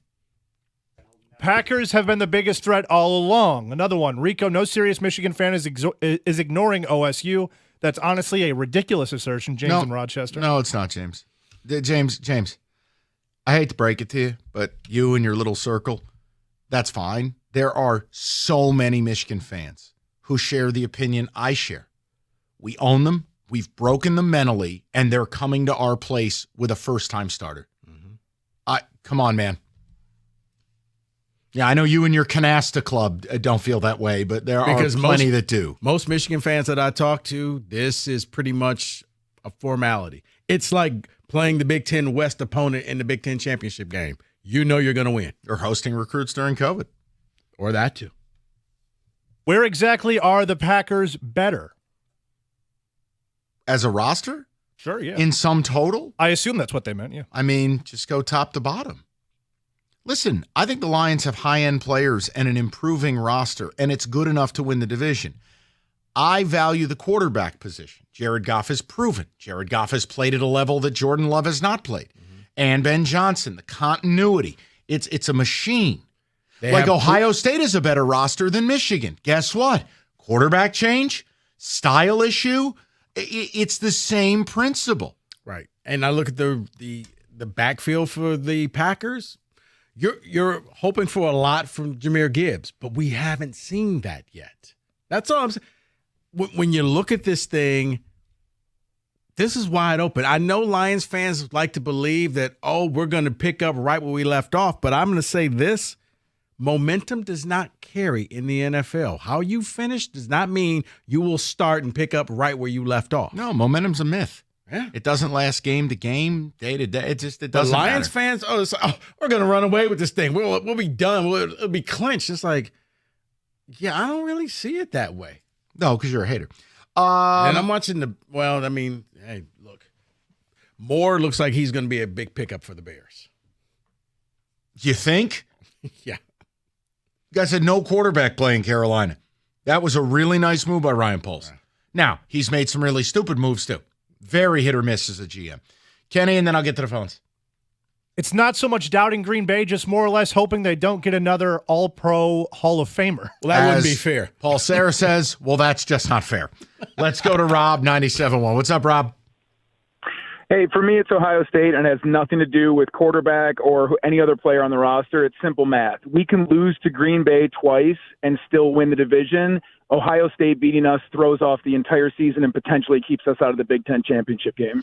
But let me offer this. Hold on. You know, Rob, the biggest scenario I've been playing out all off season is I think the team that avoids the Big Ten title game is going to be the second team in the playoff. So, like, I'll give you an example. So I talked about this a lot about Penn State when I was doing Cash the Ticket. And it was like Penn State beats you, right? But Ohio State beats them, and you beat Ohio State. Penn State will lose every tiebreaker scenario to go to Indianapolis, and that's a good thing for them because they would go to the playoff along with whoever won the game. I still feel that way about you guys. If you go 11-1 as U of M and you don't go to Indy, you're a mortal lock to make the playoff. Oh, no, agreed. But we started the conversation with the bet that Ohio State's favored to win the Big Ten. Right. Well, Rico keeps bringing that up, and I'm saying I've overlooked them, and I have my reasons. I feel like that's more appropriate than the way I've overlooked the Packers. No, agreed. And I think if we make one slip up, that Ohio State game then becomes completely the end of your season, whereas 2 losses to Green Bay is like 2 losses to anybody else. Doesn't matter. Who do you think poses a bigger threat to you? You think it's Ohio State, or do you think it's Green Bay to the Lions? I think the bigger threat is I still believe with Paul Sarah that it just wouldn't be fair. But I think the bigger threat is still Ohio State because, yes, I mean, it's college. They're used to reloading. And, yeah, it's an unproven quarterback, but the NFL, you can't reload quite as quickly. Yeah, no doubt. And it's now, Rob, listen, maybe they both surprise us. Maybe they're both complete pains in the ass. But all summer, I know how I felt. As the season gets closer, Rico's right. You start to – the only thing I'm sure of in this world right now is Texas is back. Everything else is up for grabs. Ken's on a cell, 97.1. Hello, Kenny. Hello. The answer is definitely Green Bay. I do know that Michigan is in the heads of every Ohio State Buckeyes fan I meet. And the Packers have been loading up on defense for the past couple of years. They're going to be really, really good. As far as the offense goes, the Packers have taken a weakness and turned it into a strength. Their receiving core is 6 deep. They might be better at receiver than the Lions are. They've got a great running game, and they've got depth there. I'm going to tell you something, Ken. You've touched on something, and I think it's something that I have slept on. The Lions' fatal flaw could be this receiver room. That Amon-Ra is a superstar. I think he's a top 5 receiver in the league. But outside of that, they ain't got much. And J-Mo getting hurt in training camp, plus the suspension. Ken, I think that is one thing I just desperately wish the Lions would bring in another receiver.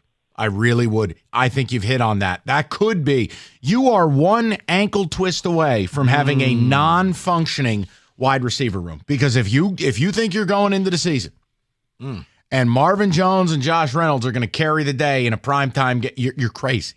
You're insane. You need help. Yeah, the Packers have options and weapons, and I will agree with him there. I think, and with that game last year when Jamal and the Lions go to Green Bay and win, I think the Lions may have prematurely just buried this entire franchise, saying they're dead. And kind of like a lot of Jason movies, wait, they're not. If Jordan Love is good, That is going to be the most unfair thing ever.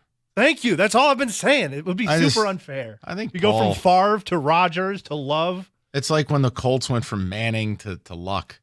And I know it's not quite the same because Andrew Luck retired early, et cetera, but you get my point. You're just like, really? So many of these teams are running around in the wilderness looking for a quarterback, and these jackasses just get back-to-back-to-back Hall of Famers. Come on. Can't take it. Normally you only get 2. We had Montana to Young, and then that was Jeff Garcia. Hello, Jim Drunkenmiller. 248. Jeff Garcia. He was actually good. He was good. 248-539-9797. Northville Lumber, oldest company in the state, largest Trex decking outlet in the country. Nobody stocks more. Nobody sells more. And in fact, contractors, homeowners, they bought enough Trex from Northville to cover 26 football fields. Look, there's a reason Northville Lumber sells that much. Because it's all in stock all the time in their warehouse. Low pricing gets. Bottom line, deck season's here. Look at this weekend. Absolutely beautiful weather coming up. You need someone to build a deck. You're going to be missing it. Get it done now before the spring rush because you're going to regret it if you don't. They'll introduce you to a Trex certified pro.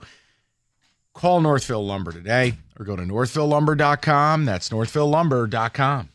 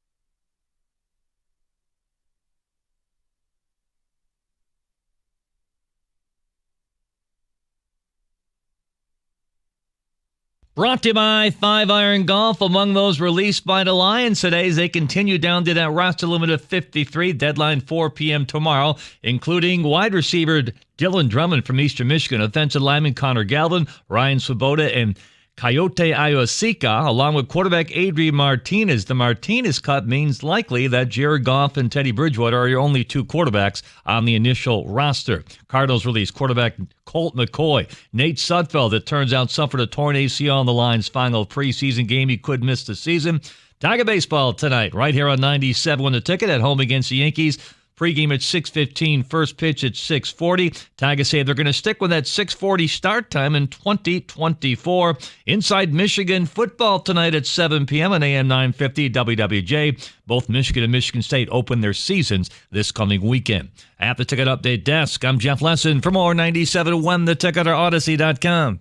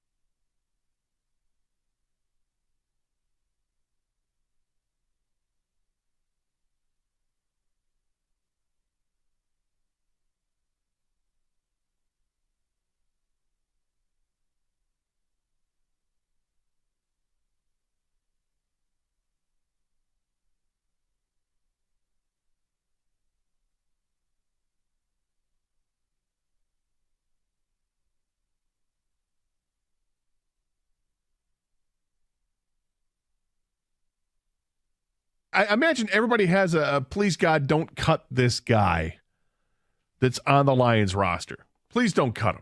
Like, you think that this guy could be something, a diamond in the rough. You don't want to see him go by the wayside. Who would that player be for you? And Kang, I'll start. For me, that guy is Antoine Green. He's the wide receiver that they drafted in the seventh round from North Carolina. He was the 219th player selected in the draft. I love his combination of size and speed. He's 6'2", 200 pounds. He's fast as hell. And he's somebody that I think could benefit from Jameson Williams not playing for the first 6 games, because he could be a guy that you can bring off the bench in situations. You spread him out with 4 receivers, and this guy can go deep, and you're going to have to account for him because he's got the speed and because the size might be a mismatch.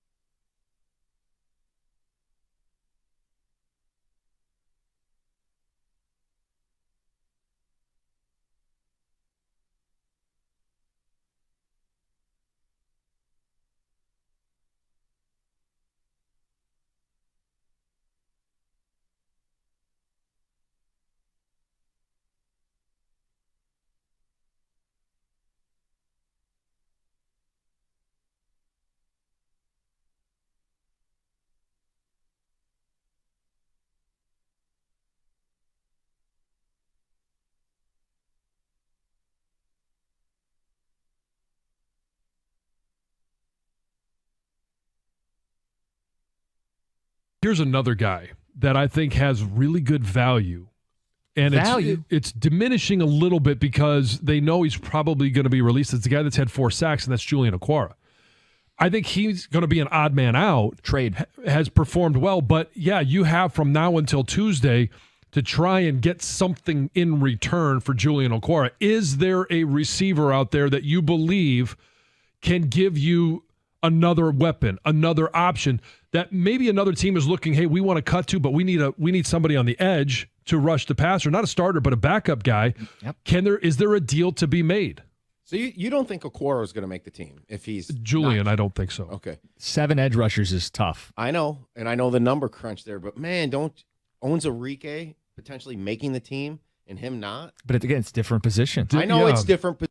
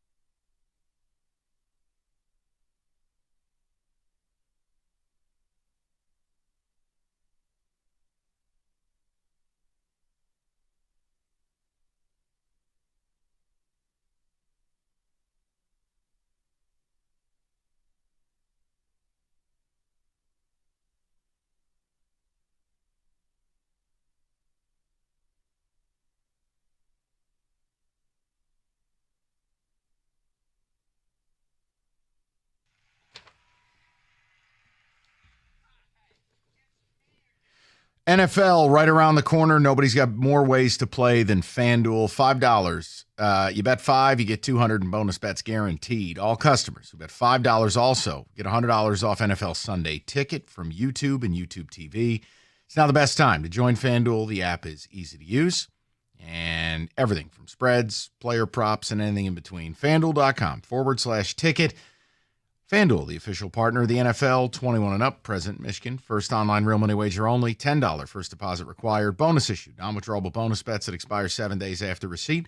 Restrictions apply. See terms, FanDuel.com/sportsbook. Gambling problem, 1-800-270-7117. NFL Sunday Ticket offer ends 9/18/23. No refunds, terms and embargoes apply. $100 off NFL Sunday Ticket, not YouTube TV.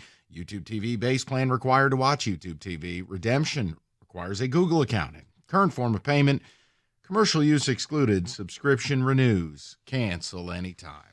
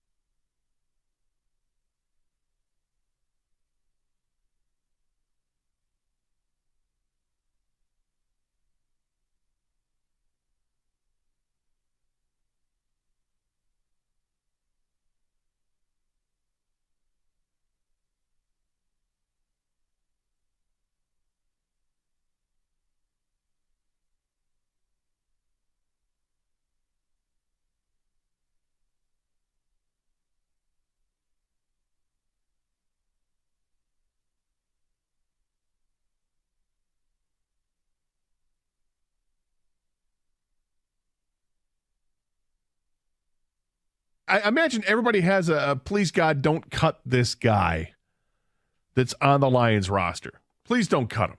Like, you think that this guy could be something, a diamond in the rough. You don't want to see him go by the wayside. Who would that player be for you? And Kang, I'll start. For me, that guy is Antoine Green. He's the wide receiver that they drafted in the 7th round from North Carolina. He was the 219th player selected in the draft. I love his combination of size and speed. He's 6'2", 200 pounds. He's fast as hell, and he's somebody that I think could benefit from Jameson Williams not playing for the Tiger Baseball coming up right after this show, right here on this station 97.1. So we're asking the question, because you live in the state of Michigan, have you overlooked the Packers or the Ohio State Buckeyes? And if you have, which one have you overlooked more? Because when you simply look at this, we all believe that Green Bay died. Right there, when Aaron Rodgers lost his final game, that was it. They were over. But you're looking at Jordan Love in the preseason, and I'm like, man, this kid looks like he could be pretty good. And I know, Kenny, Paul said it wouldn't be fair. Not fair. But he's getting the job done. They're not asking him to go out there and be this game maker and just throw the ball 400 yards around. No. He's not asked to be Patrick Mahomes. Basically, go out there and do what Aaron Rodgers did, minus the attitude. Your teammates actually like you in a wide open division. And then you look at the Ohio State Buckeyes. They don't know who their quarterback's going to be, but let's face it, they've just did plug and play. And I know Michigan's beaten them the last 2 years in a row. But, yeah, Vegas is saying the Buckeyes are the favorite to win the Big Ten. So my question to you, 248-539-9797, who have you overlooked more, the Packers or the Buckeyes? Kenny, couple ticket texts, and I'll get back to the phone lines. If Jordan Love is 75% of Rodgers from last year, that's still irrelevant. Lions already beat them twice last year, and that's a downgrade at quarterback by 25%. Okay, here's the thing. In the first game, the Lions won. The Packers did everything they could to lose that game. Didn't Rodgers throw like 3 interceptions in the end zone? It wasn't like that was a cakewalk, but I love revisionist history. Okay. One more, and then we get back to the phone lines. Been telling my friends all season that the Packers are going to be sneakily competitive for the division. I'm terrified they're going to play spoiler for us like we did to them last year. That's from Dylan and Trenton. I just keep looking at this team. This division is wide open. And I know a lot of Lions fans believe, we'll have this wrapped up by Thanksgiving. This is going to come down to the final week, and you're going to finally get your champion. Because I'm looking at the Bears. I'm looking at Justin Fields and DJ Moore. This is a good combo. It's like when chocolate and peanut butter finally met. You had a quarterback with no wide receiver. You had a wide receiver with no quarterback. Hey, now you got something here. 248-539-9797. Greg, you are on 97.1. Hey, Rico, what's up, man? Hey, man, what's happening, Greg? So, I don't know. I think the Jordan Love stuff, it's a little fugazi. It's the, preseason. So I'm more worried about Ohio State, but based on Penn State. I know Cookies is on that. Like, I don't know how it's going to work because if Ohio State loses to Michigan, but Michigan beats Penn State, Michigan loses to Penn State, Ohio State beats Penn State. I have a feeling something in there is going to give either Ohio State or Penn State the win.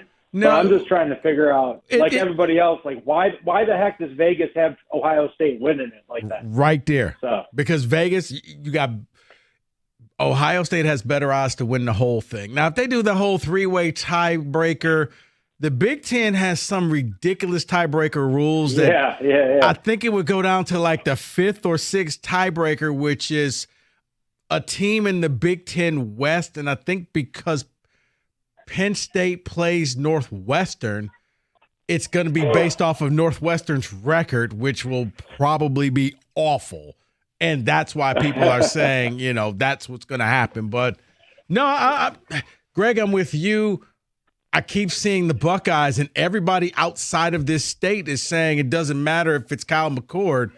The Buckeyes are favored to win the Big Ten. Here, Michigan's won for 2 years, and you live in the state of Michigan. So, of course, Michigan's back on top. But that's not what people outside of this state feel. So that's why I'm saying Buckeyes or Packers, because living in this state, Greg, you're a little biased, and you think that both teams are just not going to be good.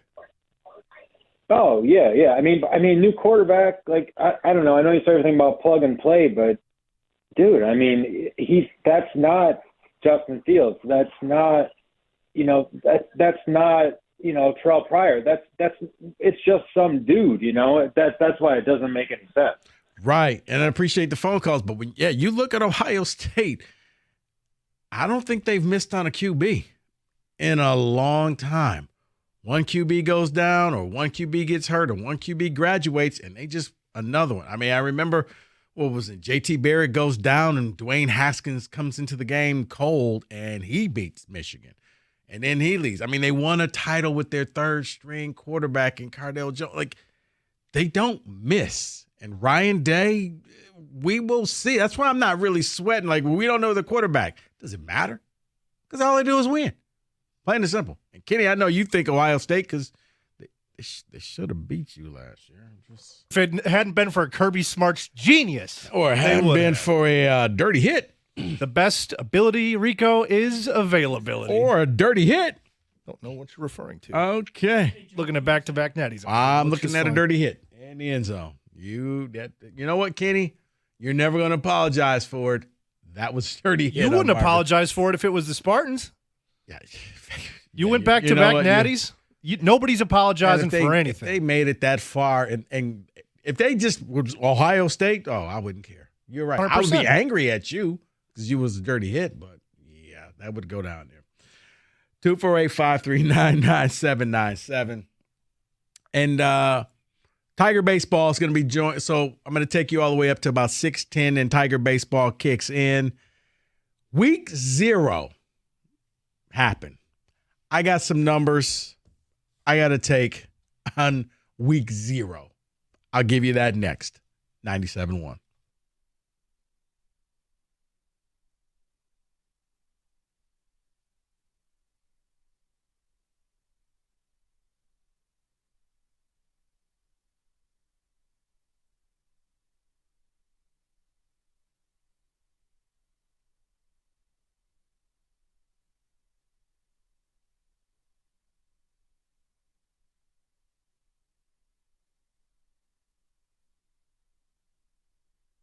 I imagine everybody has a please God don't cut this guy that's on the Lions roster. Please don't cut him.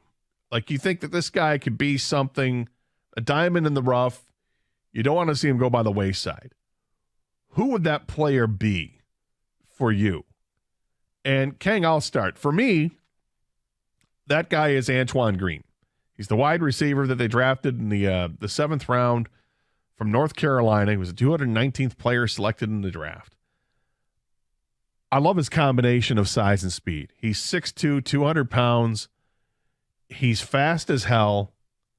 And he's somebody that I think could benefit from Jameson Williams not playing for the first 6 games, because he could be a guy that you can bring off the bench in situations. You spread him out with 4 receivers, and this guy can go deep, and you're going to have to account for him because he's got the speed and because the size might be a mismatch.